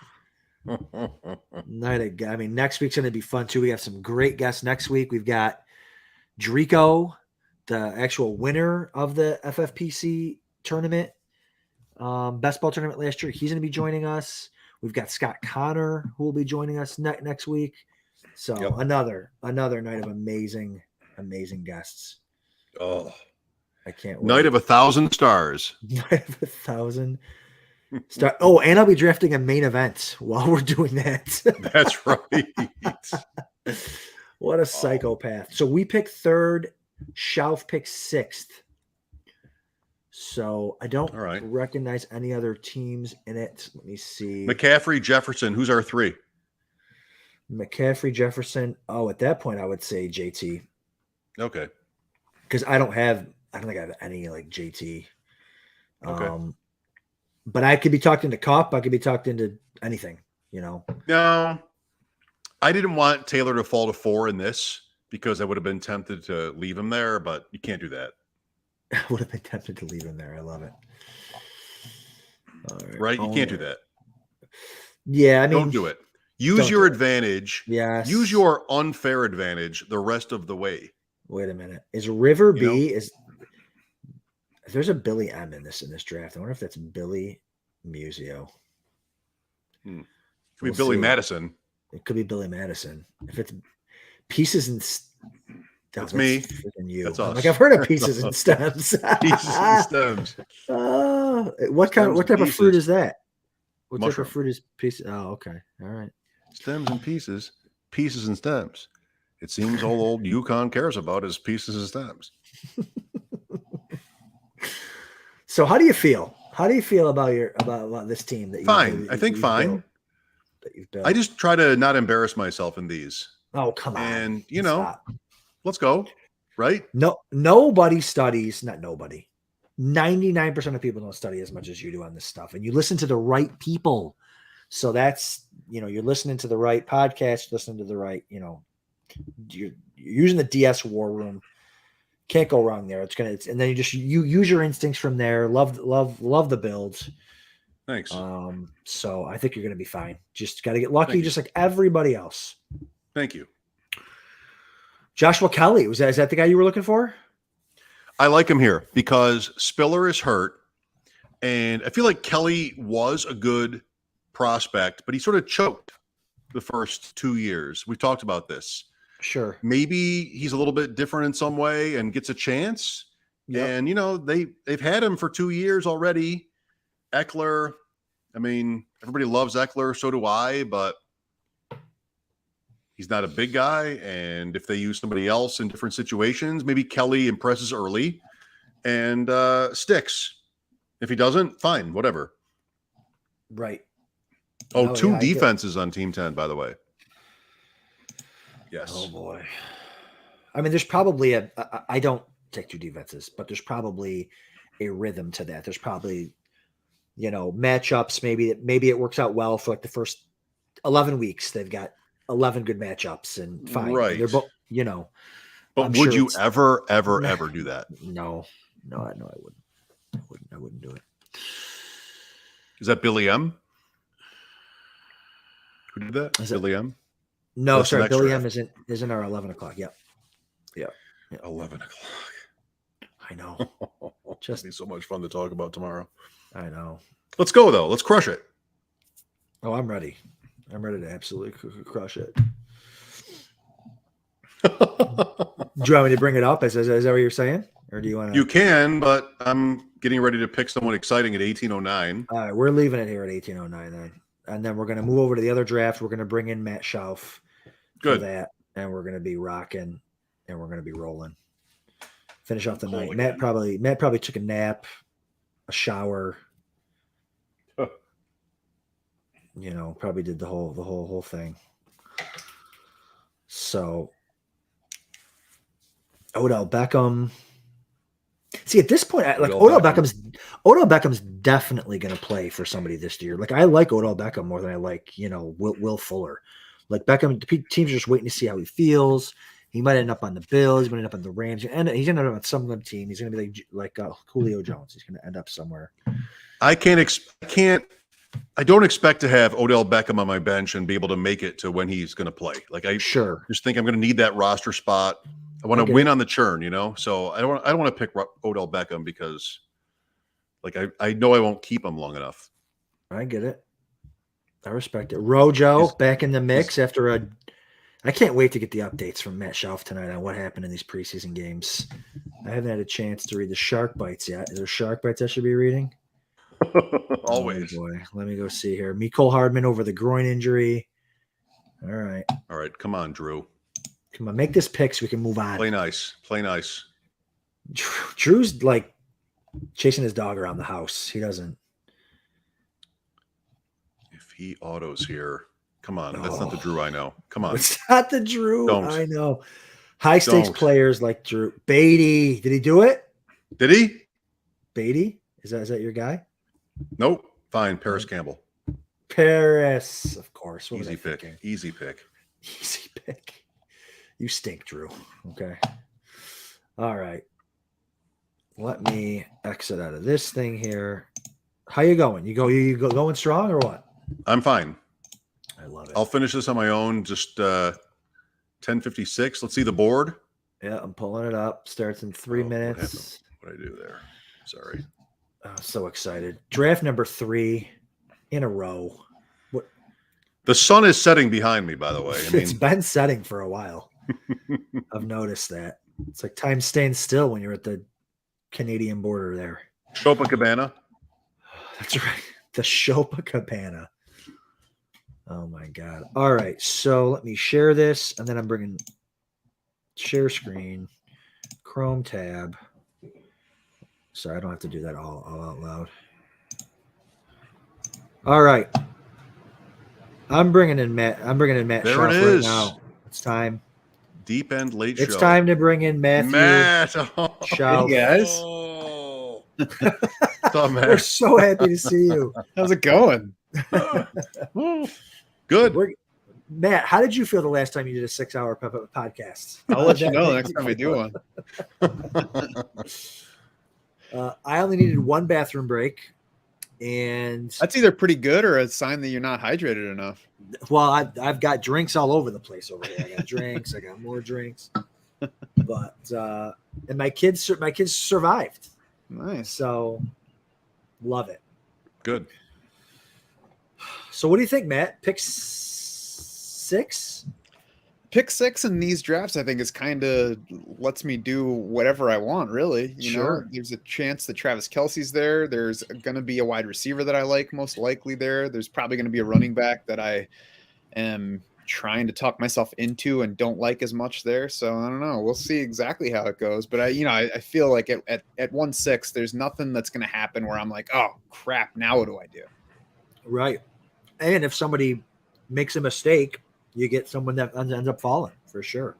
It won't You be know what I've us. been seeing happen lately is Cooper Kupp slide through the first 3, 4, 5 picks a few different times, more than just the one time where you say, okay, that was a crazy draft. I've been surprised at how often Cooper Kupp is sliding a little bit in round 1 right now. Mike, did you get him at 4 in your Yeah. draft? I think. Yeah. You mean past 4, Matt? Yeah, I've seen it a couple times, and on sleeper drafts in particular, there were, I think, 2 different ones where he was the 3rd wide receiver off the board in round 1. Interesting. Very. I don't know if people are nervous about Matthew Stafford. I know that Maybe. there's, the Justin Maybe. Jefferson Still? excitement feeding into that, but Yeah, maybe. All right, Mike, are you making the picks? I'm not there yet. I'm finishing. Okay, my first I can one. do it. It's fine. I'm in the right. in the room. So we're gonna speak. We are on freely. McCaffrey, Jefferson, or Taylor, right? Sorry. You're on I'm gonna say that. McCaffrey, Jefferson, or Taylor. Yes, absolutely. Listen. Is that the order? Yes. Yeah. Okay. We are. Yeah. Listen, we're all using the same information. We're all Draftsharks insiders. So. Oh, All right, and Matt's not going to bend to our will, so I'm not worried about it. that's right. Matt I'll goes- make my own picks, though. He goes to the beat of his own drum. All right, here And we we're go. off. Starts another one. I love it. They You know, do it I've right been, with the sounds in here. I know. I've been having the itch to draft tonight. I'm glad glad we were able to do this. I feel like if drafts were making you itch, then this stream tonight would have you bleeding by now.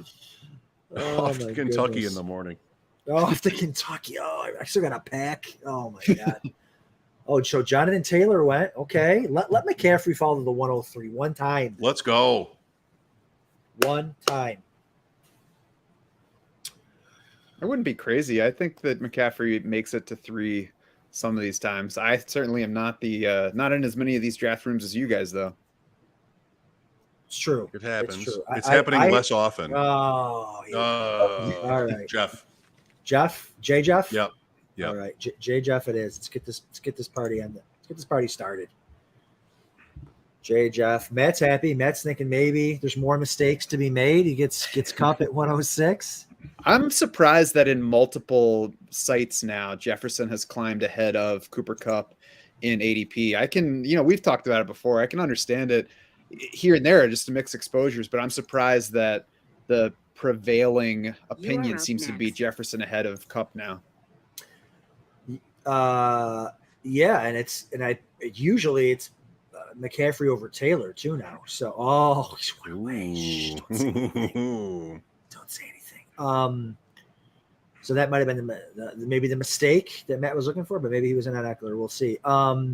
Yeah, no, I get it. I think people too, like a lot of the high volume drafters, are kind of Now, you sometimes are they're on the bored of clock. making the same picks over and over. Oh, Mm, So close. so close. so close.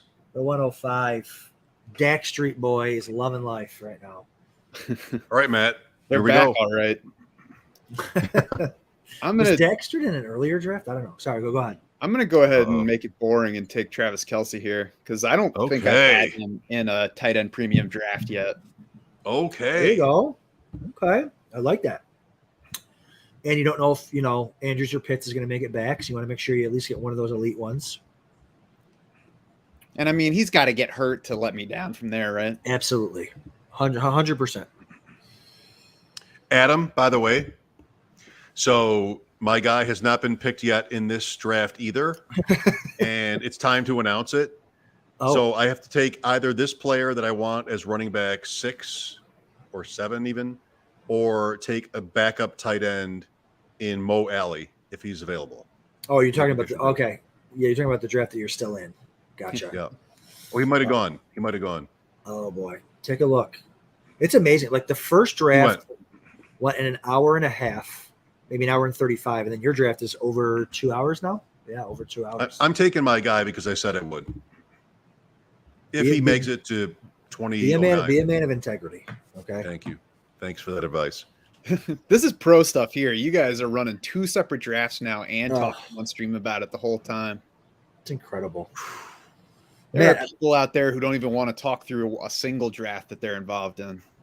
that's right. I know. And listen, next week, Matt, we're doing, and you guys will be on that one too. You got a couple best ball teams in that one, and I'm gonna be drafting a main event like off stream while we're doing those on the Pod-A-Thon on stream That's the deep end.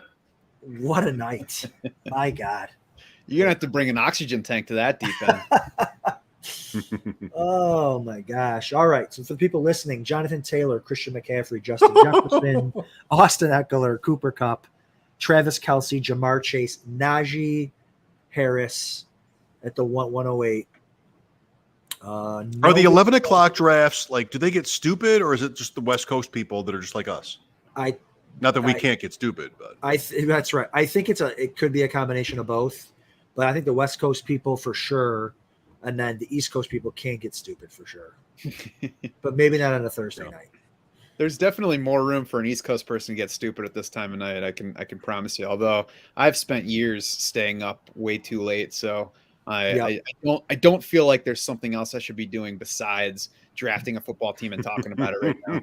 That wakes me up. That's my espresso. There it is. Oh, I just got mixed up. Chenault was picked. I'm like, 109? No, that was the other draft. That's right. Oh my gosh, my golly. All right, so no surprises so far. Matt, do you have a target at goes in the first round here, right? Yeah. Mm-hmm. Mixon too. Yep. Yeah, Mixon got to 210, I think, in our main event last night that we were streaming or recording. Wow. Mm-hmm. Yeah, Mixon can be he even was falling in that range last year. I ended up with a lot of Mixon at the 2-3 turn. Diggs at 11, 2 in a row. Yep. This is gonna be a running back thirst draft, Mike. I feel it. That's good, right? The back half. Yeah. I mean, it depends on who falls to us. Again, in general, I like it, but when you start receiver at 3 overall, I wouldn't mind a running back that we really like coming back to us, but we'll see. Yeah. I think the thing about any of these drafts that start thirsty at a position is those teams are going to reach a point where they are then saturated on that position and they get thirsty for the other one. So they swing back, and that's going to leave you some guys to target there. So it's really it's one of those reading the rooms thing. And you don't want to say everybody else has 2 running backs. I don't have one yet. I need to grab this next guy. I think that's when you get into trouble. Mm-hmm. Yes. And I think that's one thing. The advantage to doing high volume is that that's like if you can just take the best player available regardless of like, all right, this is my 4th straight receiver, but he was the best player available. So I'm just gonna there's and this format that the FFPC does is so great where there's the 2 flexes. Like, okay, I guess I'm starting 4 running backs, or I guess I'm starting 4 receivers. I'm not gonna bend to the will of the draft room. If they're going to leave me great players, I don't care what position they're at, so. Yeah, I like the flexibility of the format. I also like that even if you don't draft a bunch of these high dollar teams, like I don't, there's so many drafts available now that we've been drafting since January on Underdog and whatever various sites. So I'm like, yeah, I know what's going to happen if I start with this guy and I start looking at this position here, and I know what to expect to be around in the 2nd round, 3rd round. You obviously have to adjust to that room that you're in, but you do enough drafting in any, I would say, money format, and you start to get a good feel of what you can expect to be around and where you can adjust.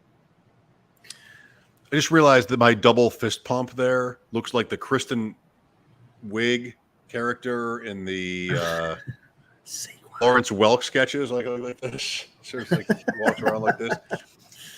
I was excited because I got Debo. Yes, Brighton. That's right. I got Debo at 304. Yeah. So I saw him go at 203. I went like, oh, but it might look like I'm like the small hands woman in the Lawrence Welk sketch. This looks like you're about to get arrested.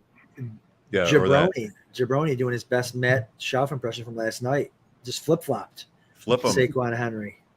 You want, like, when it gets really fun is if somebody here just takes somebody like Amon-Ra, just somebody, Josh Allen, right? Somebody, come on, it's 11. Right. Do something crazy. That's what I keep waiting for. Mojo always shows all those crazy drafts, but there's at least one nutty drafter in there. I just want to get into one of those drafts one time and see what happens. In one of his, there would have been 7 tight ends taken by now. That's right. It's just a big tease. All right, let's see if he's just what a Matt big has in mind here. tease. Let's see what Matt has in mind here. Let's see what Matt's thinking. I don't love what the board brings to me here. I'm just gonna take my guy, even though everybody's gonna look at it and say that's too early for that guy. Interesting. I don't even know who that is. Who is it going to be? Not Connor. I was going to say Connor. Is it? It is. Matt took Connor. Mike. Oh, I love Mike, it. we're 2 away. We're 2 away. Oh, now I'm ready to see who the excitement is for your pick. So Well, I mean, we could talk about it. I think it's is it Andrews or Pitts? Mm-hmm. Yes. Yes, it Jones, Yes. let's go. Yes, it is. oh Yes, boy, it you got is. one of them. What a night. What a night. Adam, it has to be Andrews first, doesn't it? Or no? I'm okay with that. I have so much Pitts. It's bananas. I'm fine, perfectly fine. Guy in the Kyle Pitts jersey just told you to take Mark Andrews. I got him in the first draft, Matt. I already got Pitts in the first draft. He left us both. Can we trade? Can we Oh, trade boy. back up and take both of them? No. All right. Take what gives you the best chance of getting both? Not that it's a good chance. I don't Andrews. Pitts went in the 3rd round in a main yesterday. know. Fine. Yes, Andrews has to go first. Okay. Then that's fine. You got Listen, it? I got it. I can take over in a minute. I'm going to close my No, other I'm stuff. fine. I'm fine doing this. If we get Pitts Okay. in the 3rd round, I'm packing up my briefcase and I'm leaving. That's it. That's Then all I need. then I have to make the picks. Then you have to make the Pitts. Yeah. Adam will grab his Speedo and his bourbon glass and be off to Kentucky. That's right. Yeah. That's right. All right. So we got to talk through this. So if Pitts is gone, I've got Javonte queued. I've got Tyreek queued. Who else you thinking here? Higgins, Higgins. Javonte. Yeah, I got him queued. Okay, hang on. I'll get That's there. 4 guys. We're 4 guys away. I'll get there. 24. I mean, I'm just a Pitts magnet this year. I can't help it. He finds me wherever I am. We're fine. There Hang goes on. Chubb, sensational. Evans. Only 7 wide receivers through 23. Javonte. Oh my God.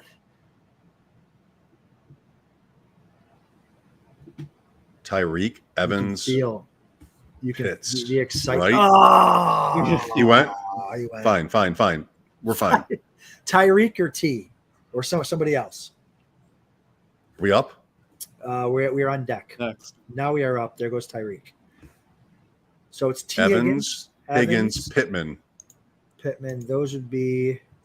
AJ. It's all receivers, right? Fine. Hold on. Brees, ETN. No. Okay. I What do we got here? We got by 7. like by Higgins. 10. I like Higgins.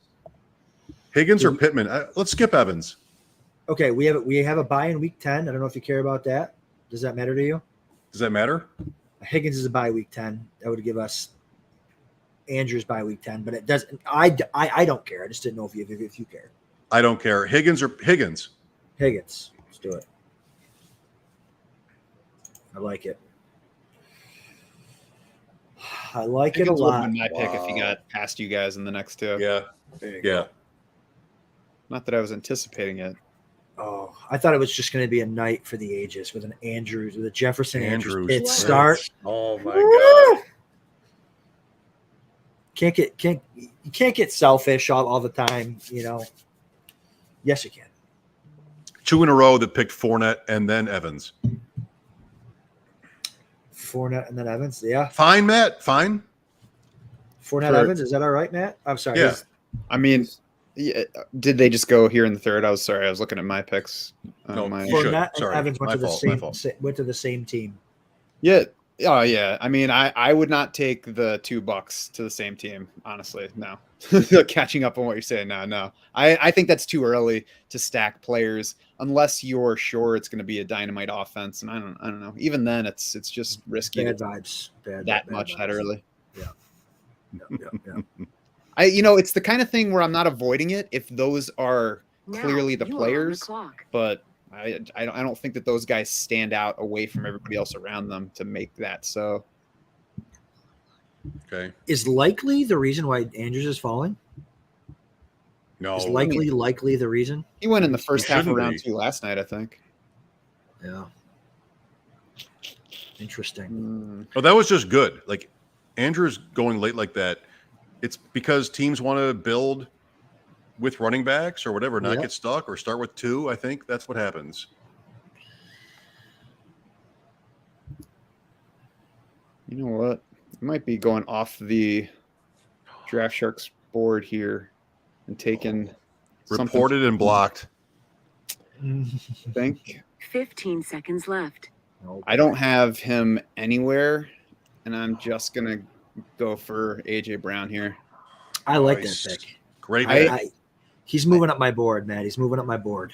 So yeah, I'm still wary of him overall, but I really have him basically nowhere. And if that team does throw the ball like 60% of the time, which seems crazy, but if we look back in hindsight, it'll be like, yeah, they made these moves to show that they were committing to that, and we're getting all these buzz reports on Jalen Hurts. Then at that point, I'm gonna be like, God, I should have gotten some AJ Brown just so I could be in on it. So here's my one. Here, if we have Love it. the final AJ Brown season we've been waiting for, then I've at least got one where I'm on board. Yeah, I don't know how I feel about that whole AJ Brown's due for an amazing breakout. I think it's going to happen if it makes sense. I just think that, if they use him the way that AJ Brown has been successful on these deep drags, play action, that's where he's been most successful. Those are easier plays for Jalen Hurts to complete downfield. I think he could be a thing there too. So I don't generally like receivers on new teams to running quarterbacks who already have a lot of talent around him. But I think AJ Brown, the hype is there, and I think he's certainly worth taking as wide receiver 12 there, especially if you don't have any of them. Right. For sure. Yeah, I mean, I don't doubt the talent. I think Jalen Hurts is good enough to support him. My only question is how much target share does he get? And beyond that, how much target volume does he get? Because if he gets 25% and they are, they're 8th lowest in the league in total pass attempts, then that's not awesome. But if he gets 25% and they really turn it around, then, it could be there. So at middle of the third, 12th wide receiver off the board, I think it's late enough. And, on top of that, I was just looking at the other guys and there was nothing where I was like, I got to have him right here. So, it's like, well, maybe this is all the stars aligning and I'm finally getting my AJ Brown share. Yeah, that's generally how that works, and maybe that's that's the end of the tier for you in your own tiers, right? DJ Moore, and so DJ Moore we have projected higher, and I thought about him and I was like, man, I don't need DJ Moore here. I got DJ Moore in other places. Yep. I'm looking for ultimate ceiling here, and that's one key difference is we're drafting into a tournament, not just trying to win a league. So ultimate ceiling. For me, I gotta say that's AJ Brown. Just on the everything breaks right scale, that's AJ Brown over DJ Moore for me. Yep. Man, Zeke flying up draft boards with the news that they lost his left tackle. That's big time. Yeah, he's somebody I was just wondering if we should move down the rankings today. Thinking about that because the O-line was already questionable, and now Tyron Smith is probably out for the season, at the least out until December. Right. So I don't know. I was looking at him on my board. I'm wary. Yeah, I mean, I was already wary of him. I don't think I had much at all of Zeke. So, definitely don't love him now. Yeah, 310. Not auto. Not auto. So, Matt, tell us, did you watch some of these games tonight? What was the vibe? I mean, we've been on here for 6 hours. I'm going to disappoint talking you about Damian Pierce.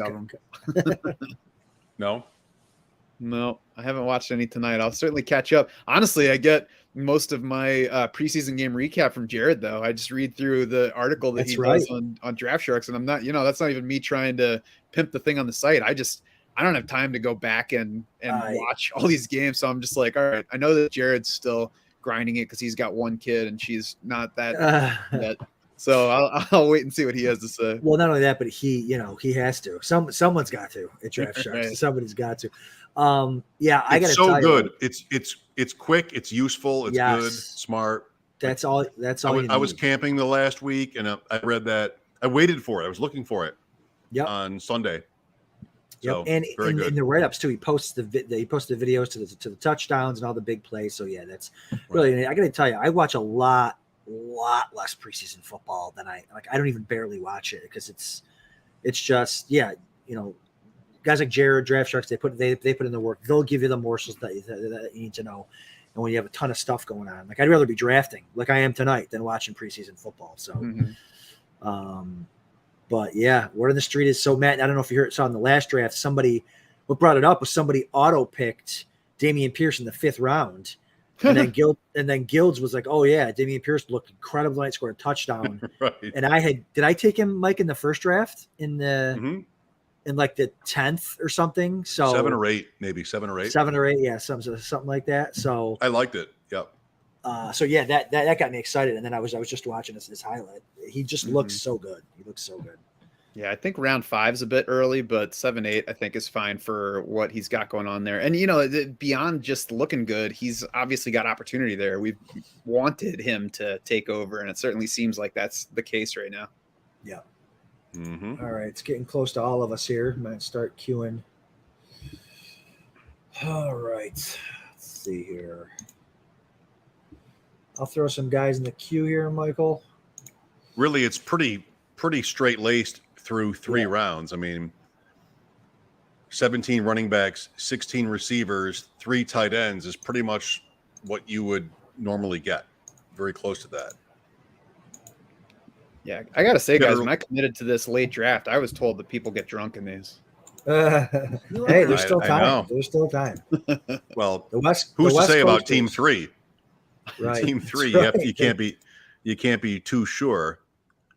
Akers, 3rd running back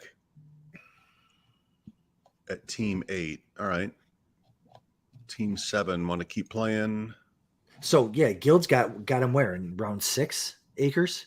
Akers was round 6. Yep. Man, We got another Stephon Diggs, Josh Allen stack tonight for There you Team go. 11. Mm-hmm. Yep. there you go. Makes sense.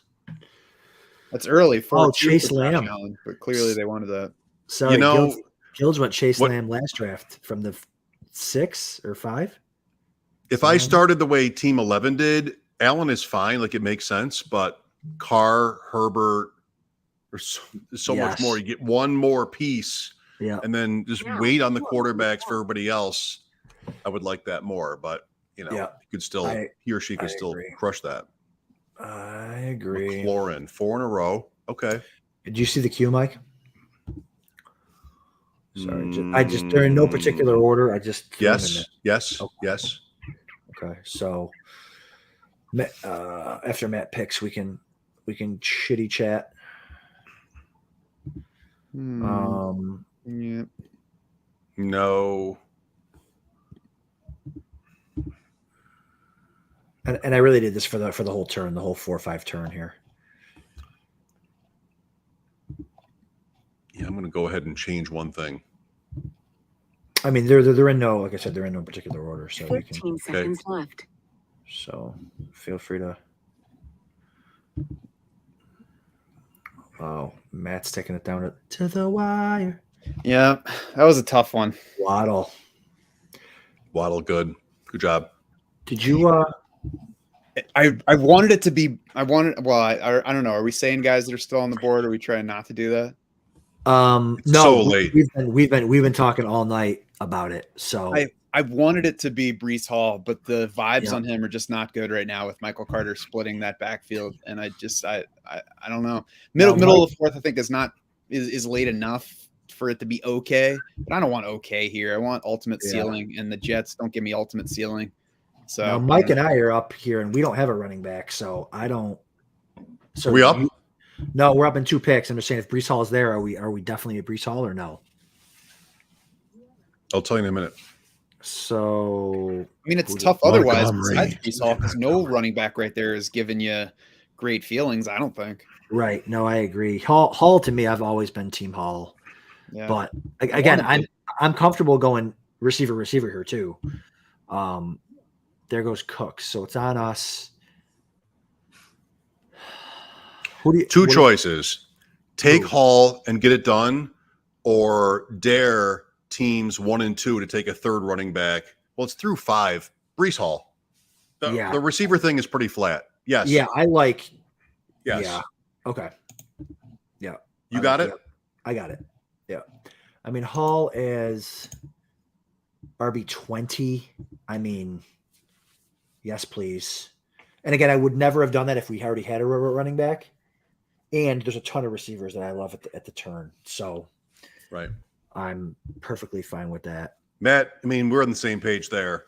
Just the vibes aren't great, but yeah, the player versus what awaits behind him.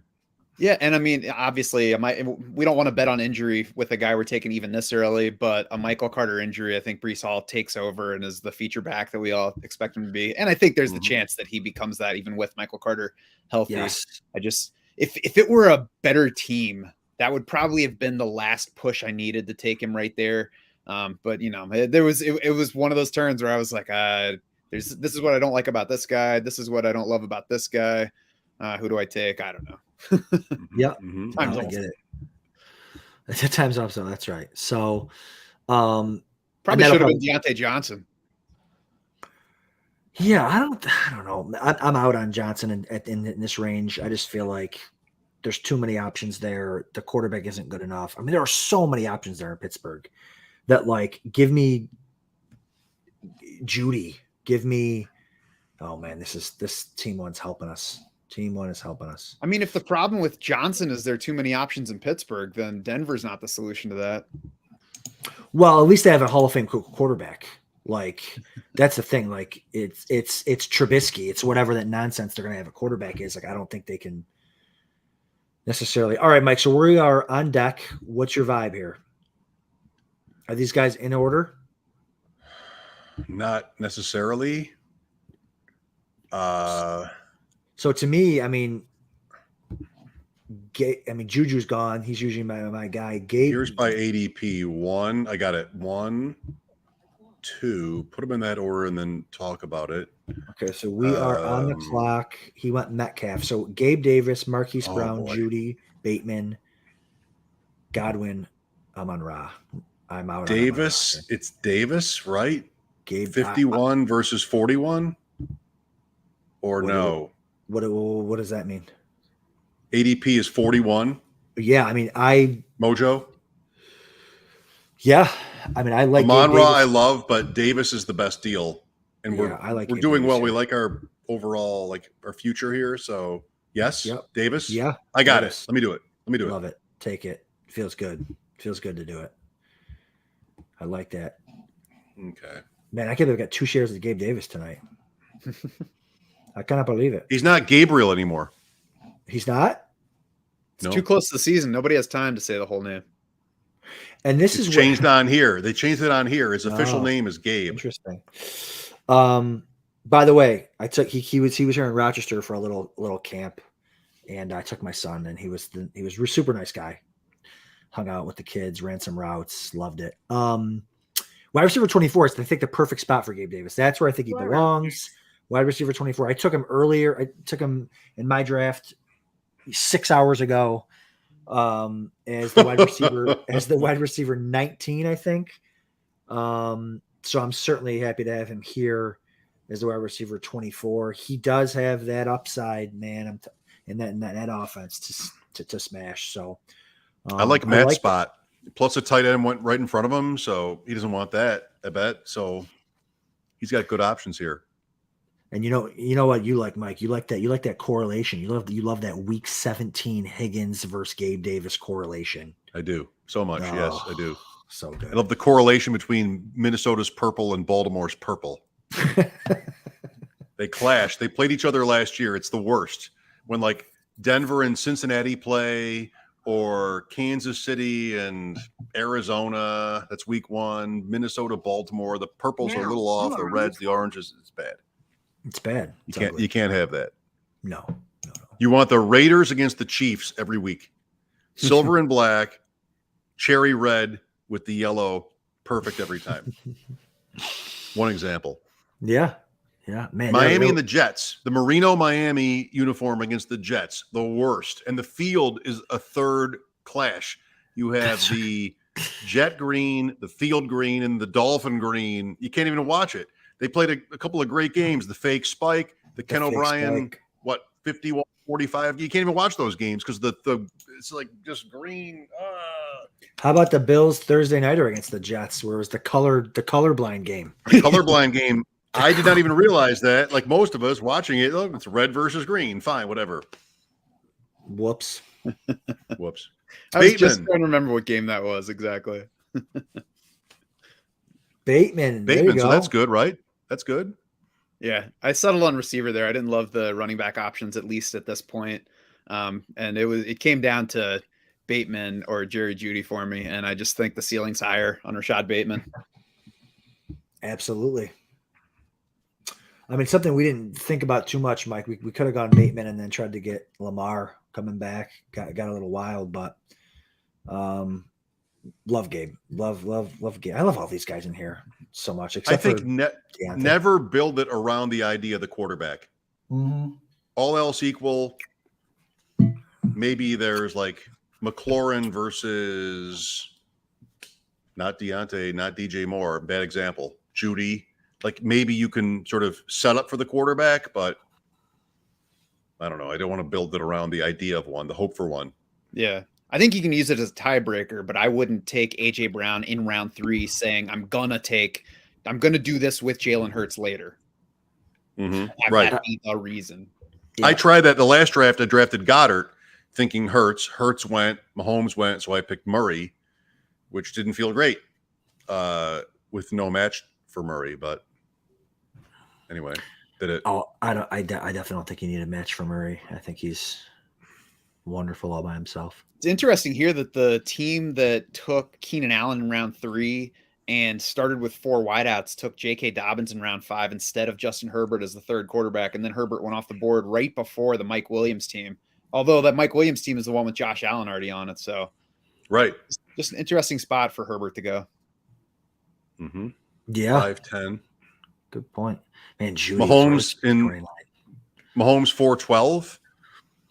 So he was quarterback 5 or 6 or 7 last draft. Yep. Yeah. 2 in this. But he wanted the stack. Yeah. 1. I've been seeing that Mahomes Juju stack a lot. I think people might be overreacting a little bit to the recent Juju buzz. I got a Mahomes Juju main event stack, but I got Juju around there, and then I went Mahomes at the 6-7 turn. It was, I mean, that's beautiful there. And then I went MVS in like the 11th or 12th. So, you know, chances you might have Mahomes with his 2 top receiving weapons, you know, outside of Kelsey. So yeah, it's good that you came back later and got their number 1 wide receiver. Fine, but you know what? No, sure, fine. That's why you do it, because you know, you just don't know. I mean, I know, but you just don't know. You know what I mean? All right. Let's see. Anything else? Anything else wild happened here? Judy as wide receiver 29 is such a great pick, I think, for that team. 0 RB. Love it. Dobbins in the middle of the 5th. Like it. Especially starting. I mean, is this Gildz again? Picking here, Mike. Same Jamar Chase, CeeDee Lamb, Dobbins in the 5th. Oh, 2 in a row. Chase Lamb. Yeah. Goddard. Oh, Heartbreak Hotel for not for us. We got Andrews, you got Kelsey. So we're yeah, right. We're good. This is the draft for him to go there. Yeah, perfect. That's true. Yeah, you know, you're right. And his ADP is right around 512 in these, right? So it's about where he should be going. Yeah. Yes. Last draft was 6-9. 6-9. Mike getting dirty late at night. That's right. What's going on? Yes. All right. I'm just getting wild here. Seems like a pensive group with the pace of the picks coming off the board. I don't have a direct clock comparison to last night, but it feels a little slower. It is not a drunky drunkerson vibe here, is it? Like it's late in the summer. It's not July 4th. It's August 25th. It's on an hour. I mean, we're on an hour and a half pace right now, so let's a little bit over that hour and a half pace. But Elijah Moore, Michael Thomas. Okay. Things did get more wide receiver heavy through rounds 3 through 5. Lots of green in the first 2, and then lots of yellow over the past, 3.5 ish. Mm-hmm. Absolutely. Oh, I love this cue, Adam. yes. Are you moving guys around in there? Just one. Okay. All right. I don't mind. I'm just throwing. I'm throwing them in there for both picks. I'm just kind of. Well, You are up next. who was up next? Matt. Oh, Matt is up next. Yeah. Matt is up next. Now you are on the clock. Oh, wait a minute. What just What happened? did he do? What did he do?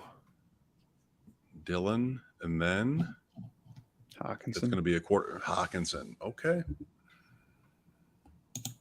That's cool, Perfect. right? You didn't want Yeah. him. Perfect. No. Not that we don't like Hawkinson, but not with the Bills. No, lest anyone think that was a criticism Of of Hawkinson. these shows, how they break their backs talking about what they didn't say. Just relax. Say what you said. Stand on it. Move on. I don't want anybody to think that I was negative toward No. Darnell Mooney. This asshole Oh my God! that Who took cares Lamar. if you were? Who cares if you were? Listen, I'm There rooting for him goes to get Jackson. hurt, but I don't. I'm not saying I wouldn't take him.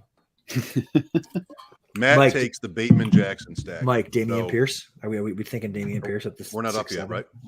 No, but I gotta tell you, I have- the tough part for me in that turn was take Lamar Jackson or see if Jalen Hurts gets back to me. But if I don't take Lamar and then Hurts is gone by the time I get back to in round 7, obviously it's not a killer, but I would be disappointed. Mhm. I get it. Yes. Pierce. Yes. Oh, it's the man. Me after or my you? own heart.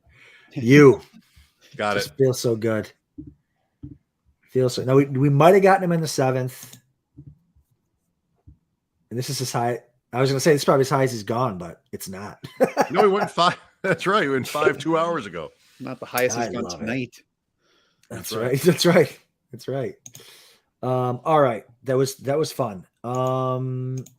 Murray Hurts. Either one. Murray Hurts. Or do Right. we want Hopkins, Kirk, Renfro, Ayuk? Do you want any of them? No. Okay. What do you think? And we're gonna get Burrow. one too. I don't want to take Burrow here. I would rather wait Okay. and see what. I mean, we're probably not going to get him at that point. Oh, I don't know where is this. Burrow is 8-3. So will we get him? 87. No, we won't. Hurts and Murray. Is it a quarterback slow? Is it a quarterback fade draft, or is it a? I mean, it's sort of a little bit early. Mm-hmm. Well, there goes Murray. Where? To the Mahomes team? Get out of here. Oh my God. Take There we Hurts go. too. There Take we Hurts go. too. Just unbelievable. Now we're getting the draft we were looking for. Oh. Isn't that incredible? Why? Whiskey, Oh, maybe my tequila. God. But don't worry. He took Hopkins to go with Murray. Oh no, he didn't do that either. So I guess, Mike, we could just shoot. I'm here. I'm going to show you. Just talk it out because we're there's no. All right. So I mean, we that is could go on Burrow time. just because we're playing for that week 17. I mean, we got No. the Gabe Davis. Hold on a minute. No, stinks. Stinks. I don't disagree with you, but that's all people care about in these underdog tournaments. They don't care if they're good or not. Stems and pieces. Pieces and stems. It's all UConn cares about is pieces and stems. That's all they care about. No, not Hey. veto. Okay. Miles Sanders, come on. What? No, can we take advantage of this, please? What are we doing? Talk it out. Hurts? Jalen Hurts is right on time here. You want a receiver instead and then play for a different quarterback later? The only receiver I would take here would be your boy. Ayuk? No, I would take Hopkins. Hate it. And bet on talent. You want to bet on us winning and just all right. There are going to be so many good receiver choices throughout the next. You only hate it because you got rounds. him in the 8th round last draft. Well, Hurts, take him. Yep, I got it.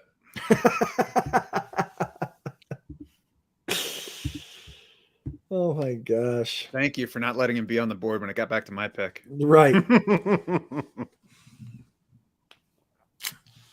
No, I want Matt to feel bad for picking Lamar. I'm fine here. No, I'm fine. It's a little funky. It's funky. It's right? funky. Like Andrew's there. It's like yellow, green, purple, yellow, green. Anything red, can work, purple, right? green. I mean, anything can work. It's funky, but we'll figure it out. It's funky because this is going to sound so weird. I feel like we have 3 receivers through 7 rounds, and I feel like I'm behind You're on up receiver. next. And we started with It does. just, you know what I It mean? does. So as long as we get Now, as you long are as we on get the Isaiah McKenzie, we're good. We're good to go. Fine. Here. Look at Matt going hero RB with his hero RB. I mean, it's a true Me and you, hero. James. It's a true hero RB start. Devontae Smith, the next pick. All right. Thank you to the FFPC for allowing us to do this wonderful Pod-A-Thon football guys tournament. Absolutely loved it. Can't wait to be back next week with the best ball tournament Pod-A-Thon, where we'll have Jared will be on and Matt will be on and we'll all be on. And maybe we can talk Kevin into coming on. No, you won't. What if he Apparently, came out? Josh Jacobs is my guy now. Oh yeah, there you go. RB27, the Jacobs CEH range. They're like the same thing here now. Yeah, those are the 2 guys I was looking at. I could have gone either way. Matt, how much do you hate the Damian Pierce pick? And be honest. No, I don't. I don't at this point. What I hate is just like picking among these running backs. It's like if you're like, well, why did you take Josh Jacobs over Clyde Edwards-Helaire? I don't know, because I had to take one of them. Right now, I think that Josh Jacobs has a slightly better chance of getting 3-down work than CEH. Damian Pierce, I mean, I think that this is in the range. I like Damian Pierce better than Tony Pollard. I think that Pollard's being overdrafted right now. I still think that he needs Zeke Elliott to get hurt for him to actually be a weekly starter in lineup setting leagues. Yeah, no, I don't disagree with that at all. At all. I think Marlon Mack is a sensational running backs coach. I think he helped Jonathan Taylor, and now he's guiding Damian Pierce. What he's got RB. Like just he can't take it. What an RB coach Marlon Mack is. He's it's narrative street, right? Come on. Veteran leader. We talk about these Is everyone quarterbacks. We talk about these quarterbacks whenever they draft their backup. They don't want to help them. No, not Marlon Mack. He's there. He's there to help. I thought we were going to have to toss a life preserver to Mike out in the ocean over there. He couldn't take it. Alan Lazard keeps creeping up and up and up tonight. Wide receiver 38, I guess, is the kind of range where it's fair, but I don't think I'm going to draft Alan Lazard at any point this year. I probably took him on a couple of best ball teams, but I don't know. It's similar to the Juju case for me, where I'm not scared that I'm going to miss out on something special enough that I'm going to force myself to draft him. Correct. Agreed. Oh, baby, baby, baby. I thought you were going to start singing Pitbull.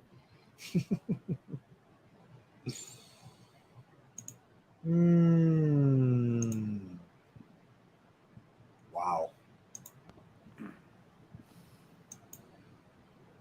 How are we looking?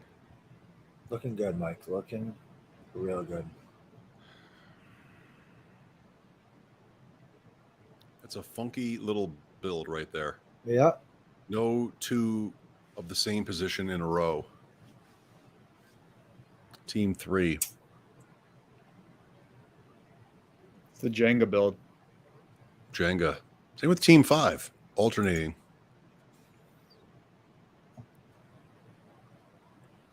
Brees Hall.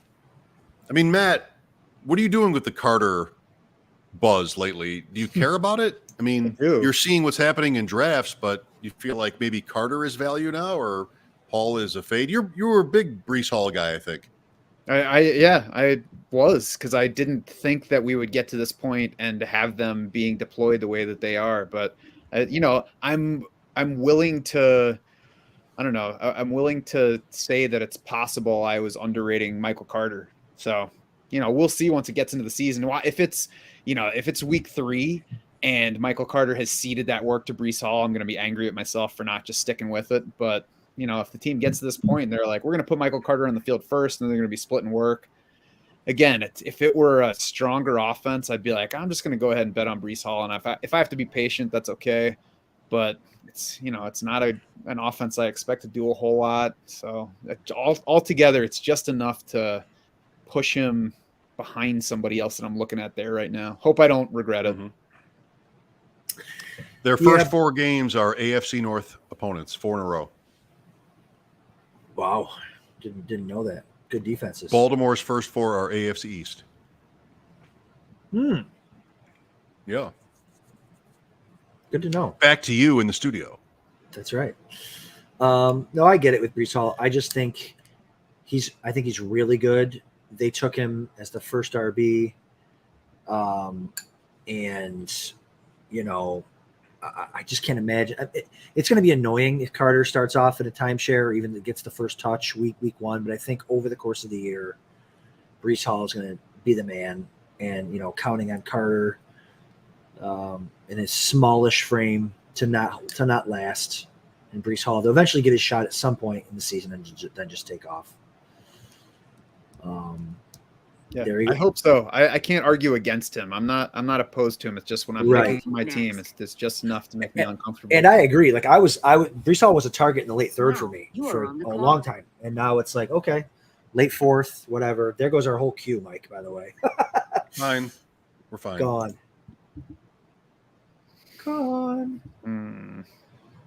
Queue up some guys because we are coming up quick. Got it. We up? No, Matt's up. Three my picks. turn. Nothing great at this turn, huh? Yeah, this is a tough one.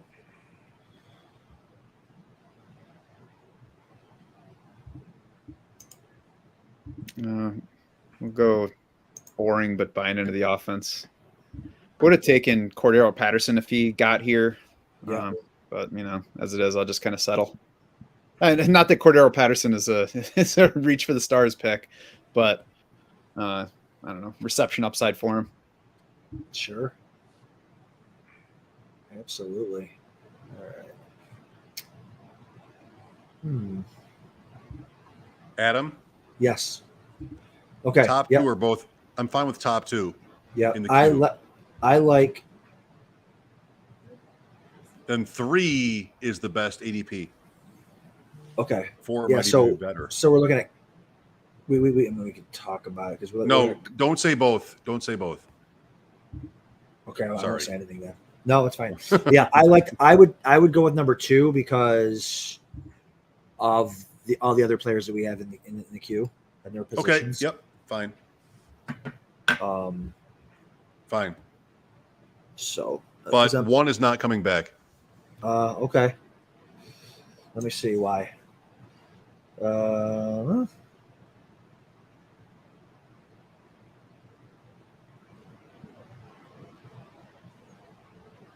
I just feel so behind. All right. I'm taking the 1 highlighted. Good. Who do you have highlighted? All right. Is it the RB or First- the receiver? Buckeye. I like it. Yes, Okay. Olave. I like Olave.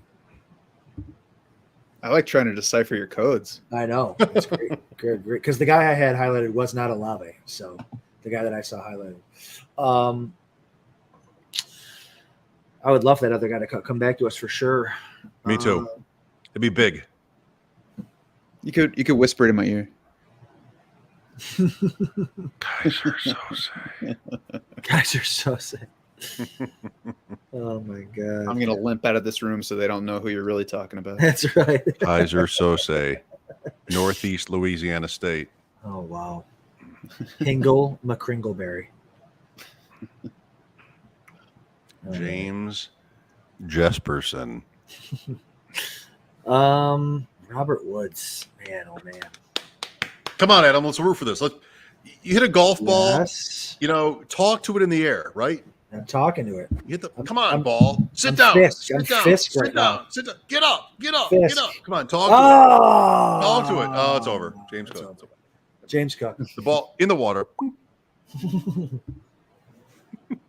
That's all right though. All right. So this is good though, right here, right? I love, the guy top on the queue right now. I like that. So And then back up is this. There's this. who do you guys think scores more PPR points this year, James Cook or Devin Singletary? Cook. Well, wait a minute. It's a trap. It's a trap. I want Cook to win the big money, but will he necessarily score more points if I had to make a bet on it? $100. I think Cook only because of all the targets he's going to get. They haven't used him at all like they're going to use him in the regular season.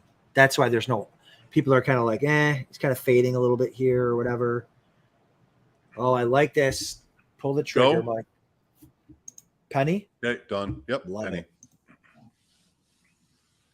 I love that. See, Matt. Like I don't know if Cook outscores Singletary all else equal, but I just like Cook more for tournament stuff.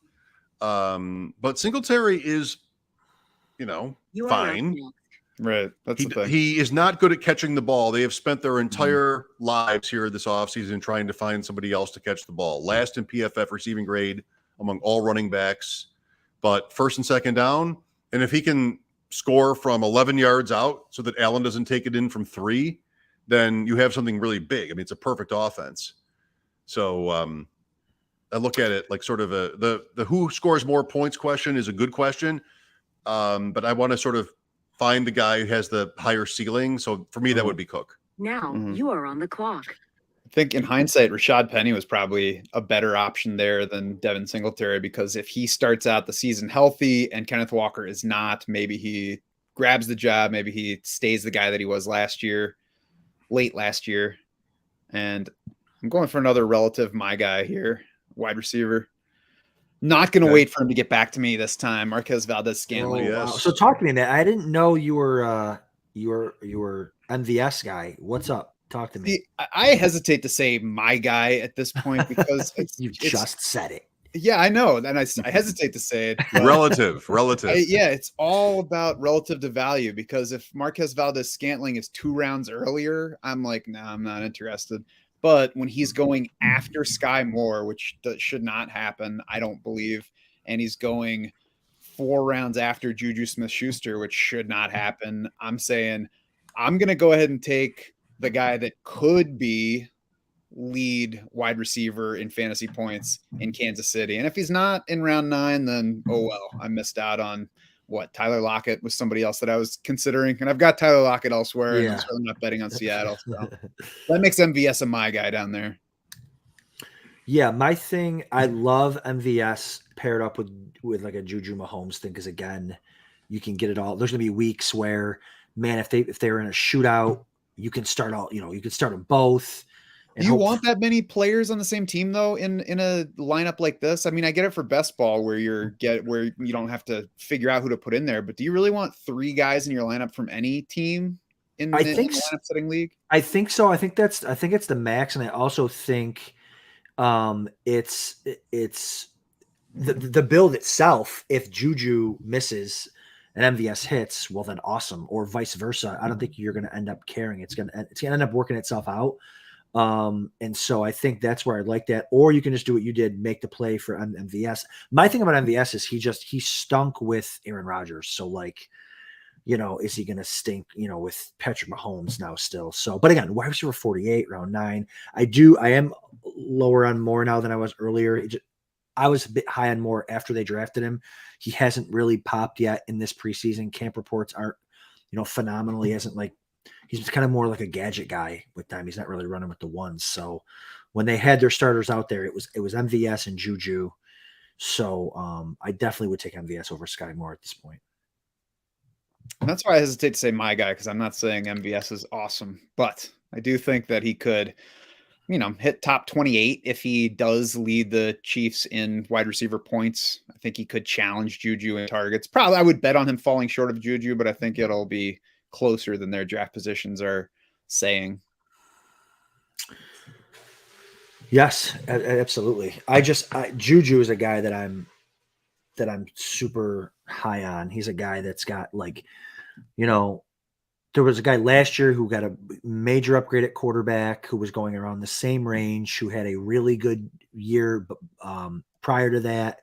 His name was Cooper Kupp. So I'm not saying he's Cooper Kupp this year. I'm just saying Juju had sensational seasons under his belt and got a massive upgrade at quarterback and an offensive coordinator and is going in the same range. So I'm not saying he's going to be historic, but I think Juju could crush his ADP, and we wouldn't be surprised. I wouldn't be surprised. But anyways. So through 9 rounds, Matt has a quarterback, a tight end, 3 running backs, 4 receivers. You and I have a quarterback, a tight end, 3 running backs, 4 receivers. Love it. Oh, love it. Your unfair advantage. That's right. Your unfair advantage. Staying up until midnight. That's right. Negates the unfair advantage. No, they came out the same. Some fairness. Buffalo defense still on the board. Still on the board. Not for long. All right. Not for long, he said. So what's the next level here? Like, what do we want to figure out next? Is it still just value, or is it a certain build? Like 4 receivers through 9 is light for us. Very, Adam. Yeah. That's what I'm looking. I'm looking at players that I'm not used to really drafting because I'm normally onto other positions or whatever. But I don't know. 117. I'm queuing some up here. Oh, it's the last draft. I mean, we can always wait around. I just can't believe. Oh boy. Does that work for the builds? No, not really. This does. This does.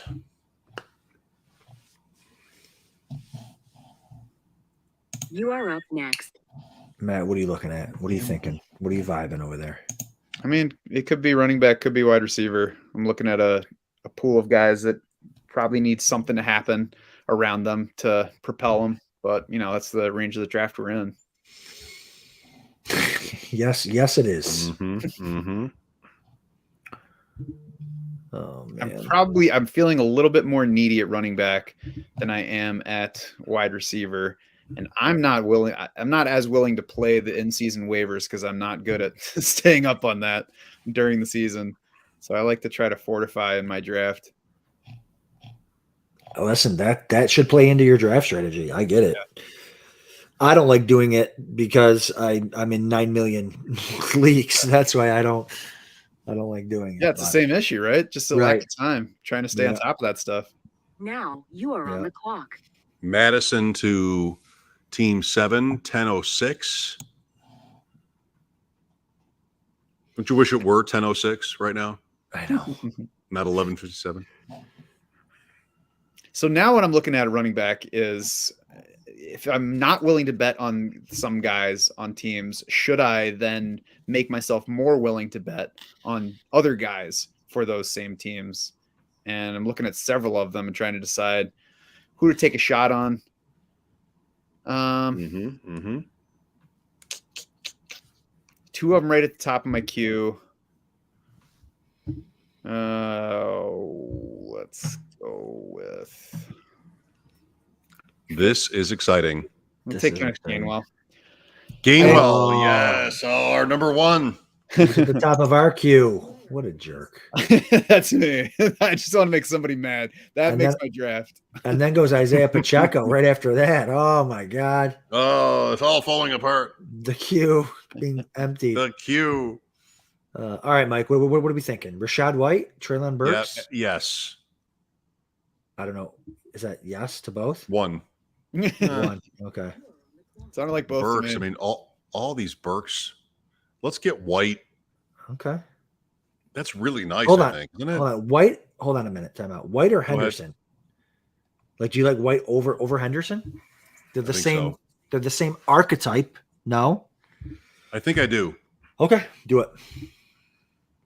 You sure? Yeah. That's fine. I mean, I saw him made a great one-handed catch today during practice.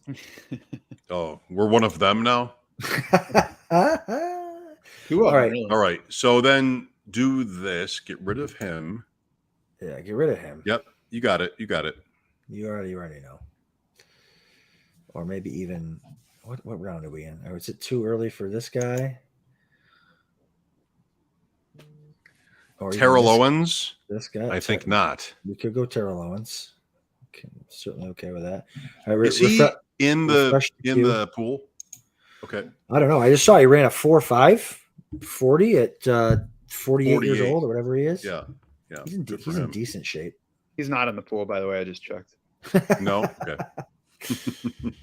Not sure about Miles Austin though. Oh gosh, a DS darling, Miles Austin. Way to rub it in. Well, Miles Austin should have been everybody's darling. A He smiley, happy guy. I think it was Kim Kardashian's darling there for a minute back in the day. That's more than I ever knew about Miles Austin. Oh my gosh. We need help there. Yeah, we do. Very uncomfortable right now. I'm uncomfortable with where we are. 10, 12, eek. Very uncomfortable. Are you? Like some things gotta go right for us here in these next couple rounds. All right. They will. Just pick 123. 123. We got to attack receiver like it's the end of our. I think you got to find another Rashad to keep your Rashad run going. Ahmad, is Ahmad available? Is Ahmad? Bring the board down, please. We're up. Sorry. So by ADP.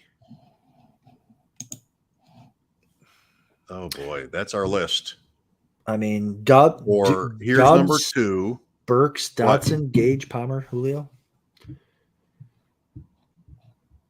I mean, Dotson is later, not that much later. I would go with anybody you pick from the top 3. Okay, I'm gonna go. I don't have any Romeo yet, and I want some Romeo. Let's go. And he's got a shot. He could be the number 1 there. For Aaron Rodgers, Treylon could be the number. He's a great athlete. Yeah. Right. Yep. And Aaron already said he wants him starting. He wants him on the field. So what Aaron wants, Aaron, he did. Okay. Good. Fast enough, big enough. Yeah. Just has to get sort of the door open for him. And, exactly. Maybe. Anything can work. Anything can work. Oh no. Oh no. Here we are. Anything can work a clock. That's why they put those commercials on that they do, right? They give you that phone number. Oh no. I almost just bought a wet vac. I think I just bought a wet vac. Anything can work a clock. That needs to be a t-shirt. Oh hell. There you go. Oh, I love it. I love that pick. I do love that pick. I really, really do. Henderson to Matt. I really do. That's right. He knew. That's why Matt was quiet as a church mouse when we were talking about him. I'm honestly shocked that he made it back to me. 3 other running backs going. That's pretty good. I know. Can you believe? Go ahead. No, I was I just saying, just said I think I'm I've got my taking thumb. Tyler Algier ahead of him. Sorry. That's wild. Yeah, I would just don't see it. I mean, I get it. Like, oh, you think he's, the handcuff or whatever, but Algier probably isn't very good. But I think if you're taking Algier ahead of him, then you are betting that he is actually going to emerge as the primary backfield complement to Cordero Patterson, as opposed to a handcuff there, which he could be. I went in hoping that was Algier, but I haven't heard any buzz at all. So nothing. I've heard more about Damian Williams. Right. I've heard more about Algier being the 5th running back on the team. I don't know if I've heard about anybody from Atlanta who's not a quarterback. He was not a high pick, so they could, if they don't like him, they could dump him. I mean, there's no real investment lost there. I mean, they're definitely a sneaky good offense, but right. But only for Patterson, Pitts, and. Since we have a minute here before we pick again, have you seen all the tweets about my last pick in the last draft? No. No one is taking this guy. Oh, wait a minute. No, I got to check it out.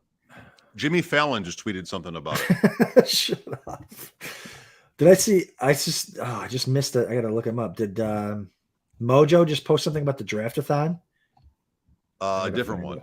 It's a different draft. His. It's not the Pod-A-Thon. Oh, his. Okay.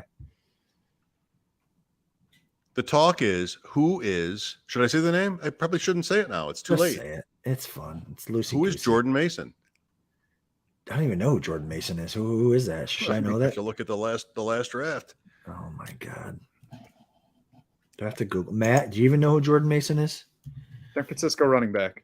Yes. Yes. I just searched him. I just searched him in the draft room. Read the shark bites. Jordan Shark bite it right now. Jordan Mason always billed 49ers as perfect match to showcase his running style 2 days ago. Thank you. I'd say the same thing about myself. Mike Schauf reports Jordan Mason is terrific. Late round pick. Do it. Oh man. Okay. Who was the guy last year that was gone in the last round? Oh, James Robinson from 2 years ago. That's your James Robinson. 2 years ago. Oh, tell me about it. I went to the Draftsharks Invitational for the first time. Like, I have too much James Robinson already. I don't want to be a stooge. I'm not taking him. There's no such thing as too much of the last round guy. That's right. Yes, that's right. That's right. Team 11, Khalil Herbert, James Robinson, Nyheim Hines, Kenneth Walker, Ramondre. Anybody else up there running back wise? I have that on the board, I guess. Team 11. No. Interesting. Good. 11-2. That makes sense. Alan Diggs, Ramondre, one of those other guys. Devontae Adams, Mike Williams, Judy Goddard. That's lovely. Kirk. What team? What team are we talking about? 11. Yeah, they did it right. Elite quarterback, elite tight end, 4 receivers, and then Kirk too. The little detour for Kirk. I wonder if that's a. You it's a are up hairball. next. It's a great, Here we go. and they took Here we the right type of running backs. Nyheim Hines. All right, the QB run, beautiful. Just what we're looking for here. Here we go. All right. Let's Matt get is back. up. Matt is up. Oh, I like number 2 on our. You like number 1 though. I know it. Just know it. Just Come know on. it. I mean, you come on.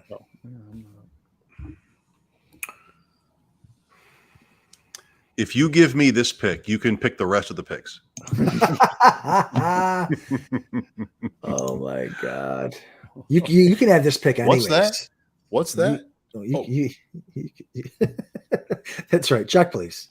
Is that because you want to go to bed? Is that why you're just? There's people standing right here. A line of people. Exit the stream. Now you are on the clock. No, I want to make it now. Yeah. It's like driving home in that RV. That's right.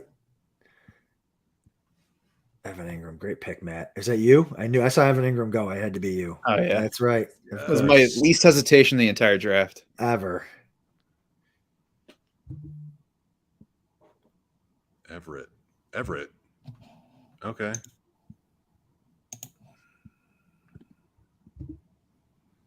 Oh my God. I think only, Adam, that the first one has less of a chance to come back. It's a good pick in front of us right there, right? Yes, I just saw his name. I'm like, ooh. All right. So I don't. Who's got the higher ADP? 1 or 2? 1 by like 6 or 7 spots. Oh, then I would love both of them. Are you okay with both of them? So the question is, who has the best chance of coming back?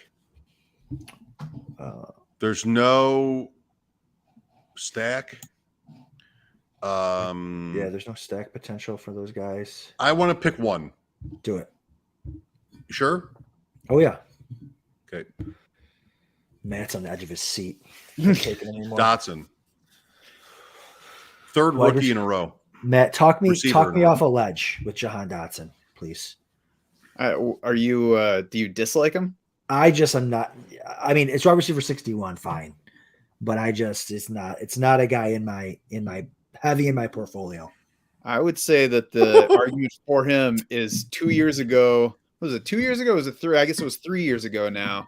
There was some 3rd round pick that didn't really do a whole lot at Ohio State. It was like 4th on his team in targets. And then he blew up immediately in Washington. And now here's a guy that, kind of collectively the analytics crowd didn't like because he's a 4-year college guy. It was a 1st round pick to Washington. I think that he's probably the wide receiver 2. I think the range of outcomes includes him getting close to Terry McLaurin in targets and this team not being very good and thus throwing the ball quite a bit. So Jahan Dotson, it's like there's not a whole lot of risk and then there's plenty of upside. That's why Thank you. I don't know if there's plenty of upside, but there's not a lot of risk. Bills D. Man. Bills D in the 12th. What is the point? I don't understand. Like they play the Rams early. And Trey White might even not even be on. He might be on the pup. Like I don't. If Trey White's on the pup, it's like Dane Jackson and a 6th round pick rookie at the corners with an injured Poyer. Like, what is the whole thing about the Bills defense? And Tucker. Oh my God. It's the Rams, Tennessee. Okay, Miami. Okay. All right, we're on the clock. We're on the clock. Are we okay with the other one, Palmer? Yeah. Love it. We're caught up. We're definitely caught up. I love that. Week 4 is Baltimore. Good luck. Pittsburgh, Kansas City. It's not a bad start, I guess, but I don't know. Like, what is it Von Miller? Is that why you're drafting the Bills first? Is it Von Miller? Every draft is the Bills first. I know Adam doesn't like being the first team to take a quarterback. You should absolutely never be the first team to take a defense because the last year's number 1 defense is not going to be this year's number 1 defense. It's the biggest. It never is. And in the FFPC, it doesn't matter. They don't score any points. Never. If you want to go Tucker, fine, but not the. I don't know. Whatever. I mean, they took 2 quarterbacks in the first 6 rounds, so I don't know what to tell you. Are we caught up at receiver? I think maybe pretty good. Yeah. Yeah, I think so. I mean, there's a couple more that I like in this range coming up, but I'm fine. I mean, we have Justin Jefferson, who's 2 receivers. Oh, I forgot about him. Don't forget about him. 2 and 1. Oh, I would start him. I think we're going to start him for sure. All right, Matt's on the clock. DJ Chark. Oh, you know what? Love him. So love him. There are players, and I'm glad that Matt took him, so we can talk about him. There are players. Because there's so many players to take, especially in these rounds. You're just instincts and talking yourself into players and upside and this and that. So Billy Musio, friend of mine, friend of the show, is big on DJ Chark. And I see Matt take DJ Chark here. So I want to talk about DJ Chark because he's a guy I've been taking, just relying on the guys around me who I trust. Talk to me about DJ Chark. My only thing on DJ Chark is I don't know that Amon-Ra St. Brown is the target leader among wideouts there. And I Earmuffs, know Mike, earmuffs. I know that it's round 13, so it's kind of the MVS argument. You know, it's downfield guy. It's a nebulous target tree. It's a why not, really. I don't like Jared Goff. I think he could certainly be in a better spot for somebody maximizing downfield, but I don't know who leads the wideouts and targets, so why not take the speedster and see what happens?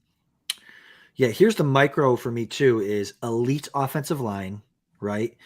And a downfield speedster. Jamison Williams is probably going to miss the first half of the year or so, whatever, first 6 weeks. There's a chance that he pops off early on and holds that role. My only concern is, again, Williams will eventually come back. There'll be a lot of target. Once that happens, there'll be a lot of target competition there. And again, how often are you going to end up starting him early on in the season when he's going to pop off? Now, he's your wide receiver 5, so that's good for your build because he has a chance to start as your wide receiver 5. So, right. Most Lions ever drafted in a row, 3. Yeah, there you go. Even Dan Campbell's like, guys, enough already. Slow down. Slow down. You know that drafter 2 picks after me was probably like, "Hey, you idiot! You took the wrong one. I got the guy." That's right. That's right. I'm not willing to bet on anything from Jamison Williams this year. I mean, we'll see what happens, but I'm just betting it's not going to be a year for him production wise. And I think the one thing to keep in mind as we get into these later rounds and are in them already is the downside case doesn't really matter at this point. All that matters is you see an upside case. So you just shoot for the ceiling. That's the whole point of upside mode, right? We're looking at the ceiling projections because if DJ Chark's downside is he's 3rd or 4th, then I just cut him for something at some point. It doesn't really matter. I think I just discovered. I probably should not that it matters because we're so. But River B is definitely Billy. Speaking of Billy, is it really? Yeah, it's definitely it's Billy M in the team name, and then it's River B, and his team name is usually Bluffing Rivers. So I found you, Billy. 27 rounds into this draft, and then he gets us back. And this is how you know it's him. He stabs us because we took DJ Chark. He knows how I feel about Isaiah McKenzie, so he's just right in the ribs. So now let's critique his draft. Right between 5 and 6. By the way, Isaiah McKenzie was passed on by the Josh Allen team right before that. Absolutely horrible decision. Yes, horrible decision. I like that team 11. Yeah. Yeah, and so Billy's 12, and you got the one team going 0 RB, the other team going robust RB. Oh, it's Mooney. Oh yeah, Mooney Robinson. It's got Billy written all over it. It's got Billy written all over it. ETN, Knox, Komet. Yeah. So TDP, Stafford, McKenzie. The thing I like about these late Bills Rams picks is you can. You don't have to start them, and you get a free look at them week 1 in that Thursday nighter. Adam, why don't you tell us who Billy's next 4 picks are going to be? I have no idea. No clue. I'm when Billy and I draft, I'm usually asleep at this point. That's right. I usually fall asleep around this time during his drafts. Oh. Is this a cake bread draft? I don't know if it is. It's pretty sane. It's pretty sort of put together. So I don't want to accuse him of drafting a cake bread draft. Okay, what's a cake bread draft? Well, we had this great night at the expo, and he ordered a bottle of cake bread, which is a very, very nice California red.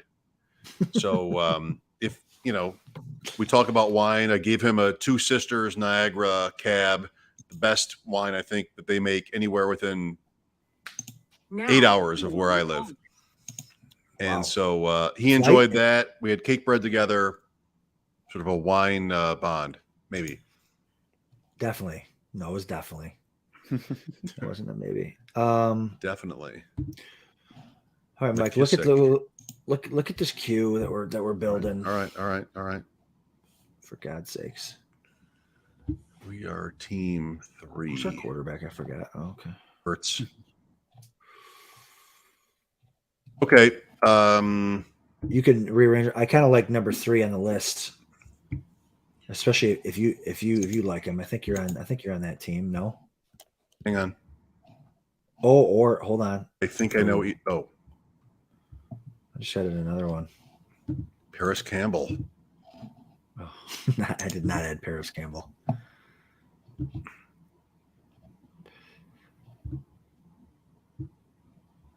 What do you think? What do you think of Ooh. the? What do you? Ooh, that's right. That's stupid. Do you? Yeah, right. That's stupid. Yeah, we can't. Yeah, I think it is. It's fun, but no. It's fun. Oh, Osborne, lame. Is that you, Matt, with the Osborne pick? No, I was Paris Campbell. Oh, I thought Mike wanted me to cue him up because Mike loves him.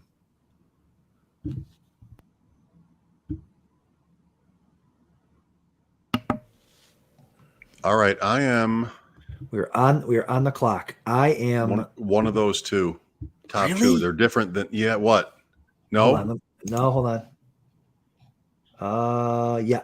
Yes. Yeah, because the team behind us. Okay. The team behind us. I like Name it. Who? Name it. Your pick. I like number 2. Okay.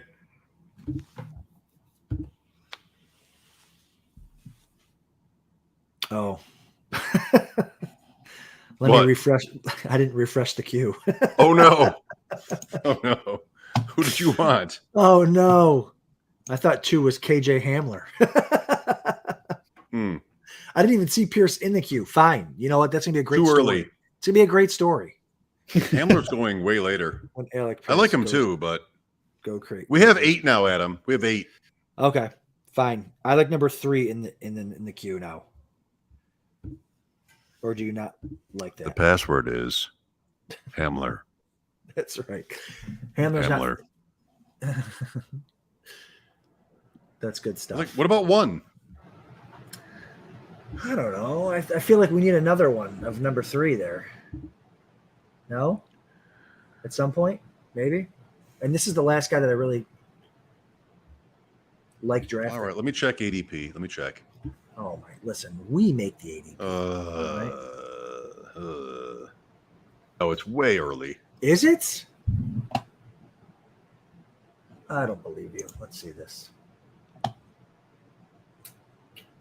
It's like a round early. It's a round early in the 15th round. Come on, it doesn't even count.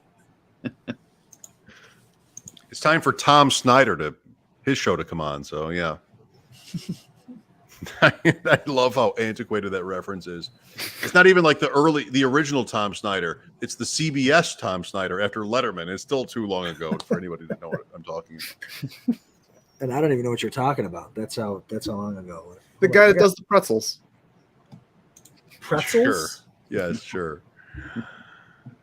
All right. You know what? I love it. Of course you do. I love it. Makes sense with another guy we have on our team. Get another piece. Oh, please pick that Austin Yes. Hooper. Oh, take him. I think you got I'll do it. So are you a Brevin Jordan fan? Yes. Okay. Well, then what are we doing here? Come on. Let's go. Love that. Love that pick. Our tight end 2. We got the sneaky Texans offense with Pierce and Brevin Jordan. Matt's over here thinking, stewing. Pierce. So talk to me, Mike. Talk to me about Alec Pierce. Now that I accidentally said to take Alec Pierce. Well, he's a Scorpio. Well, that's it. I just need to hear one positive thing, and I guess that's it. I mean, Matt, we've talked about him with Jared. Like, Jared likes Pierce. I like Campbell. It's sort of been a ping pong back and forth. Who is with the first team as the 2 wide receiver? Who's the slot receiver? Maybe they both work out, but who would you rather have between Pierce and Campbell? I guess you told us. Yeah, I mean, I'm not sure who's gonna win out between those two guys. Alec Pierce, obviously, we haven't seen in the NFL at all yet. Paris Campbell, we've barely seen You in the are up NFL so next. far. I'm annoyed because somebody just took their third quarterback, you and are I was on the going to take clock. Trevor Lawrence with my pick there. Oh my goodness. The 3 quarterbacks for that team. I tried to talk Adam into Lawrence twice there, by the way. No. 14 No, and no. 15. And then the I other would- quarterback I was looking at went right after that, so it's not going to be a quarterback for me right now. If I would have known I picked Alec Pierce, I would have taken Trevor Lawrence. So, Tua. oof. Why? All right. You know what? Are we done at receiver? 1, 2, 3, 4, Oh my 5, gosh, 6, yes. 7, 8. Yeah, we're done. We're done. Galladay. Not somebody I'm betting on, but wide receiver 74, so why not? We'll see.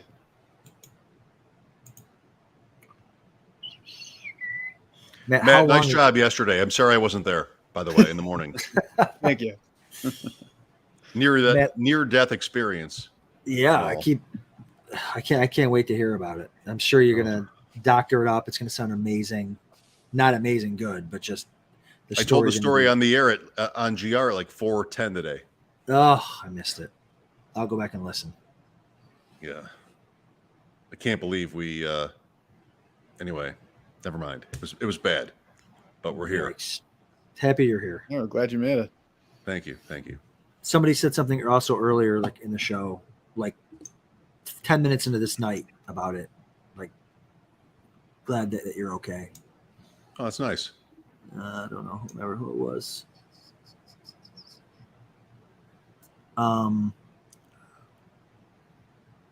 Matt, are you? What was I going to say?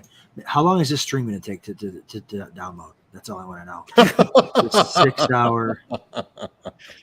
I think it'll be between whether the stream finishes downloading and the deadline for the sun just exploding and That's right. consuming all of us. Well, I'm going to have to start doing that as soon as we're done, and maybe it'll be done. By the time I'm back from Kentucky, we'll have this thing live up on the up on the site. The bare knuckle 2 weeks from right now is just getting going. Oh, look at you, muscle memory. Ryan Santoso Caught. cut by the Jaguars. Did the draft get paused, or am I going crazy? That's what I was just looking at. Is there a situation? Perfect. Was put on auto. This is my What's What's going that? on? One moment, we were all Trey's paused. upset. What's up? Oh, it's noises. Matt has left the draft room. I just hit refresh to see if Yeah, that changed me anything, too. but it did not. No, it sounds like somebody's really now in the 15th round. Ugh. Don't they know we're on a stream, a 6 hour Don't stream? they know? It's Christmas time. Team 4 didn't want Lawrence. Auto pick was Lawrence. You might get Lawrence, actually, Matt. That's right. I might go back. DKB's loving the stream. Well, listen, tune in next week for 6 more hours. The Best Ball Mania. Oh. The Best Ball Tournament. Not the Best Ball Mania. The Best Ball Tournament.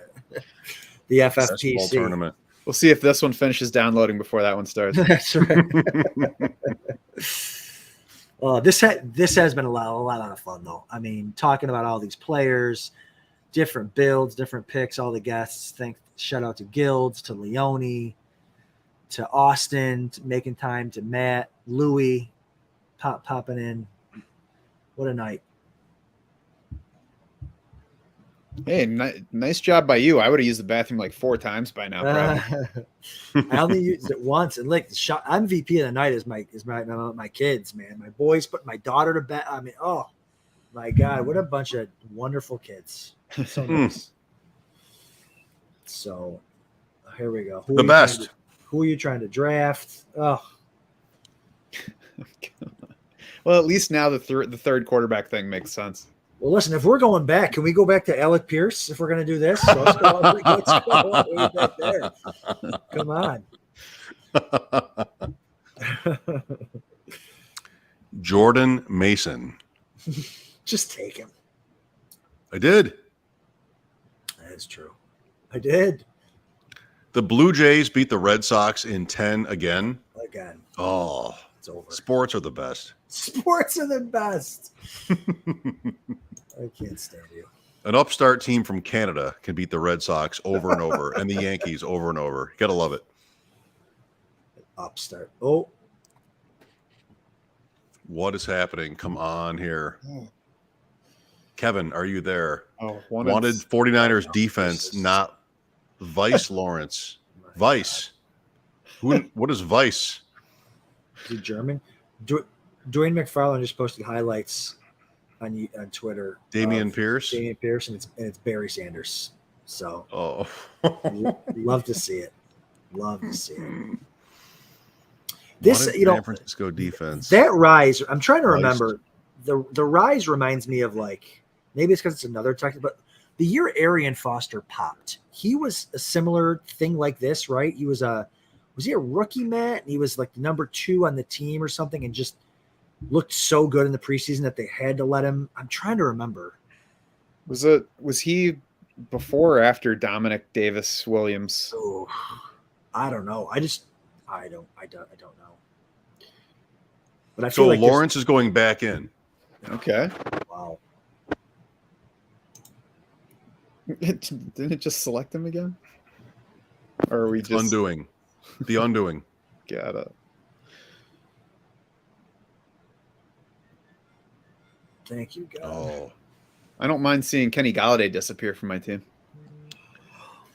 All right. So what happens if he picks Fields? You got him. Go, Lawrence. Take him before somebody stops the clock. I'm gonna say something. Stop. Wait. Whoa. Stop the clock. Whoa. Wait, someone else took Lawrence? Wait, you got Galladay. No, it gave him to me. Oh no, here we go again. This is bad for content. Okay, bad for content. Are you speaking up? Yeah. Wait, I want Lawrence if he's on the board. Oh boy. What? Makes sense. Absolutely. Let's start over. Watson.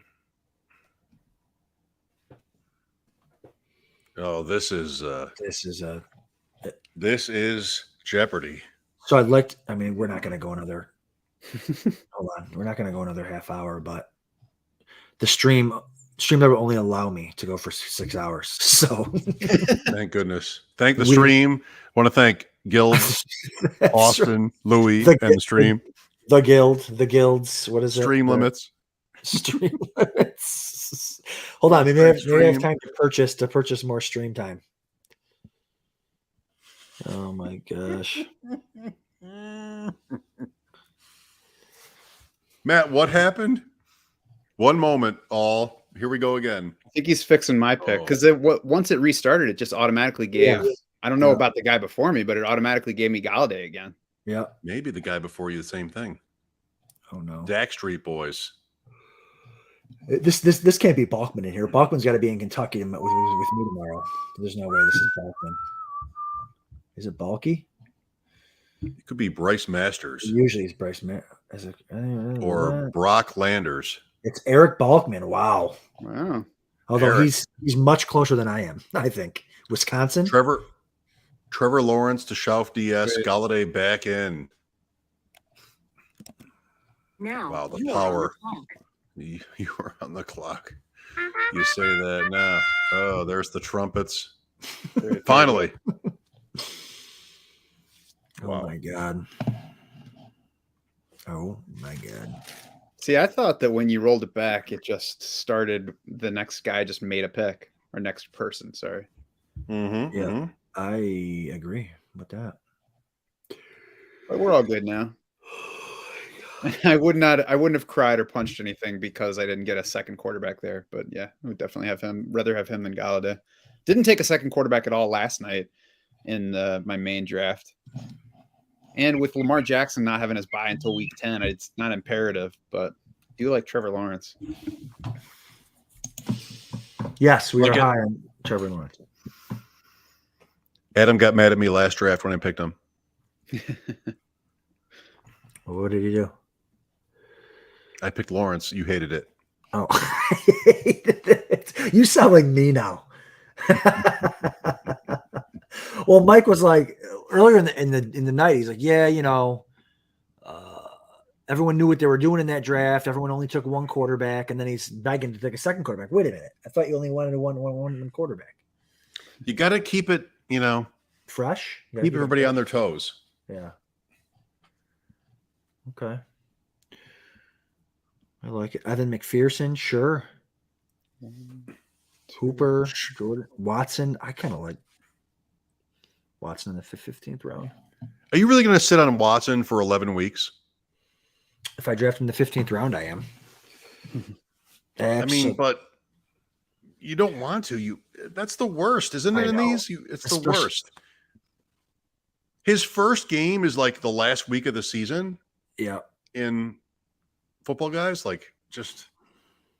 Plus, the other challenge here is in the playoffs. There's at some point there's no waivers, right? Is it right before the playoffs waivers die? Yes. So yes, right. You consider doubling up on defense, maybe kicker, just like you're fortifying everything. So then you have to decide that you want Watson in the playoffs. Yeah, not a guy I want to mess with in this format.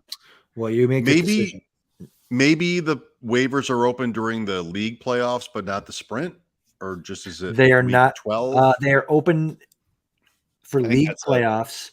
They're open for league playoffs, but only to obviously league playoff teams. Mm-hmm. And you cannot pick up anyone that was dropped like after week 10 or something. So a lot of players are locked. It's kind of slim pickings. Right. Okay. Except for kickers and defenses, I think you can pick them up if they were already dropped. But okay.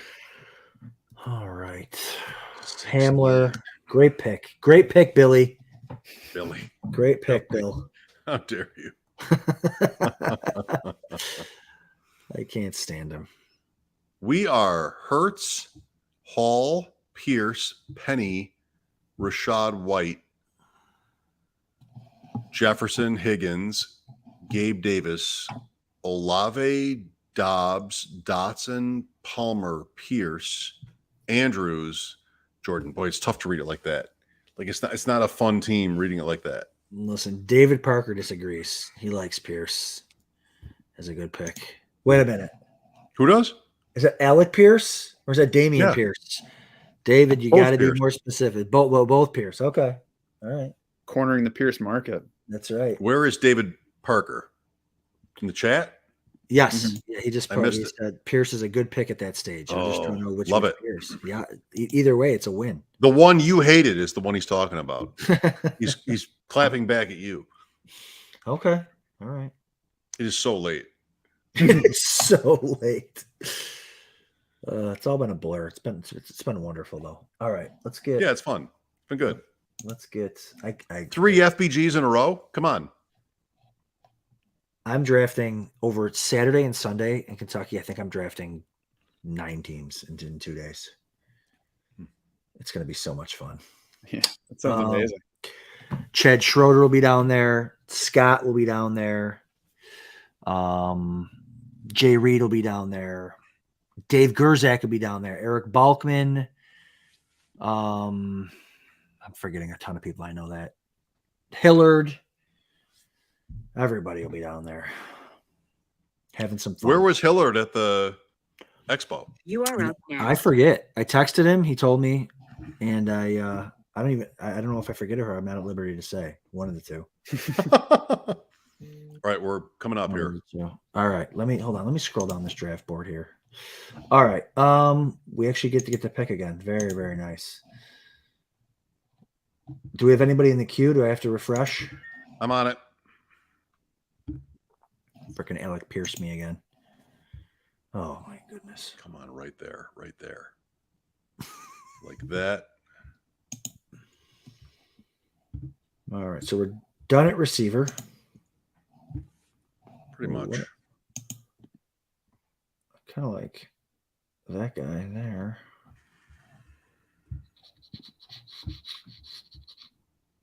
Do we have any of those? Now you Right. are on the clock. Right. David clarified Alec Pierce. Thank you, David. He does like them both though. He does like them both, he said. All right. Okay. Let me now. Matt is up. Matt's up. Don't And I'm touch. back. I'm refreshing. Don't Robbie. touch the queue because then we're gonna Okay. get on. Okay. Let's just talk about it at this point. Quarterback here, Michael. Oh no, hold Running on. back. If you like, we need 2 or 3 more, maybe two more. We're Running good back? at tight end and receiver. Yeah. So we we're gonna turn want this 2 here. running backs, maybe a quarterback, kicker, defense. Okay. The running back I like the most out of. Do you care if it's Ryan or Goff for the quarterback? Not really. I mean Pierce, but not really. We have Okay. no Lions. Then I would go running back Okay. here, and I prefer Kelly if I had. if it Me was- too. Me too. Wow, it's teamwork right there at its finest. We're up, right? Yes, I got it. Go. do it. Yep. All right. Kelly would be an amazing story. Like, I think he's actually good, but the first 2 years he was a disaster. Like, there were no good plays. Like Trey Sermon last year times 2 years and maybe many more chances. Just nothing good ever happened. But I think he's a good player. And Spiller is injured right now, so there's an opening if Eckler, gets pulled back a little bit. I also want to say it's so weird. Like last year, I was all in on Eckler where he was going, and I had so much Eckler, and he made me so much money. And now this year, I'm hoping. I don't want to say it. I don't want to say it, but Already out there, karma wise. I have 0 Eckler. That's all I'm going to say. Only because We have him in pros versus Joes. There you go. Well, that might have to take 5. sure. Backseat. Backseat to the main event, but it might win us a main event, so we'll take that too. Let's throw some running backs up there that do we hate? You are up next. Oh, we're up next. Okay, so are you thinking quarterback here, Mike? I mean, Goff's the only one left that I kind of like, or we can wait. I'm fine with that too. I think Goff probably makes sense. Goff makes sense, and I think we get one of these running backs with our next pick. Mac makes sense too. I like the idea of Mac a lot for Mayfield. obviously. Yep. Sorry. So I could go Mac as well. Want to wait? Now you are on the Sure. Yeah, I can. I'm okay with that. Do you like this guy at 1? I do. No, sorry. Hold on. We're miscommunicating again. You like Marlon Mack or you like Mac Jones? I meant Mac Jones, but I like the guy at 1 in the queue. Do it. Hold on. Let me refresh the queue. Okay. Fine. Sorry, Matt. I'm fine. No, I'm just drafted. like one or 2. 1. Definitely 1 Good. over 2. Agree. For sure. Let's go. And we have one more pick left until Kicker D. StreamYard runs out. Oh, that too. You are up next. We want a second quarterback, a kicker, and defense. Now Right, that's you it. are on the clock. To me, I would whatever we can talk about it. If our second quarterback is Jared Goff, fine. If our second quarterback is Mac Jones, I would rather have a running back. That's all I'm saying. Mac Jones is just 0 rushing Moss to upside. man. Moss. No. Oh, love that. I think that tonight's team has a better chance of him being a week 1 starter than last night's team. I see what you're saying because you get to Yeah, Hold on. running backs. Watch Early. and see what happens. you get to see what happens. Yeah, let's see.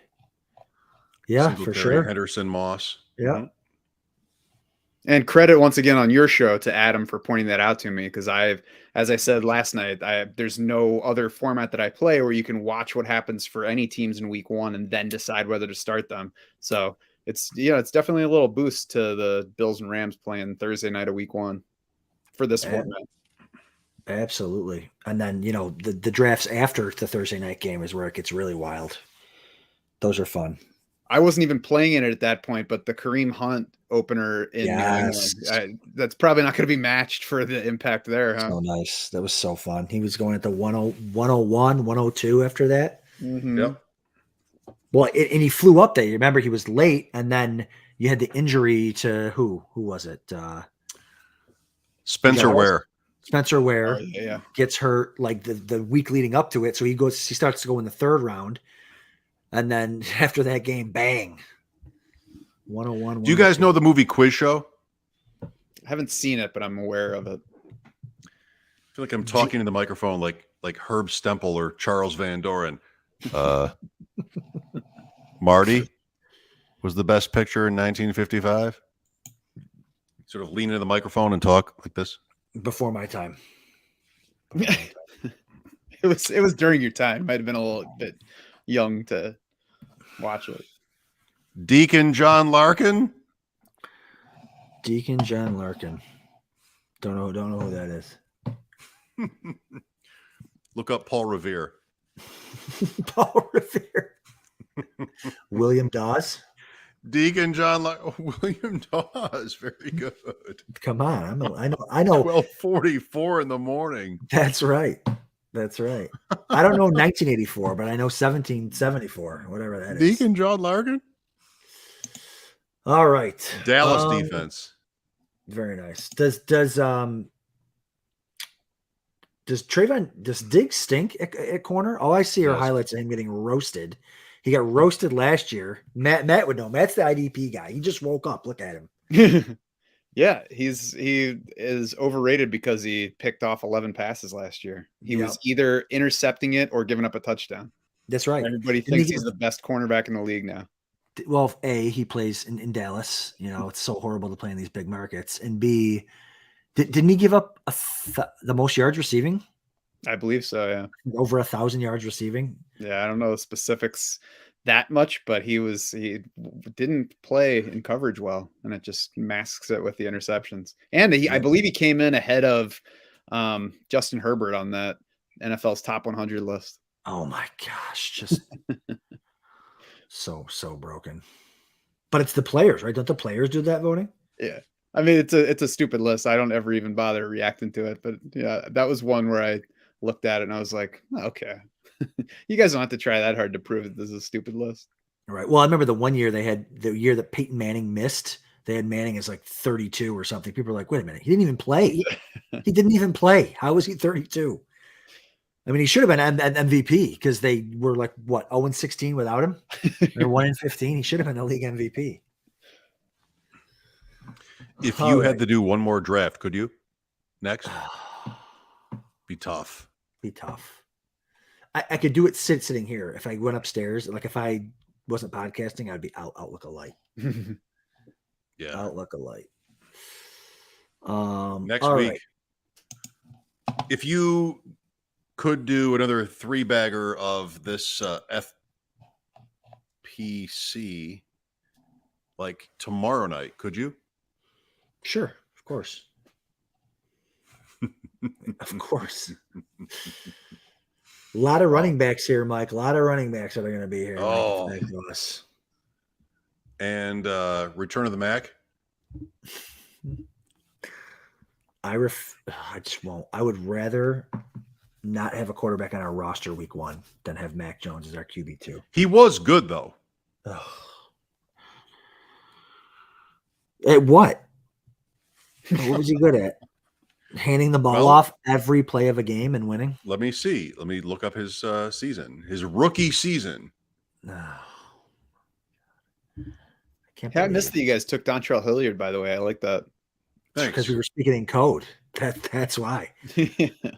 67.6%, 3,800, 22 and 13. Zero no rushing really, right? Get him out of here. I'd Get 'em rather a- have Playoffs. I'd rather have the Texans backfield locked up for free. That's what I'd rather do. Okay, fine. You know what I mean? Fine. Oh no, Matt Schauf sitting there. Nah, don't worry. I'm not messing with your Texans backfield stack. Matt is. I wrote it down earlier. He wrote it down.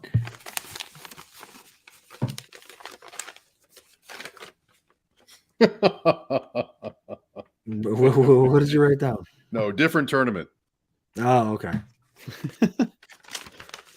Now you are on the clock.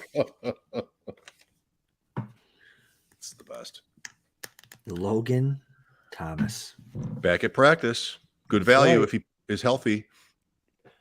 He better not be. We took Jahan Dotson. Wentz could be waiting for that team. It's gonna be waiting for that. Well, we're on, Evan, we only have one pick left. So do it. hold Me? on. Well, we're not on the clock yet. We're not on the clock yet. Oh, sorry.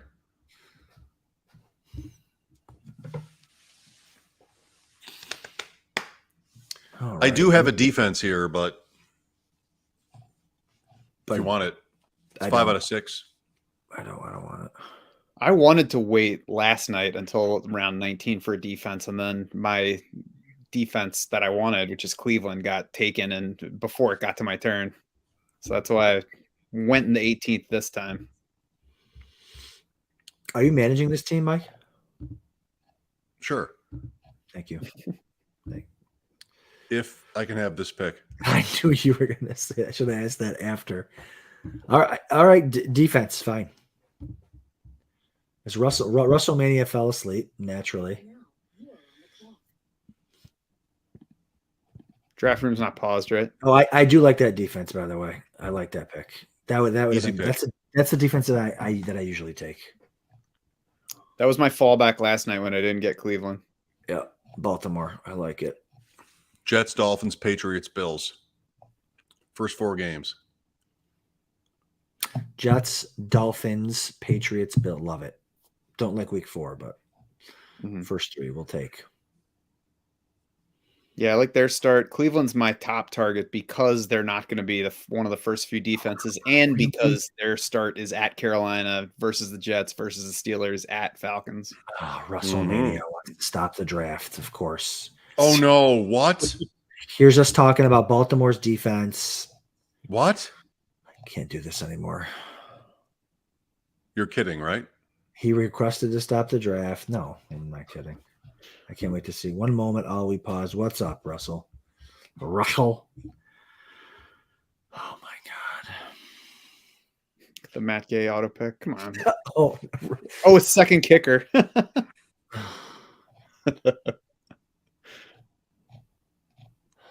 this is brutal. Does he have a defense yet? No. Yeah, he has the Niners defense. Yeah, Second off the board. Thank God. Mike says, "Oh no." I mean, Oh, what? It happened again. Imagine he wanted imposing on Marlon other Mack. people. Imagine imposing on other people in this situation. Oh no, I have a different pick in mind. Like, just it's a managed league. Just live with it. Oh my gosh. He wanted Marlon Mack, he said. Fine, take him. Oh, you see, Why does that keep happening? you is, it the see same, Dak Street Boys says in the chat, all I want to do now is beat WrestleMania. is it the same team again? Yeah. Oh my God, Russell.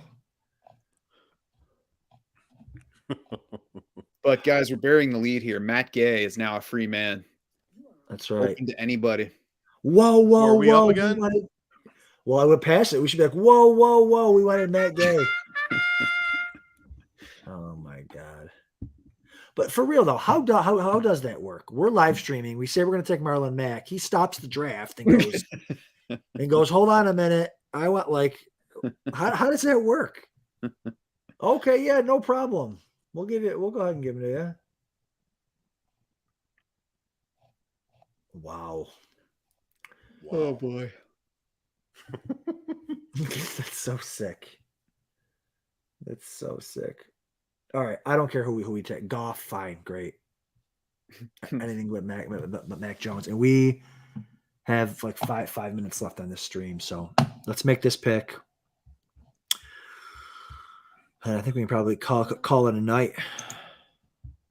Already? You guys can finish up if you'd like. No, I actually have to end that. I have to click the button. So I have to click the button. Great news from Carolyn. She does not have to go to work, clean up the river day tomorrow because there's rain in the forecast. Wonderful. So she can drive our son to Web Leader Day at 8th grade orientation day. So you can sleep? Is that what that means? We are in theory. I never can, but I'm allowed to. We're on the clock. Oh, who do you want? It doesn't matter. Goff would be easily. Right? Yeah. Oh yeah. I love me some Goff. All right. Wow, that's the nicest thing anyone's ever said about Jared Goff. Love me some Goff in the 19th. We just talked about all of the weapons he has for the last 6 hours. All right, man. How'd we do? Pretty good. Feels pretty good. I like it. Recap. I mean, we can recap our team. Am I picking the last round, by the way? Yes. Yeah, you are. You are picking the all last right. round. I'm younger, so I haven't even packed yet. So, is Louis going? No, he's apparently his wife has plans, and so he has to. No, he can't. He can't come. Okay. There'll be plenty of people there. You are up next. So, Adam, great job, Matt. Yes. Thank you for being a part of this. Yeah, thanks for having me on. You're on the clock. Still, thank you again to all the guests. Thank you to the FFPC. This has been a lot of fun. Love it. I'm going to see a lot of those guys this weekend. It's going to be a blast. All right. Bye. See you guys. Take care, guys.